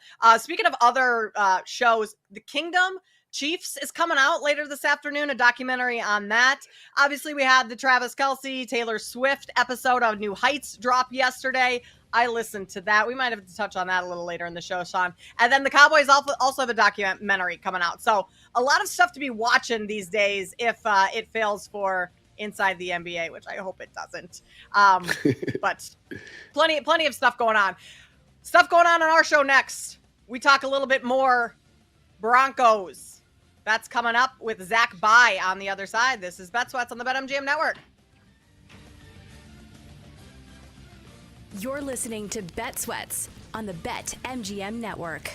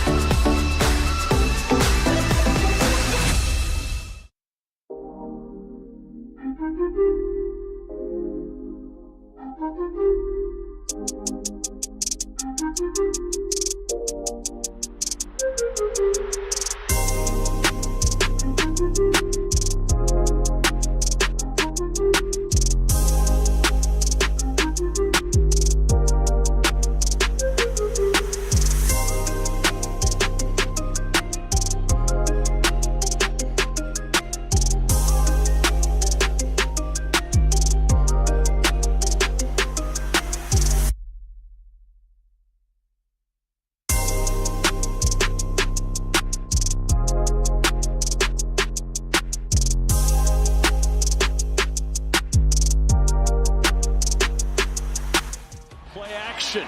Minshew looking, throws intercepted by Surtain. Pat Surtain on the run. Nobody's going to catch him. Surtain going all the way for a Denver touchdown. Welcome back to Bet Sweats on the BetMGM Network. Pat Surtain, pretty good season last year. I think he could say Defensive Player of the Year award. Broncos win 10 games last year. Not a bad season. We'll get some insight into what their season, what we can expect this year from Zach By here in just seconds. But coming up 20 minutes from now, we play a little game of nickel or dime and then wrap things up with some lightning bets. Interested to see where Sean goes with some of his bets this afternoon. I'll have a couple in the W, maybe a Major League Baseball bet as well. But for now, it's back to the Denver Broncos as we continue our countdown to kickoff series. Sean and I broke down our thoughts on Denver a little earlier in the season, and now we bring in Zach By to get his thoughts. He is the host of The Drive on Denver Sports Station 1043 The Fan. Zach, appreciate you taking the time to join us. I know you are fresh off a Broncos practice this morning. Any major takeaways from this morning's practice that you saw? So actually, I'm getting ready to actually go to practice, which today is a unique day because the Arizona Cardinals are coming into town. It's the only joint practice that will happen in Denver. Broncos were in Santa Clara last week, locking horns with the San Francisco 49ers. Today, Jonathan Gannon's group comes in, and lots of storylines all around. Vance Joseph's defensive coordinator for the Broncos, used to be the head coach for the Broncos. His stop in between was Arizona. Pass rusher for the Broncos last year, who was a starter, Baron Browning, now plays for Arizona. So we got some fun storylines. Pat Surtain against Marvin Harrison Jr. should be a fun watch later this afternoon as well.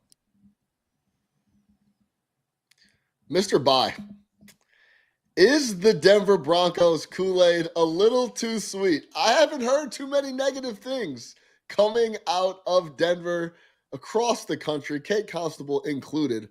A lot of people are extremely high on the Denver Broncos. Where are you at? Are you tempering expectations, or should we continue to run wild with Bo Nix in his second year under the helm? Well, you want to know what's so funny, guys, is that one of the leaders that is driving the Broncos hype train is Sean Payton himself. There are not many coaches in the National Football League that will go on the record and say, hey, I think this team can win a Super Bowl. I felt like this 6 other times in my career. One, won the Super Bowl. Others were in championship games, but this is the 7th time. Oh, and by the way, guys, I think Bo Nix could be a top 5 quarterback in the next 2 years. It's like, wait, what the heck? Like, John Harbaugh doesn't talk like this. Mike Tomlin doesn't talk like this. Andy Reid doesn't talk like this. Sean McDermott doesn't talk like this. And there Sean is. And so last week when everyone's having conversations about the Denver Broncos coast to coast, a lot of it, the genesis of it was Sean Payton's comments to 3 or 4 different national outlets. He's just kind of a wild one with his mouth. He's just different that way. In terms of like an actual Super Bowl contender, I want to see it first, guys. I mean, there is substance to draw from that would lead you to believe that the Broncos could maybe, win a playoff game. All right, this is a really good defense and the best Broncos offense that we've seen basically in 10 years. Last season, you would think it would grow with the additions at the running back and the tight end position. But in terms of like big boy Super Bowl contender, big boy, okay, they played Baltimore last year. They got beat 41-10. They made it to the playoffs for the first time since winning Super Bowl 50 and got boat raced 31-7. They were 1-8 against teams with a winning record. So 2 things can be true at the same time. It could be the best Broncos team we've seen since Super Bowl 50, but also not ready to maybe step up at the highest level that the NFL has to offer. But I will say this, if they are in those conversations 4 months from now, it'll be because of the defense. This defense doesn't really, at least on paper, doesn't have a weakness. Now, the games are played on grass, not on paper, so we'll see what it looks like. But it's a year ago, guys, 63 sacks from this Broncos defense. Think about this. There's 32 teams in the NFL. The largest gap between any of the 2 slottings when it came to team sacks, number 1 to number 2, Denver to Baltimore. 63 sacks is 9 sacks away from the all-time NFL record. So this is a defense that is extremely sticky on the back end. Their front 7 are flat out elite. They have the defensive player of the year. Up upgrades you would think at safety with Talanoa Hufanga coming from San Francisco, former All-Pro. Dre Greenlaw coming from San Francisco, former All-Pro. So, I mean, they have dudes all over that side of the ball. So if they reach that level that you're talking about, bro, it'll be because of that side of the ball. Yeah, and then PS2, that's the special thing about PS2 coming off the DPOY is that he shuts down one side of the field. And if you don't have to worry about that, Evangelos doesn't have to game plan for that side. There's a lot of different things they can pull out of the bag. I think Hufanga and Dre Greenlaw are going to be great additions to an already really good D. All right, Zach, we know about Bo Nix. We know about Cortland Sutton. We know about Mims. We talked about Evan Ingram coming over, and we just talked about Hufanga and Greenlaw. Anybody else that people aren't talking about enough that we should look out potentially in the preseason here or early in the year that by the end of the season or maybe week 8, we'll know a lot more about that people in Denver know a little bit more than maybe the country does? That's a good question. I'll give you a couple names. One, a season ago, there was a wide receiver by the name of Devon Vele, a 27-year-old rookie out of Utah, who they picked in the 7th round. It was a flyer pick. But based on his rookie season, of any 7th round pick in the last 25 years, he had the second most production of any wideout picked in the 7th round in the last 2.5 decades. I think he's like Mr. Reliable. I don't know if he'll ever be an all-pro, but like if he were like an Uber driver and we were going on like reliability rating and he's coming to pick me up, I know I'm going to get to the airport in time. Another guy is Pat Bryant, a wide receiver out of Illinois. And a lot of these draft experts said, man, the Broncos overdrafted Pat Bryant. Maybe you could have got him in the 4th or 5th round. Well, Sean Payton said, based on his own evaluation, the player comp that he gave for Pat Bryant was a young Michael Thomas. All right, now Sean can get excited. I already talked about that. He can get excited and say stuff, like this. But being out at camp, you're seeing a really, really high floor for this young wide receiver, Pat Bryant. And then R.J. Harvey as well out of Central Florida, who they took in the 2nd round, is involved in so much stuff out at training camp. And this is like for maybe fantasy football players or prop bettors from your guys' side of things. Like R.J. Harvey is going to get a lot of touches, okay? I believe that John Gruden and Sean Payton have a good relationship. And this past week, John Gruden said R.J. Harvey's going to get the football 300 times this year. Now, we know he's not going to get the ball actually 300 times, but when someone has a relationship with the coach and they've spoken recently, like Gruden hasn't been at practice, right? He's not seeing that. He's hearing that from Sean. And if that's Sean's vision for a young player, you could be sure he's going to try to manifest that vision on game days. So those are 3 names offensively that I would definitely keep an eye on. And then I'll throw you one defensively. This is someone who we didn't talk about at all in the pre-draft process. I'm talking about 3 months of pre-draft conversations on our radio station. We're live local, 6 a.m. to 8 p.m. every day. His name never came up, and there the Broncos were taking him in the 1st round. It's cornerback from Texas, Jahdae Barron. This young man is one of the smartest players on the team as a rookie. He flies around, and the reason I think it could be important for your audience is this young man is going to have an opportunity to make plays on the ball. You just referenced it in a previous setup to a question. Pat Surtain's side of the field doesn't get a lot of action. So, like for example, last year they played Joe Burrow. Joe Burrow didn't throw Pat Surtain one time, all right? So that means you got to throw it to some other places. That could be an opportunity for a young rookie to make plays on the ball right out of the gate. We're talking with Zach By, host of The Drive on Denver Sports Station 104.3 The Fan. Zach, I mentioned earlier to these guys when we were talking Broncos that I like R.J. Harvey to go over 700.5 rushing yards on this season. And it sounds like, based on what Sean Payton has said, what you just told us, that might be a fairly good bet. Now, right now, J.K. Dobbins, depth chart-wise, is ahead of him. Do you think at some point R.J. Harvey becomes RB1 and Dobbins takes a back seat to him?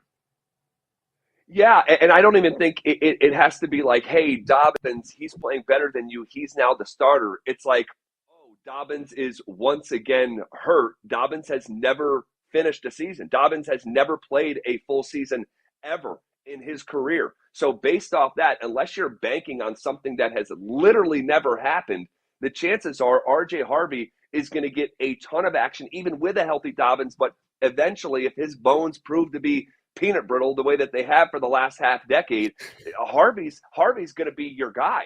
And you're seeing a different layer of explosion and burst out at camp. Like if an alien came down and didn't know who was who, didn't know who was getting what amount of money, what your draft status was, that alien would be like, hey, there's something to that guy. What's his name? Oh, that's RJ Harvey. Yeah, he looks a little bit different.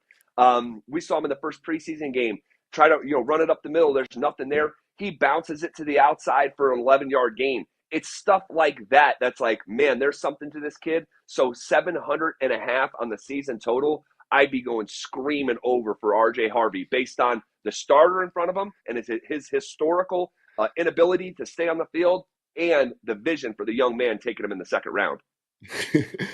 I do like peanut brittle, but it does fall apart when you eat it. It is all over the place. It's definitely in your lap. So yeah, I know exactly what you mean when we talk about JK, who's been a really good back, but just can't stay healthy. It's tough to stay healthy as a running back in the NFL. Also, RJ Harvey is a smaller dude, tough to see. So yeah, I mean, I think one of the most underrated things in betting is if you listen to some of these press conferences, some coaches will come out and tell you exactly the game plan or what they want to lean to and guys that'll get the volume. So over on the betting side, Zach, the win total, I'm going to put you on the spot right now. Do the Broncos win 10 games, yes or no? Yes, I think that they do. And it's based off what my eyes told me a year ago, getting to 10-7. But this is a team that also started 0-2 and lost to two teams that they really, if they played them a month later, they would have beat the Steelers and the Seattle Seahawks. The Broncos were a better team than both of those teams a year ago. The problem was Sean Payton, the way he did that quarterback competition a year ago, he actually had a three-way quarterback competition between Jarrett Stidham, Zach Wilson, and Bo Nix. One of the stupidest things I've ever seen. I mean, it occupied the entire summer when we knew the first rounder, Bo Nix, was going to play. I'm mentioning that because Bo was not ready to play.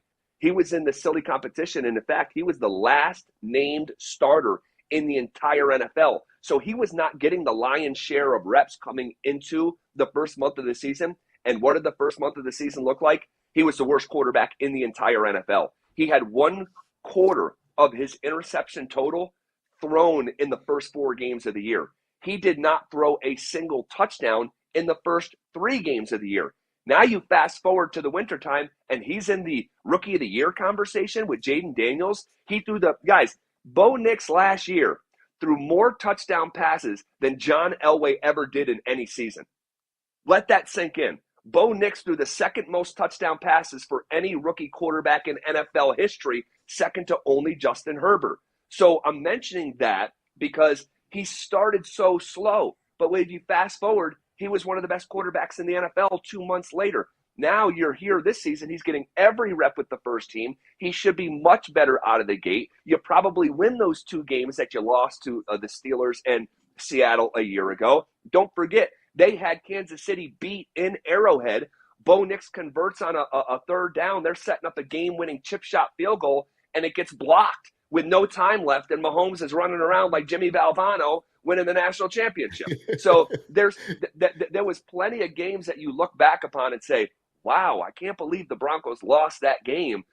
This year, again, it's the NFL. They'll lose a 1 or 2 fluky games like that, but I think they'll make up more on the positive end and get to that a 10-game benchmark and hit that season over. In fact, I'd probably sprinkle on an alternate, and go over 10.5 as well. Zach, I like what you're saying here. I mean, confirmation bias is a sometimes can be a scary thing, but you've just confirmed everything that I felt like I knew about the Broncos coming into this season. Sounds like they are going to have an awesome year. We appreciate you stopping by, taking the time. And if you noticed my reaction a couple minutes ago where I kind of freaked out on camera, the Aaron Waters show practice here in Chicago is going on. So a fighter jet just flew by my window. Freaked me out a little bit. It wasn't because you were talking about how good Bo Nix was. But, Zach, we appreciate you taking the time. Thanks for joining us. We'll talk to you soon. Thanks, Zach. Hey, cheers, you guys. Enjoy football season. You as well. That is Zach By on the Denver Broncos, host of The Drive on Denver Sports Station 104.3 The Fan. Sean, this is going to be a tough 40 minutes left of the show. I've got fighter jets outside my window right now. They haven't come to my. I'm a little west in Bucktown, so I haven't heard any yet. But this is my favorite weekend of the year, by the way. It doesn't get old. No, it really doesn't. It really doesn't. I've been muting myself when they fly by, but we may be hearing them a little bit the rest of the show. Coming up on the other side, we play a little nickel or dime, and then we'll wrap things up 40 minutes from now with lightning bets here on Bet Sweats.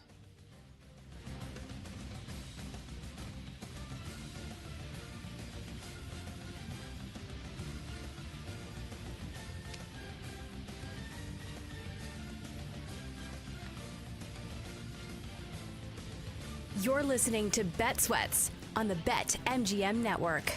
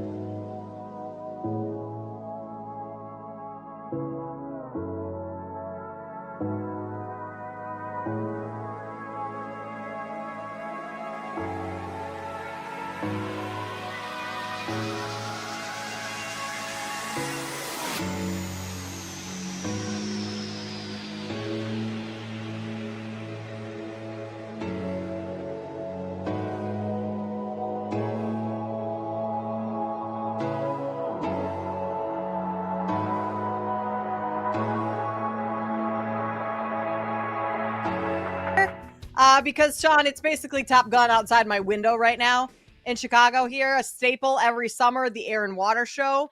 And we've got, I don't know what kind of planes they are because the shades in my office are down, but they are going right past my window. And I feel like I need to throw on my aviators and leather jacket and be a little Tom Cruise right now. Yeah, where are you at? You in River North or what? What part of town? I'm in Lincoln Park. Okay, so yeah, I'm a little west of you, so I'm getting a little lighter. But yeah, I mean, it's extremely loud. If you've never been to Chicago and are looking for a weekend to pick, and you don't want to do Lollapalooza or something like that, the Air and Water Show is a great time to come. It's a spectacle on the water every single year. It's towards the back end of the summer too, so it's nice and warm. You don't have to worry about too much stuff in the fall with the weather changing and stuff. So yeah, Air and Water Show is awesome. But yes, it's extremely loud. It can get a little spooky, especially if you have a dog. I heard a lot of people's dogs don't love it. Yeah. So yeah. I can imagine the dogs don't love it. Most dogs don't love thunderstorms. This is a little bit louder than the thunderstorm, and this is just practice today. They'll practice today, tomorrow. The show's on Saturday. So, Sean, you may have to put up with me and some loud noises here, both for the remainder of the show and tomorrow a little. But it's one of the cooler things that Chicago does. I'm sure there's other cities that do it as well, but I'm only familiar with Chicago's, and it gets packed. Like my building kind of looks out on Lake Michigan, the water. It's near that, and the beaches are just filled. The playpen, all the boats out there on Saturday afternoon watching the Air and Water Show. It's pretty cool. Yeah, it's awesome. It's just something you don't see very often. So to see fighter jets and them put on a little bit of a show and do flyovers. You'll be able to catch any piece of it throughout the city if you're up high enough, or just look up if you're walking down the street running errands. So yeah, it's a special weekend. I enjoy it a lot. It's pretty fun. You want to know what else is pretty fun? Lightning bet's coming up in about 20 minutes, but now a little game of nickel or dime. Who doesn't love that? So to play this wonderful game, we bring in our wonderful producer, Paul Aspen. I love this though. I love that's on me. That's totally on me. So this is a Jake thing, but Jake gets so offended when he gets stepped over. No. Dude, I don't get offended. I do not put in the papers that I get Jake, offended. Okay. Did I just hurt your feelings, Jake? I'm sorry. Nah. The Thursday feels. God, you did this to him on his kickball championship day, Kate. This is bad. I know. I'm throwing him off. The routine today thrown off. All right, well, then we bring in our favorite board operator, Jake Hassan. Listen, lucky for you guys, I have way too much going on today to be offended by a accidental Wally Pip situation. Listen, I was with our friends on Just the Daily Tip. I've been up since 4. I got to host You Better You Bet later with Femi Abebefe. I got kickball later. I'm dialed, okay? We are triple duty here and then going right into kickball, okay? So, and then I got a plan tomorrow show after this too. So, listen, the nickel or dime being, not given to me today accidentally by Kate Constable is the least of my concerns right now. You know what this Jake, sounds you've like? been throwing... Yeah, go ahead, Paul. It sounds like pre-workout Jake is back. Oh, God. No. Have we been dry scooping? No. I'm not allowed to dry scoop anymore because my therapist told me it's probably not great for my mental well-being. Which was true. Okay, well, good. We want you to be sharp and healthy. So do you just no pre-workout at all or no dry scoop? Like you got to sip it slowly?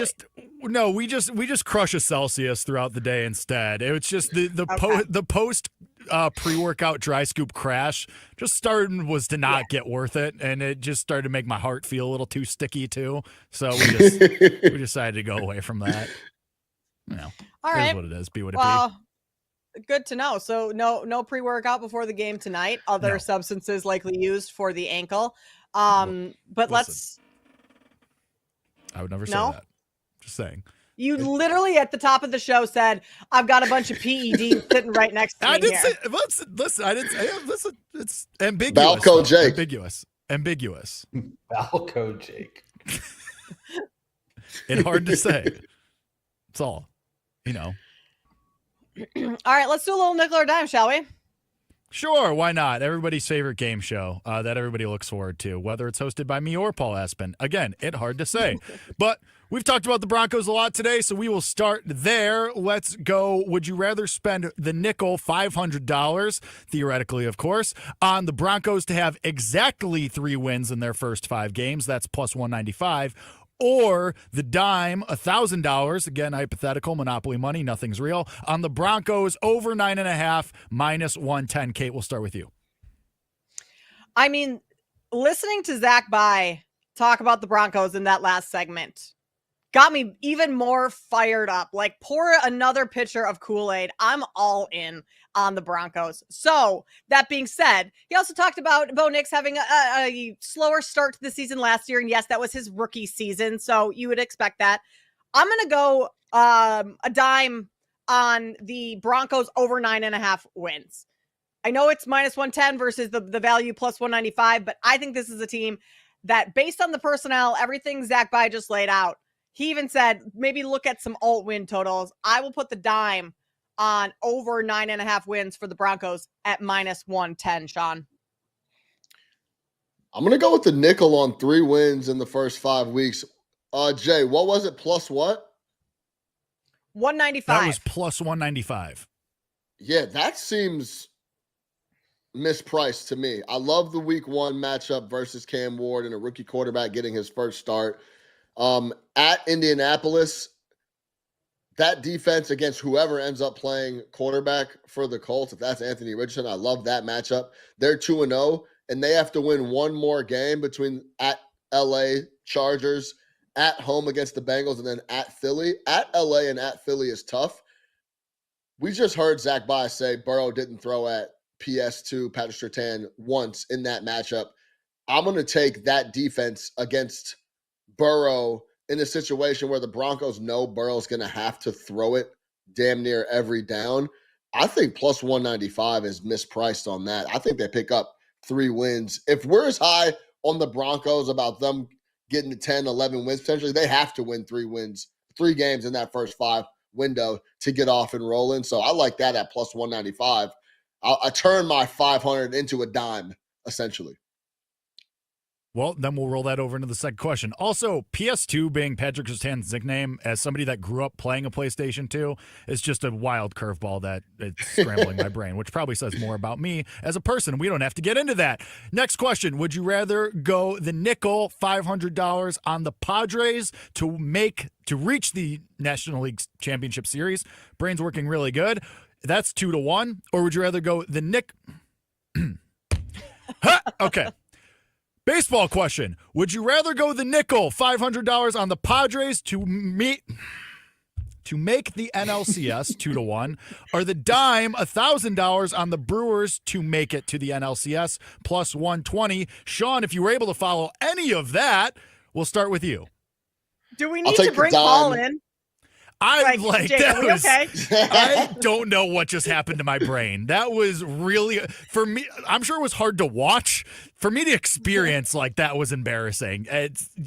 Paul needs to be warming up in the bullpen right now, apparently. Really awesome. Good thing I definitely don't have to host another show on this network later. Anywho, Sean, would you rather go the nickel on the Padres to make it to the NLCS or the dime on the Brewers to make it to the NLCS? I'll take the dime on the Brewers at plus 120 to make the NLCS. Hopefully they get a favorable road, depending on the bracket, as you mentioned earlier, Jake, how that lines up for them. But they're playing too well and seem to be too of a together unit that maybe they could overcome some of that lack of superstar that you talked about earlier and could get to the ALCS or NLCS, excuse me. This is a tough one. I'll go the dime on the Brewers as well. I mean, for as hot as they are right now, and as much as we talked about maybe them peaking a little too soon, this is a team that's proven they can win plenty of games, and they can win games in different ways. The Padres, there always seems to be a lot of hype on them going into the postseason, and then everything kind of crumbles a little bit. So I'll take a flyer on the Brewers to reach the NLCS. All right, Jake, honestly, this question was for you because you were down on both of them. So if it's Padres, Brewers, NLDS, who you got? All right, look who's trotting out of the bullpen. I would have to go Padres because I do think I know I ragged on them earlier that they're mentally soft, and I also ragged on the Brewers that they don't have a true superstar. I think the Padres' problems are also with teams that have superstars and that are ultra talented. See the Dodgers the last couple of years. So if it was Holy cow! If it was Brewers versus Padres, brother. You got a long day. Yeah, it's not great. If it was Brewers versus Padres, I lean Padres. I would probably bet the Padres game to game. If you gave me a nice price on like Brewers plus 1.5, especially in a short series, a 5-game series, which would be the division series, obviously. I guess not obviously because I can't even speak, so who knows? Nothing's real. But I would think the Brewers could make it a close series. I would ultimately go Padres to win that series, though, and then lose to likely the Dodgers, or honestly even the Mets in the championship series. Like League of Their Own, where Tom Hanks has the fireman carry the one pitcher into the shower and just like turn on a cold shower to like get her to snap out of it. That's where I feel like I'm at with Jake right now. Yeah. Sorry, buddy. Man. What time did you get up this morning, Jake? The alarm hit like a dump truck at 4:10 a.m. And then the worst part is then because like I'm not trusting the CTA at 4 a.m. Sorry, as much as I would love to, ain't happening. So I took an Uber instead, which was fine because it was only $10, so actually not terrible. But this guy, like the shocks in his car, gone. Just nothing. I felt every single pothole. And as somebody that is famously not great right now, felt every jolt through that too. So it's just, it wasn't awesome, but we're here. Love my life, live, laugh, love. Is that the pre-workout in the background? Maybe you could just fire just one regular now. protein. See, the thing is, Sean, sometimes when you're in a windowless beige room, you got to decorate yourself. And when you've been hearing that there's going to be a banner for the last 3 months, including when there was a show that won't be named, and it's just, you got to decorate your own background sometimes. So we make do with what we got. This is a Jake Hassan. It's definitely a segment of all time right now that is happening. Last couple questions for nickel or dime before I get taken out back behind the barn, never to be seen again. Would you rather go the nickel 500 on Iowa to make the playoff 9-1, or the dime $1,000 on Penn State to win the Big Ten plus 240? Kate, as our Iowa alum, we will start with you. I mean, I think it's obvious. Not even because I'm an Iowa alum.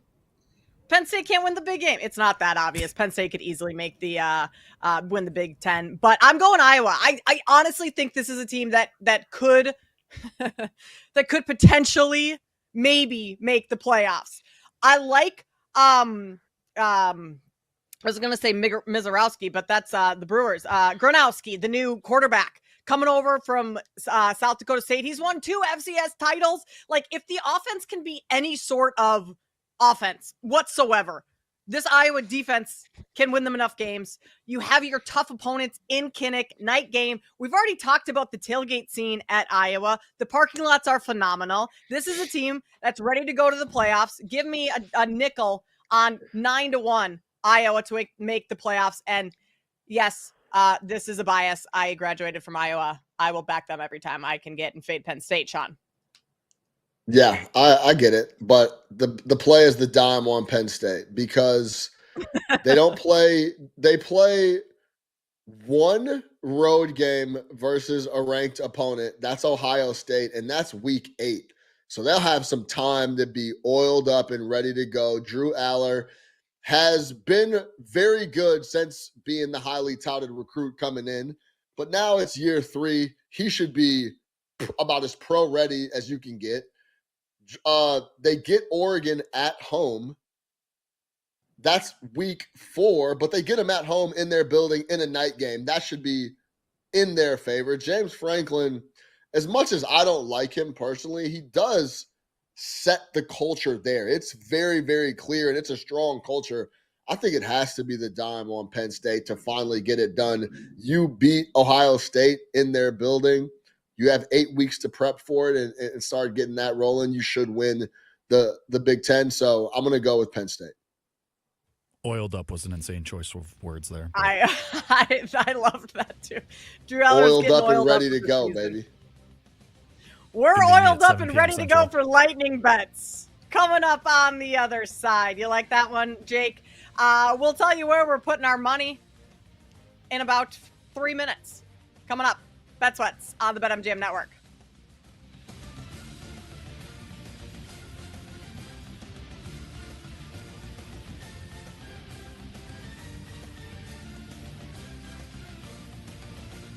You're listening to Bet Sweats on the BetMGM Network.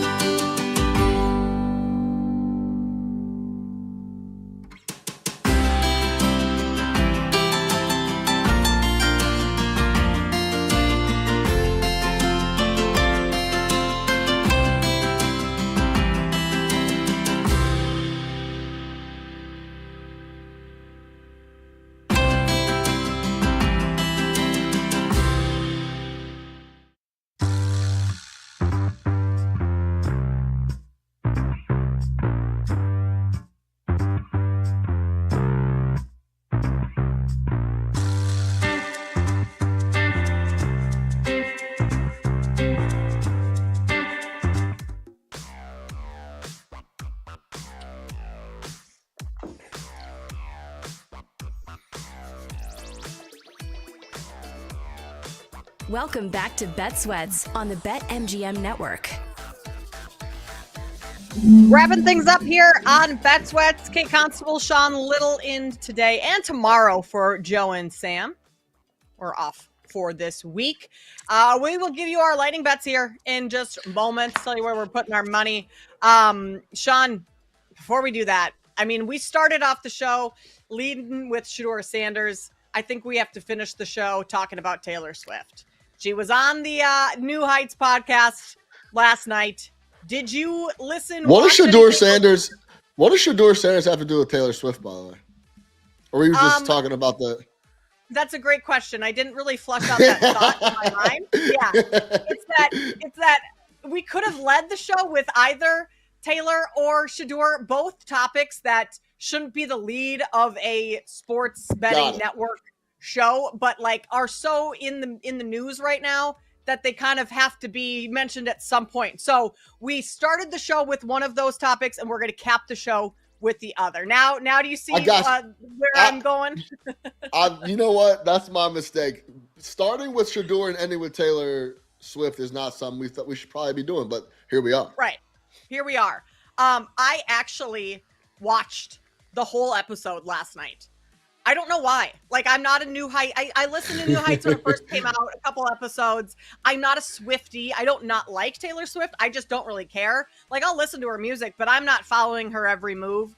But I was kind of interested to see what that whole episode was going to be like.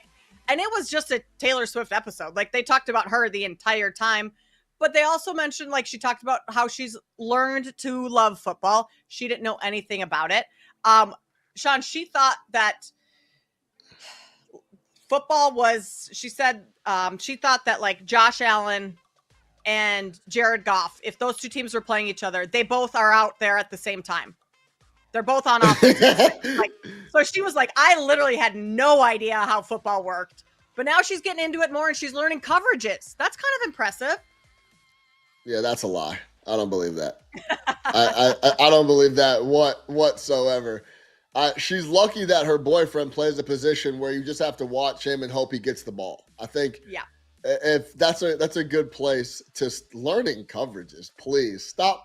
Why would she lie? So she said that out loud.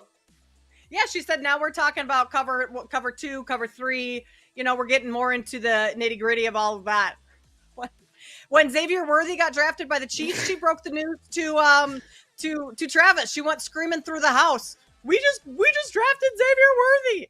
She doesn't know who Xavier Worthy is, right? Yeah, I mean, yeah, please cut it out, Taylor. It's unnecessary. You don't need to do this. You just say your day, you hang out with one of the best tight ends we've ever seen, and continue to smile in the press box and drop great music for all the people. We don't need you to learn cover 0 and cover 2 and quarters and the rest of it. So yeah, that's it's hilarious she said that. I will say, we were talking about her being calculated.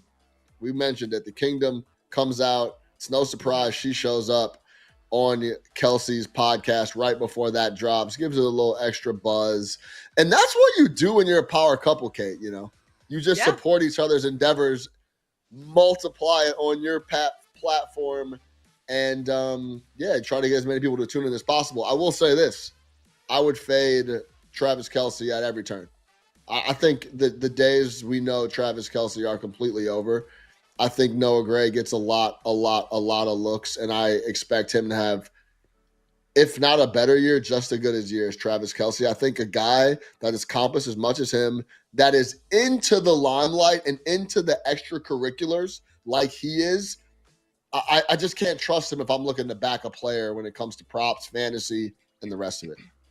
Well, Sean, there was an article that came out where Travis admitted that he hasn't been, his attention to detail or focus on the field, it could have possibly taken a dip because of all the entertainment endeavors off the field for him. So if he's willing to admit that publicly, one, I don't think I would admit that. And two, like now going into this year, how are we supposed to trust that doing podcasts with your girlfriend now to get the Kingdom show hyped up? Like that is almost, that's telling me that he didn't learn much last year. So I'm with you. I think it's probably smart to fade him this year.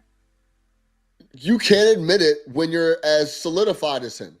The Super Bowl rings are there. The numbers are there. Like, it's now time to live life and date superstars and play football alongside. It's not the sole priority and focus. And those are the guys you wanna back. The quarterback, your franchise quarterback, you want to be married with kids and sleeping by 10 o'clock. Those are the guys you want running your franchise. And the guys you want to put your hard-earned dollars on are not guys in the middle of the week traveling to Buenos Aires to catch their girlfriend's concert backstage. That's the type of stuff I'm talking about. So jokes aside, if you're actually looking to wager real dollars, I would be weary. But yeah, I mean, Travis Kelce talked about the upcoming season and how he wasn't focused in the same article that he was doing a photo shoot and going about doing all this stuff throughout the summer where everybody else is getting ready to go. So I love Travis, one of the best of all time. I just couldn't back him this year. If he turns back the clock, I would be shocked. This is his last year playing, right? Like, you have to imagine he's done after this season. Yeah, I would say so. I think Diana Rossini mentioned that after they won 2, he on the way off the field, he whispered to her that, like, let's go for 3 in a row. They end up pushing to the Super Bowl and losing. But yeah, even the way his body looked last year, he just wasn't in tip-top shape. He didn't look like himself. And another year older, deeper in a relationship with Taylor Swift, I don't see how that improves. We got to get this show over. Can you hear those planes? Did you hear that one? They keep freaking me out. I know they're out there, and I jump every single time one goes by my window. If you're hearing it now, I'm going to be hearing it in a second, so I'll be on the lookout. All right, let's turn our attention to lightning bets. Where are we putting our money today? Sean, you want to start us off with a couple of your favorite plays? Yeah, I mentioned the Cubs at -110 earlier. When we talk about how well Matthew Bird has been all year, exit velo is low towards the top of the year. Hard hit rate is only 37.5%. He doesn't walk anybody. 5.4 BB rate throughout the entire year. And this is over now a large sample size. Max Scherzer is one of the greatest we've ever seen, but he's still trying to get acclimated, still getting rolling. It's only his 5th start of the year. I think with the Cubs coming off a W, I think they could stack another one here. The offense can potentially turn back the clock. I hate to say that because it's in the same calendar couple months, but if they can pick up a couple early runs, I think Matt Bird can lead the way. All right, I am going to go over to baseball as well. I'm going to go the under 7.5 in Tigers and Twins. You have Skubal going on the mound for the Tigers today. I also just need to victory lap yesterday when I said I think the Twins with Joe Ryan maybe could get the win over the Yankees, and everyone was like, no, we'd never bet the Twins against the Yankees. You're an idiot. They didn't actually say that, but and the Twins won yesterday. So I don't think the Twins are having that same type of success today against Skubal. So I will take the under 7.5 there. And then I'm going to go over to the W, and I'm going to play Paige Becker's unders. Her points prop keeps going up, and for very good reason. She's been phenomenal this season, but I think it's crept up just a little too high. We're sitting at 19.5. I'll take under 19.5 for Paige tonight against the Los Angeles Sparks. Paul and Jake, would you like to come in and get in on some lightning bets? I don't have much to add on the lightning bets front. I would just like to say I'm also a fan of Joe Ryan. I think he's got a great ability. So, Jake, why don't you take it from here? Yeah, I will hand up, say that I was one of the people, not saying but implying that Kate was an idiot for betting the Twins against the Yankees. Hand up. For the record, wrong. Kate got very lucky. She didn't know what she was talking about. She just threw it out. No. But I will take a win. A win is a win. Major League Baseball sharp Kate Constable. So we're going to do, as somebody who is planning tomorrow's edition of Bet Sweats, can't wait. I will make sure we have a whole hour for Major League Baseball just for Kate Constable. It's going to be awesome. Yeah, Don't thank worry, you. Kate. That stress levels will be skyrocketing this afternoon. Game by game with Kate Constable. Make it like a Football Friday. We are Football Friday, Baseball Friday. 2 words that start with F. I'm going to run back the home run play from yesterday. Jacob Marcy at plus 950 came through on the Marlins. That was pretty awesome. Not to pat myself on the back too much, but I'm going to run that back today. It's still plus 870 is the best price. He's going against Tanner Bybee, who likes to serve him up. So I'm going to run that back. I'm also going to play the over 1.5 total bases at plus 180. I'm also going to run back the Orioles, too. Tomoyuki Sugino has actually been pretty decent. Doesn't get a lot of run support, but the Orioles have been showing signs of life. Had the walk-off yesterday. I'll play the Orioles on the first 5 again, just like we did yesterday. And listen, great. The Cubs won 2 in a row. Woohoo. This is going to be such a regression spot. Matthew Boyd on the mound. He's been great, but this Blue Jays team has played awesome for the last couple of months straight. I'm going to take the Blue Jays as dogs at home gladly on the money line with Toronto. All right. Now that we are 3 hours closer to kickoff tonight, Jake, kickball. We still feeling good? Are we still probable? Have we had any setbacks? No setbacks that I can mention right now that are of note. I think we're good. We are on track. Treatment is going well through the morning. It's so far so good. I think we're on pace. We're on pace to be on the field in about 8 hours. I'm a little worried about the mentals.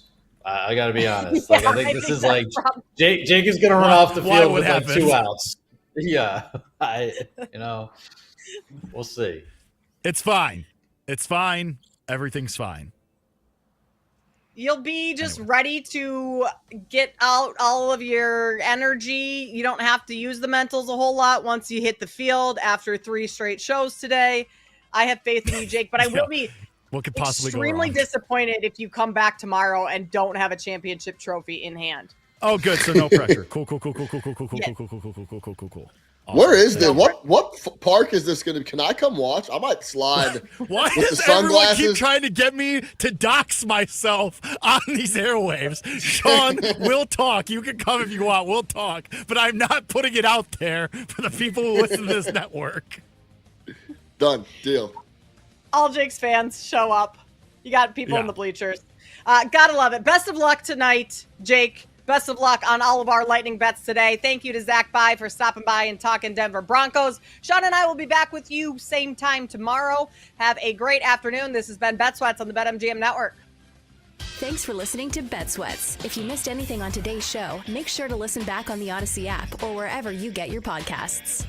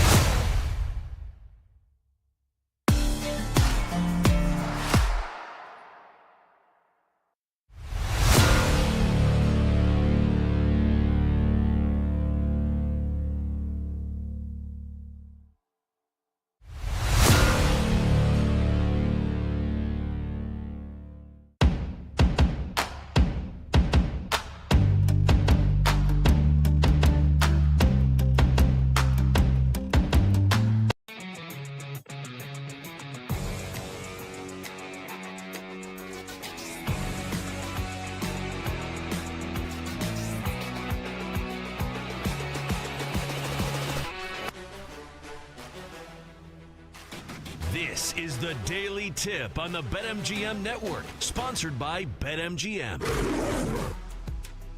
All right, good morning. Hour 3, the Daily Tip starts right now on the BetMGM Network. A special salute to our viewers on Stadium. You can catch us there each and every weekday. You can watch on BallySportsLive.com, Bally Sports Live app, along with YouTube TV, DirecTV, Amazon Prime, Samsung TV Plus, and all of your other platforms. I'm Chelsea Messenger, Chris Mack, filling in for Jenks today. Over the next hour, we will talk about a ton of football because it is that time of year, ladies and gentlemen. We'll start by the latest headlines in Browns camp surrounding Shadur Sanders. Is it perfect timing that he's actually missing some time for the Browns? Then at 8:20, we'll go on to college football as Brandon Marcello stops by. He is a national college football reporter for CBS Sports. And then finally at 8:40, our best bets come your way to close out the show. All right, Chris Mack. So we said we weren't going to talk about Taylor Swift in this segment, but it feels like one of those things where you just can't ignore it. Like you were telling me that you get like the latest headlines in your email inbox, sent to you every day. And 2 of them involve Taylor Swift. And I fell victim to the hype and the culture. And I listened to the New Heights podcast because it just feels like one of those things that you can't ignore. Even if you're not a Taylor Swift fan, this is now a part of the culture where it feels like you are missing out if you don't know what's going on. And of course, there is a football spin to it because Jason Kelsey and Travis Kelsey host the podcast. I thought there would be more about, I don't know, like their time together and like the playoffs and like, some of that, but it was very geared towards music. So I will say this, if you are going into this podcast thinking, oh, like maybe she'll give us some nuggets about the Chiefs, there's not many. I will say I was surprised to learn that she was a big fan of Xavier Worthy. Yeah. Like she has gone full circle to the point where she said when she first started following football, when they first started dating, she thought that like everybody lined up on each side of the ball from like both teams, where it was like Jared Goff versus Josh Allen on the field at the same time. Because apparently what she did is she asked Travis, she was like, how cool is it to line up against your brother in the Super Bowl? And he was like, sweetie, we both play offense. We did not line up against each other. But she's come a long way. She did drop a Cover Zero reference in this podcast. Yeah, if you were coming for Taylor Swift's in-depth breakdown on like the fire zone blitz and how to properly drop your inside linebackers into the flat, like you're going to the wrong place. She's talking about the new album and music. And to the Kelsey boys' credit, like, why else do you have Taylor Swift on your podcast, even if she is your girlfriend, than to talk about Taylor Swift things? I mean, that's how you end up having 1 million people on the live stream as you're doing. You don't have her in there to talk football and have her talk about how she doesn't understand the intricacies of the read option. Like, that's not why people were coming to New Heights last night. Right. And I will say this, like the football spin on it is that I do think when you are in a relationship with somebody who is at the tip top of their profession and they are that high of an achiever, I do think it raises the other person, because Travis Kelsey didn't need this. Like, he is one of the best tight ends that I've ever seen play in this generation. He's going to be in the Hall of Fame someday, but I do think that it is rubbing off on him. I don't know if you've seen the new GQ article where he's talking about how he has upped his training regimen. He has lost some pounds. Instead of being in LA for the offseason, he's moved back to South Florida to be with his like strength and conditioning coach. So, what I'm trying to do is make the jump from saying, okay, Taylor Swift is dominating the headlines. Here's how we can spin it into an actual football story. Do we think Travis Kelsey will be better on the field this year as opposed to being like kind of wrapped in ice for most of the season last year? Well, I think he has to be. And I don't mean like he has to be for his own self. I think for the Chiefs offense to continue to stay at the level that they've been at. I mean, obviously, look, you have Patrick Mahomes. You have one of the 2 or 3 best quarterbacks in the league back there. That's the most important piece to this offense. But we talked earlier about the biggest challenge each AFC team has to overcome this year. And, you get to teams like the Ravens and the Chiefs, and you're kind of grasping at straws. But I would argue that Kansas City, because of Rashee Rice. You don't know how much he's going to be available. Hollywood Brown's injury that's kept him out of most of camp. Like Isaiah Pacheco, is he totally healthy? There are a number of things that make you, okay, are they ready to go at the skill positions going into the season? Well, if all of those guys are less than 100% or totally unavailable, what's the blankie that Patrick Mahomes can snuggle up to and know that he's always got there for him? The old security blanket. It's Travis Kelce in the middle of the field. And as long as he's playing well and staying at the level that he's at, because he's not young by football standards anymore, Travis Kelce. If he can produce like he has at the peak of his career this year, and it's because he's been driven to get in better shape and by a partner who is driven to be the best at what they do, then hey, good for Travis Kelce and definitely good for the Chiefs and their offense when they're trying to figure out how we're going to piece together all these targets if multiple guys from our skill positions are unavailable. Yeah, a couple things here. I think, number one, it's crazy to me that Travis has kind of admitted that over the past couple seasons that he has taken more of an interest in like acting and Hollywood, and he had kind of put football on the back burner, which is crazy that he even like brings that into the conversation and like says that out loud. Because usually I assume professional athletes during the offseason are doing everything they can to prepare, but he said as much, so maybe we should expect more from him. But I also think that I know the Chiefs don't have a ton of depth, but similarly to what Rob Gronkowski brought to Tom Brady, I feel like as long as he's there in the postseason, that's the main thing that matters. Do you get what I'm saying? Is that Travis Kelce does not need to have like a super productive year because it feels like the floor is